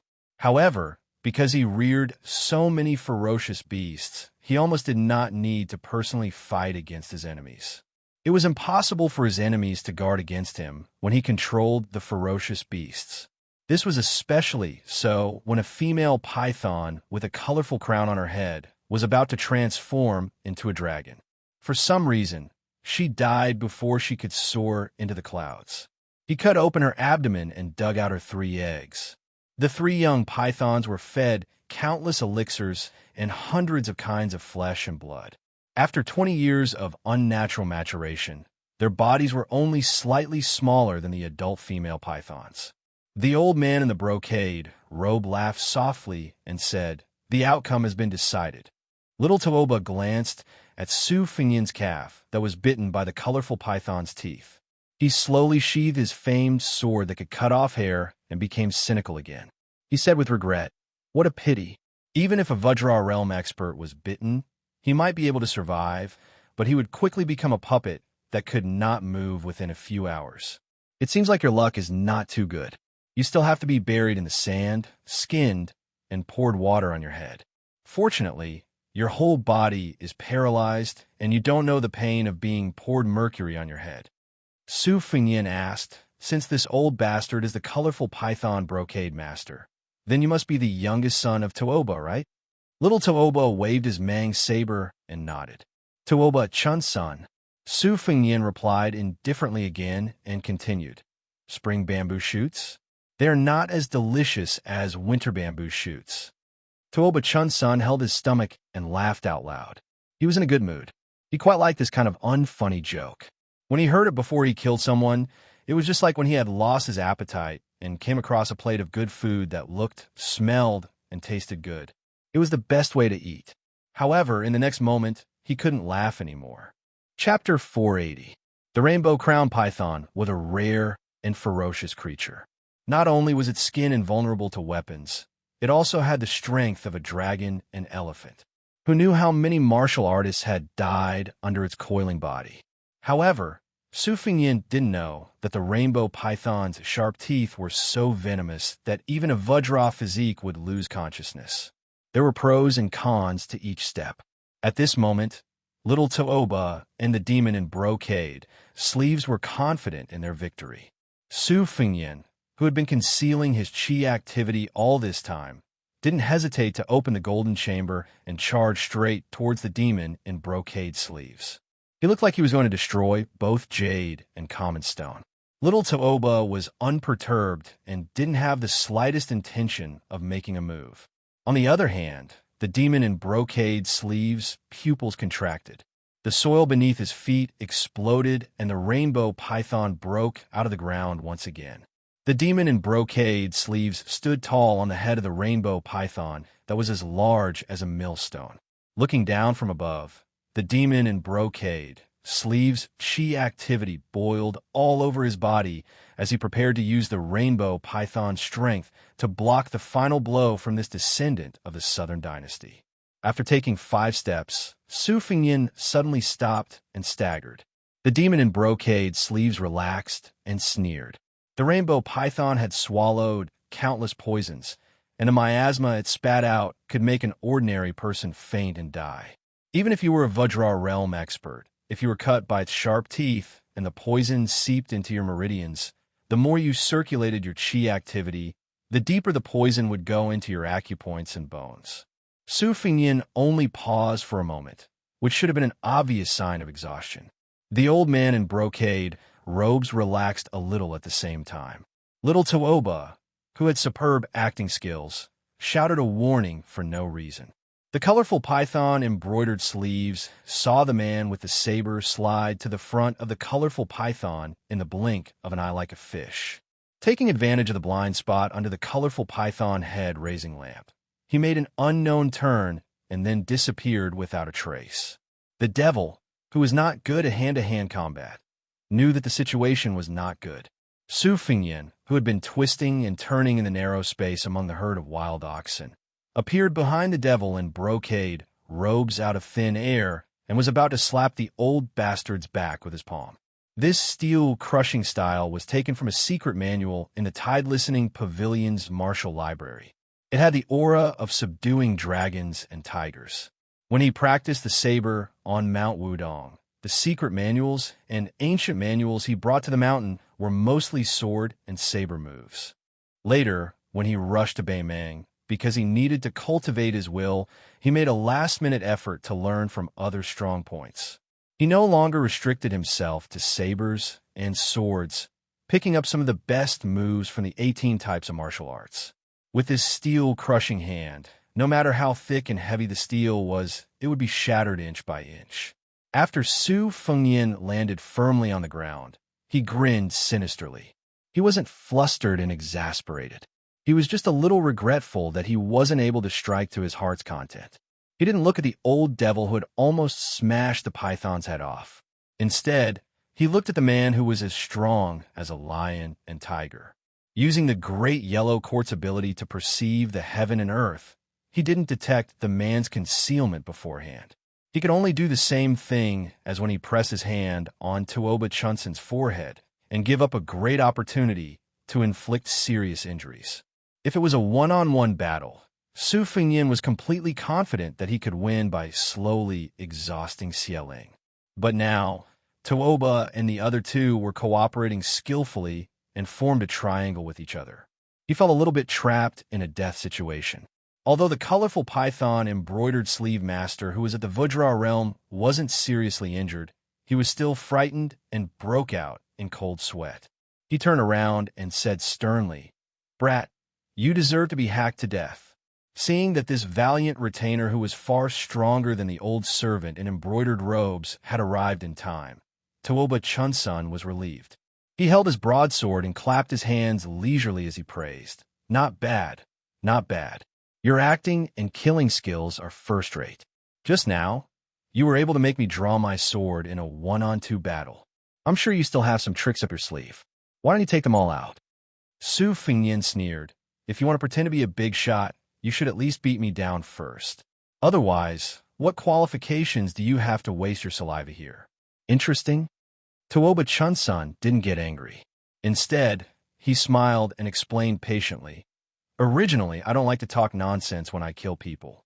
However, be it spring bamboo shoots or winter bamboo shoots, since there's a plate of delicious food in front of me, it's normal for a customer to praise the color, aroma, and taste before eating. This is also human nature. I'll say this first. When you're stuffed into the sand and scalped, I'll definitely talk more nonsense. If my saliva and mercury accidentally drips onto your head, please don't mind it." Su Fengyan smiled and asked, "Since there's an expert embroidered sleeve master who can't even defeat a finger of Qilin's spiritual master, may I ask who this big brother who is serving as a dog for the spring bamboo shoots is?" The burly man narrowed his eyes and gave a concise reply. "Duan Bo Erhui. I'll tear off your limbs later." Su Fengyan only stretched out a hand with his palm facing up. Tuoba Chunsun twisted his neck and walked slowly towards Su Fengyan. He said with a smile, "Let me do it. It's not easy to find such an excellent saber dummy like you. I want to play with you slowly." Tuoba Chunsun then waved his hand and ordered the horsemen who were as dumb as ants, "Sichur, don't bother about these herdsmen. Go and open up the hunting circle. Guard the 4 directions in the north, south, east, and west. 25 horsemen will form a team. If this young master is lucky enough to escape from the circle, it doesn't matter if you use your war horses to ram him or use your lives to fill the gap." Tsucha was really afraid that young Master Tuoba would ask him to lead the horsemen to engage in a suicidal battle. Since it was just a hunting trip, it wasn't a difficult task. Immediately, he led 100 horsemen and wandered 200 paces away. Tuoba Chunsun, the devil in embroidered robe, and Duan Bo Er all returned. They formed a tripartite formation and helped each other. They imperceptibly trapped this fish in the net and reduced the space for him to act.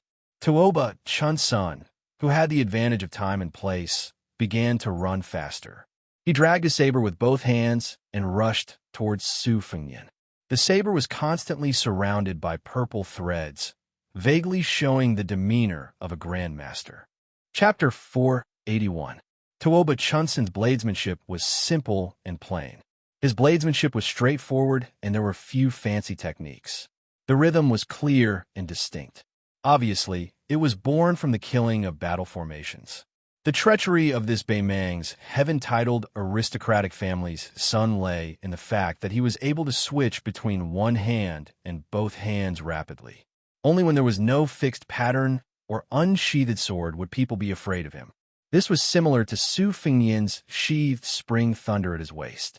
However, Tuoba Chunsan's advantage was that he had the demon in brocade robe and Duanbo air backing him up. As long as he was not killed in one strike, he could focus on his bladesmanship without any scruples. On the other hand, Tuoba Chunsan's physique was almost unparalleled in the world. Tuoba Chunsan was in high spirits as he fought to his heart's content. His bladesmanship became more and more ferocious. It was obvious that he was using battle to nurture battle. All the elite soldiers in the world were trained this way. On the path of martial arts, there were countless people who took this path. However, ordinary martial artists did not have a terrifying family background like Tuoba Chunsan's. Once they failed miserably, they would be consigned to eternal damnation. Regardless of how bloody and cruel Tuoba Chunsan's methods were, the temperament he had tempered was in line with the martial arts of the pinnacle. Su Fengnian kept his blade sheathed, but did not show any signs of pulling it out. He only swung his hands and fought barehanded with Tuoba Chunsan and his bladesmanship. Several times, he was able to seize an inch of advantage. He imitated Miss Hee and used his hand as a blade. One time he succeeded. Just as he was about to blast this Baimang general's chi to pieces with stacked thunder, he was suddenly knocked away by the colorful python. This time he was quick-witted. His left hand cleverly moved the spring thunder at his waist. The short blade circled around his body and bounced to the side of Tuoba Chunsan's waist. Then he was slapped on the face by Tuoba Chunsan, sending Tuoba Chunsan flying. Just as he was about to give chase and beat him while he was down, he was entangled by Duanbo Air, who was proficient in close combat, allowing Tuoba Chunsan to recover his momentum. Tuoba Chunsan looked at the young man who was not at a disadvantage in close combat with Duanbo Air. He took a deep breath and stabilized his breathing. He smiled and said, "Fun, fun, fun." Duanbo Air was ranked 6th among the top 10 of Baimang's Devil Dao. He was different from the colorful python embroidered sleeve man who relied on external forces and the female zither player who used music to bewitch him. He relied on his own vigorous combat strength and was known as the dragon spine and bare shoulders.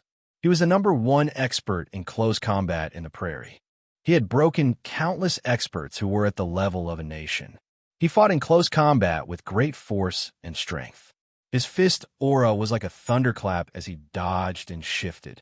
His moves were not inferior to Su Fengnian's swimming fish style.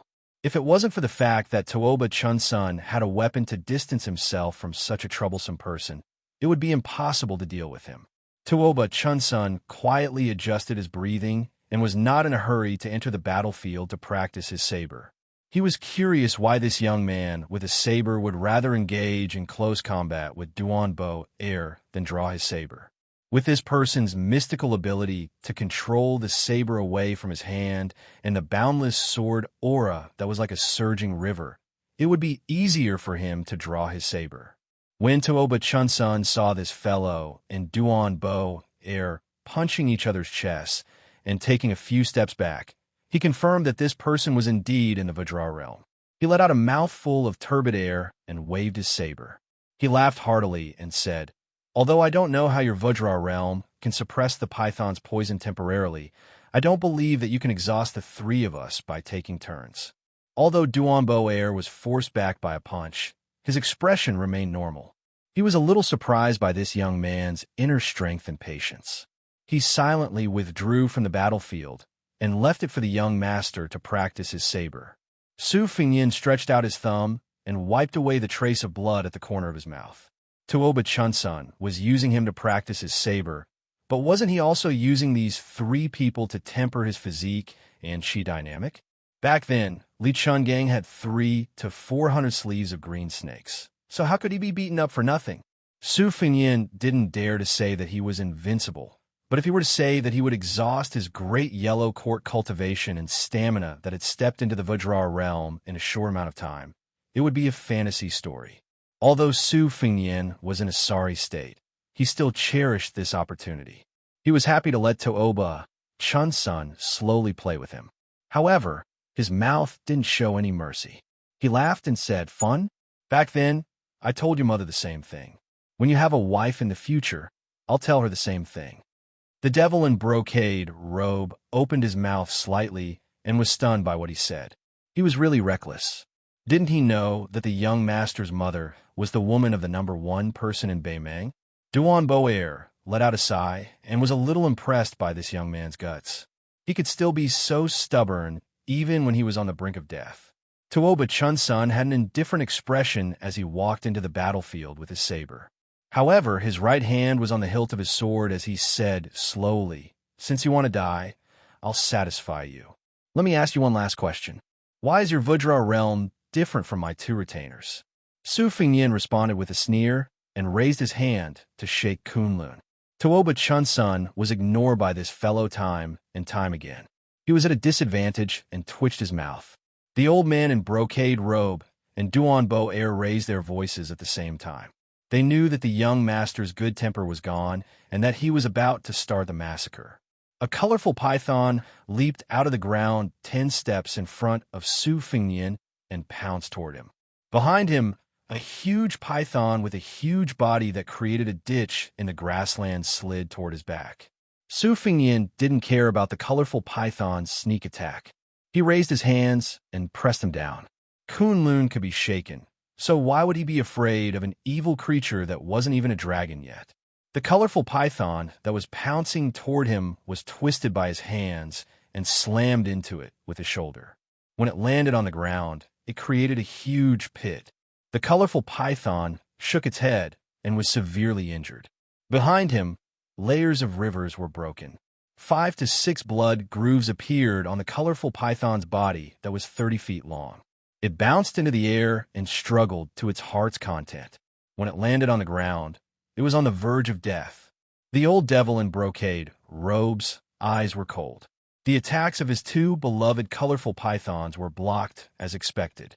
Seeing that Duan Boer had closed in on him in an instant, the old devil sneered in his heart. Su Fengnian's single breath shook Kunlun and River, severing 6, and this was already his limit. After being punched in the chest by Duan Boer, the chi leaked out and formed a mirage. It was originally floating and swaying, and could not be said to be invulnerable. However, it was also broken by this brawny man who was ranked 6th among the Devil Path in terms of martial prowess. Due to the fist aura, not only did Su Fengnian's hair not flutter backward, it was pulled forward in reverse. After being smashed by the fist aura, his feet could no longer take root, and his body floated backward. Tooba Chunsun, who had been running all the way, pulled out his sword for the second time. Strands of purple chi appeared on the blade's edge, and in an instant, it was as thick as a finger. The sword chi was a level stronger than before, and the blade slashed out an oblique cross in the air. Su Fengnian raised his arms to block. His sleeves were cut open and fresh blood flowed out. Tooba Chunsun didn't show mercy after gaining the upper hand. With the blade and sword in his hand, he was dazzling like a bouquet of flowers. When the 2 finally stood in the flying dust, Tooba Chunsun knocked his blade and sword against each other, shaking off a few drops of scarlet blood. Su Fengnian's hair was disheveled. He had a purple mark between his eyebrows, as if he had opened the heavenly eye. He reached out and grabbed a strand of hair that had been cut off along with his headscarf in the air. He tied it into a knot and tied it into a headscarf. Chapter 482. Regardless of Tooba Chunsun's family background or his outstanding talent, he always had the conceit of wanting the world to revolve around him. He was used to seeing people bow down to him, but when he saw this scholar of the Southern Dynasty silently tying his hair, he still couldn't suppress his fear and a burst of unprecedented jealousy. Although Tooba Chunsun had an extreme personality that was tyrannical and bloodthirsty, his brain wasn't bad. Otherwise, he wouldn't have let Chu Cha hunt in the periphery even though he had the upper hand. He was afraid that this fish would slip through the net and escape. At this moment, as he gritted his teeth, He took 2 steps back and gently put his sword and saber back into the sheath. He said coldly, "Duambwa Erwi, you must make this kid draw his saber." The demon in brocade robe knew that once Duambwa Erwi, who was good at close combat, went all out, there would be nothing for him to do. He walked to a colorful python pet and squatted down. He took out a porcelain bottle that contained several kinds of rare venomous insects and poured them all into the mouth of the giant python that was severely injured by Duambwa Erwi. He then turned to look at the youth with the saber. It had been a long time since he had seen someone with such hatred. Moreover, this fellow was so young.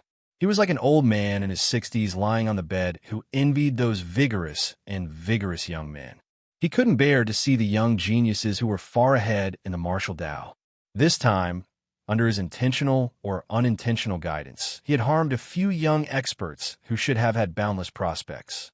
Other than dying under Tooba Chunsen's hands, some became food in the colorful python's stomachs. There were also some whose limbs were torn apart by Duambwa Erwi's brute strength. None of them were spared. Today, this unfortunate youth who had become a hunting target would have an even more miserable ending. Since Duambwa Erwi was known as the Dragon Spine and Bare Arms, his limbs, knees, and shoulders were all lethal weapons. Now that he had received the young master's order, he no longer concealed himself. This burly man originally had a leopard's head and round eyes. After he revealed his ferocious appearance, experts would know that his killing intent had been aroused. His hair was the tip of his blood, and his fingers were the tip of his tendons, which could cut iron like mud. Duambwa Erwi's blood circulation and chi circulation had reached their peak. The domineering aura of a Vajra realm martial artist was on full display. Chi flowed from his tendons to his limbs. Every time he took a step, the grass would sink. His punches had no pattern. Su Fingyan's Fata Morgana, which he had constructed using the yellow court, was like a bronze mirror that had been smashed by an iron hammer. Although it rose layer by layer like tidewater, it was still shattered layer by layer. His arms were already injured by Tooba Chunsen's saber and sword.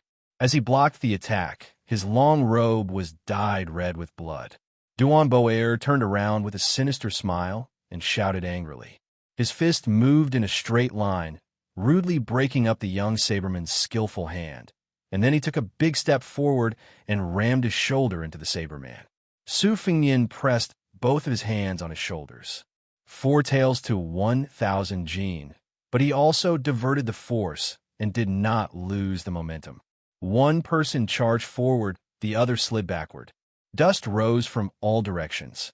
With every step Duan Boer took, the ground trembled.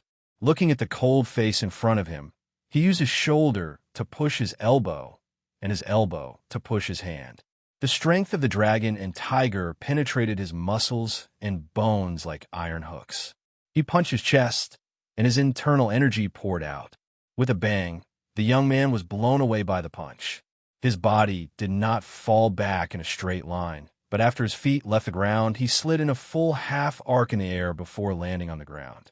His feet were like a dragonfly skimming the surface of the water, indescribably elegant. However, Duan Boer was proficient in martial arts and killing. How would he give the young man a chance to catch his breath and climb up the tower? Taking advantage of the slight stagnation caused by the force of the arc, he calculated the right place to land and rushed forward like a wild horse galloping through a ditch. When he got close, his feet sank into the mud. His majestic body twisted like a fully drawn bow, and then he swept out a whip kick. A series of vicious movements were completed in an instant. Since the young saberman could not reach the peak of Mount Kunlun, he might as well sink his chi into his dantian and reach the Yellow Springs. He did not escape or evade. His feet planted firmly on the ground, and he used an incomplete Kunlun shaking style to forcefully resist this kick. This time, when they made contact, the chi of both sides were like firecrackers, and their momentum was as strong as thunder. Duan Boer turned back his whip kick, and his body spun in midair. The second whip kick was aimed at the young man's head. Tooba Chunsun, who had been sitting on top of the mountain and watching the tigers fight, clicked his tongue and laughed sarcastically. It really hurts. It hurts just by looking at it. The young man who was about to be whipped to death was expressionless. His body leaned backward and fell to the ground. He slapped his palm, and his body spun rapidly like a spinning top. Duan Boer, whose whip kick missed, could retract freely. He retracted his whip kick and took a step forward like a plow. Then he kicked the young man's waist. After the kick hit, he did not pursue the young man. Tuoba Chun-sun and the old man in brocade frowned, but did not say anything. Duan Boer, who had stopped moving, had blood flowing out of his leg. It seemed like his calf had been pierced by something. He reached out to touch his neck, and it was also dripping with blood. If he had not been startled and sensed that something was wrong, with Duan Boer's strength, that kick would have been enough to break the young man's waist and spine. Chapter 483. Su Fengyan, who had slid sideways, slowly stood up and spat out a mouthful of blood. He did not expect that he would not be able to inflict a fatal wound on the demon. The sparkling and translucent swan and eye was suspended in front of him, while the slender Ame was hanging at the front of Duan Boer's neck when he was in a kicking posture. At this moment, the realm of sword control was not enough to surpass the speed of the blade. Other than having a large stance, there were no substantial benefits. However, it was more than enough to kill the guard at the Duckhead Green Inn. Unfortunately, Duan Boer's 5 senses were sharp, and he managed to dodge the flying Ame. However, his calf was hit. With his Vajra physique, Swan Knee's sword pierced through his calf, and it was not a big deal. As for the distraction of controlling the sword, Su Fengyan, who had suffered a powerful kick, was heavily injured. Duan Boer touched the blood groove on his neck with his finger and sneered, "What a sinister method!" The demon in brocade robe's face was gloomy. He had roughly guessed the truth. He thought that the word sinister was not enough to describe this young man's ability to prick people's wrists. He turned to look at his young master, who no longer had a smile on his face. He rejoiced in his misfortune. The more the little fellow who had yet to draw his blade showed off his martial prowess, the more miserable his death would be. His young master's physique was single-handedly forged by Tuoba. His young master also lived up to the expectations of the Baimang army god. He looked around Baimang, and his line of sight was fixed on the 18 people on the list. Following this, he could be considered to have no one in his eyes. This time, he had suffered a setback in Dragon Waste Prefecture. With second young master Tuoba's vengeful personality, how could he not bear this grudge? Su Fengyan spat out turbid air and blood clots. He nodded and smiled. Sinister is sinister. However, 2 masters who were sitting steadily in the Vajra realm and a descendant of a prestigious family who was only 1 step away from the Vajra realm. The 3 of them ganged up on him and killed him. It was very honorable. Duan Boer remained unmoved. All the bones in his body creaked. Tuoba Chun-sun, whose eyes were burning, said, "Where did you get the sword control technique from? Tell me before you die, and I'll give you a quick death." Su Fengyan did not pay any attention to him at all. He just adjusted his breathing and recited the incantation.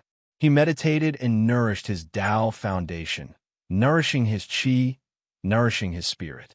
The primordial yang did not leave to hide its true nature. The yellow court plant had the longevity lotus. 10,000 taels of gold would not be given to anyone. The beauty of the Taoism's great yellow court was not in harming others, but in nurturing longevity. What was longevity? Perhaps it was as illusory as the formless mirage, but the flow of qi was so fast that one would not know the mystery behind it unless they were in a life-or-death battle. Su Fengyan was secretly glad that he had practiced the Kai Shu style diligently. Under the destruction of the rolling dragon wall sword aura, the acupoints in his body seemed to have slowly opened up a blessed land, allowing him to freely choose the treasures. Although Su Fengyan only had 50 to 60% of the Great Yellow Courtyard, this cultivation base was really useful under the tempering of Li Chuangong's green sleeve snake sword aura. Otherwise, his body would have been badly damaged during the battle with Duan Boer. He would not have been able to withstand a few rounds of attacks from this devil. Tuoba Chun-sun asked curiously, "You've even used this sword control technique that seems to be from the Wu family sword tomb. Other than puffing yourself up at your own cost, you haven't pulled out your blade. Do you have any other tricks up your sleeve?" Tuoba Chunsun probably knew that this cold-faced, arrogant fellow would not answer. He answered his own question. I know. You must have more than one sword control technique. How many more do you have? 2, 3, 4? Su Fingyin laughed. I do have a few flying swords. Tuoba Chunsun laughed as well. Duanbua Er Hui continue. Duanbua Er Hui obeyed the order to continue the fight. The momentum of his fist did not decrease, but he paid more attention to dealing with the treacherous flying sword. To Bei Mang, the earth-shattering 9 swords that broke 10,000 riders 200 years ago was deeply imprinted in the hearts of all martial artists. Therefore, he did not dare to underestimate the swordsmen of the Wu family. The sword tomb had been quiet for 200 years. The Jianghu of the Liang dynasty was no longer afraid of the Wu family who used all the sword moves in the world. On the contrary, it was Bei Mang who still remembered it in his heart. It was indeed a great irony. Duanbua Er Hui was afraid of the elusive flying sword, so he had been carefully probing. Although he was distracted, it did not mean that his punches and kicks were not fierce enough. From the beginning to the end, he still had the advantage of suppressing his opponent with brute force. The black silk now was like a woman's love, knotted with 1,000 threads. Su Fingyin did not understand the 7th page of the saber manual. Now that he had to try to understand it, he naturally could not understand it. When he fought with Duanbua Er Hui, he was just trying to make a Hail Mary effort. He hung the flying sword on the nodes of the black silk, not according to the saber manual's embryonic form, and constantly used it as a trap. Tuoba Chunsun watched patiently from the side and counted the number of flying swords. Excluding the first 2, there should be 4 more. He clicked his tongue and asked, Hey, there are already 6 swords. Have you emptied your treasury? Su Fingyin said calmly, Seems like there's no more left. Soon after, the 7th dawn dew appeared in the sky. Even the strong-willed Duanbua Er Hui, who was an ambitious and ruthless person of the demonic path, had the urge to curse. The dawn dew and the 6 flying swords formed a black silk knot. It was like a heavenly net that enveloped Duanbua Er Hui, greatly limiting the power of this demon. Tuoba Chunsun sneered, Give me another one if you can. As soon as Su Fingyin said, There's really no more left this time, he rewarded Duanbua Er Hui with a freshly made flying sword.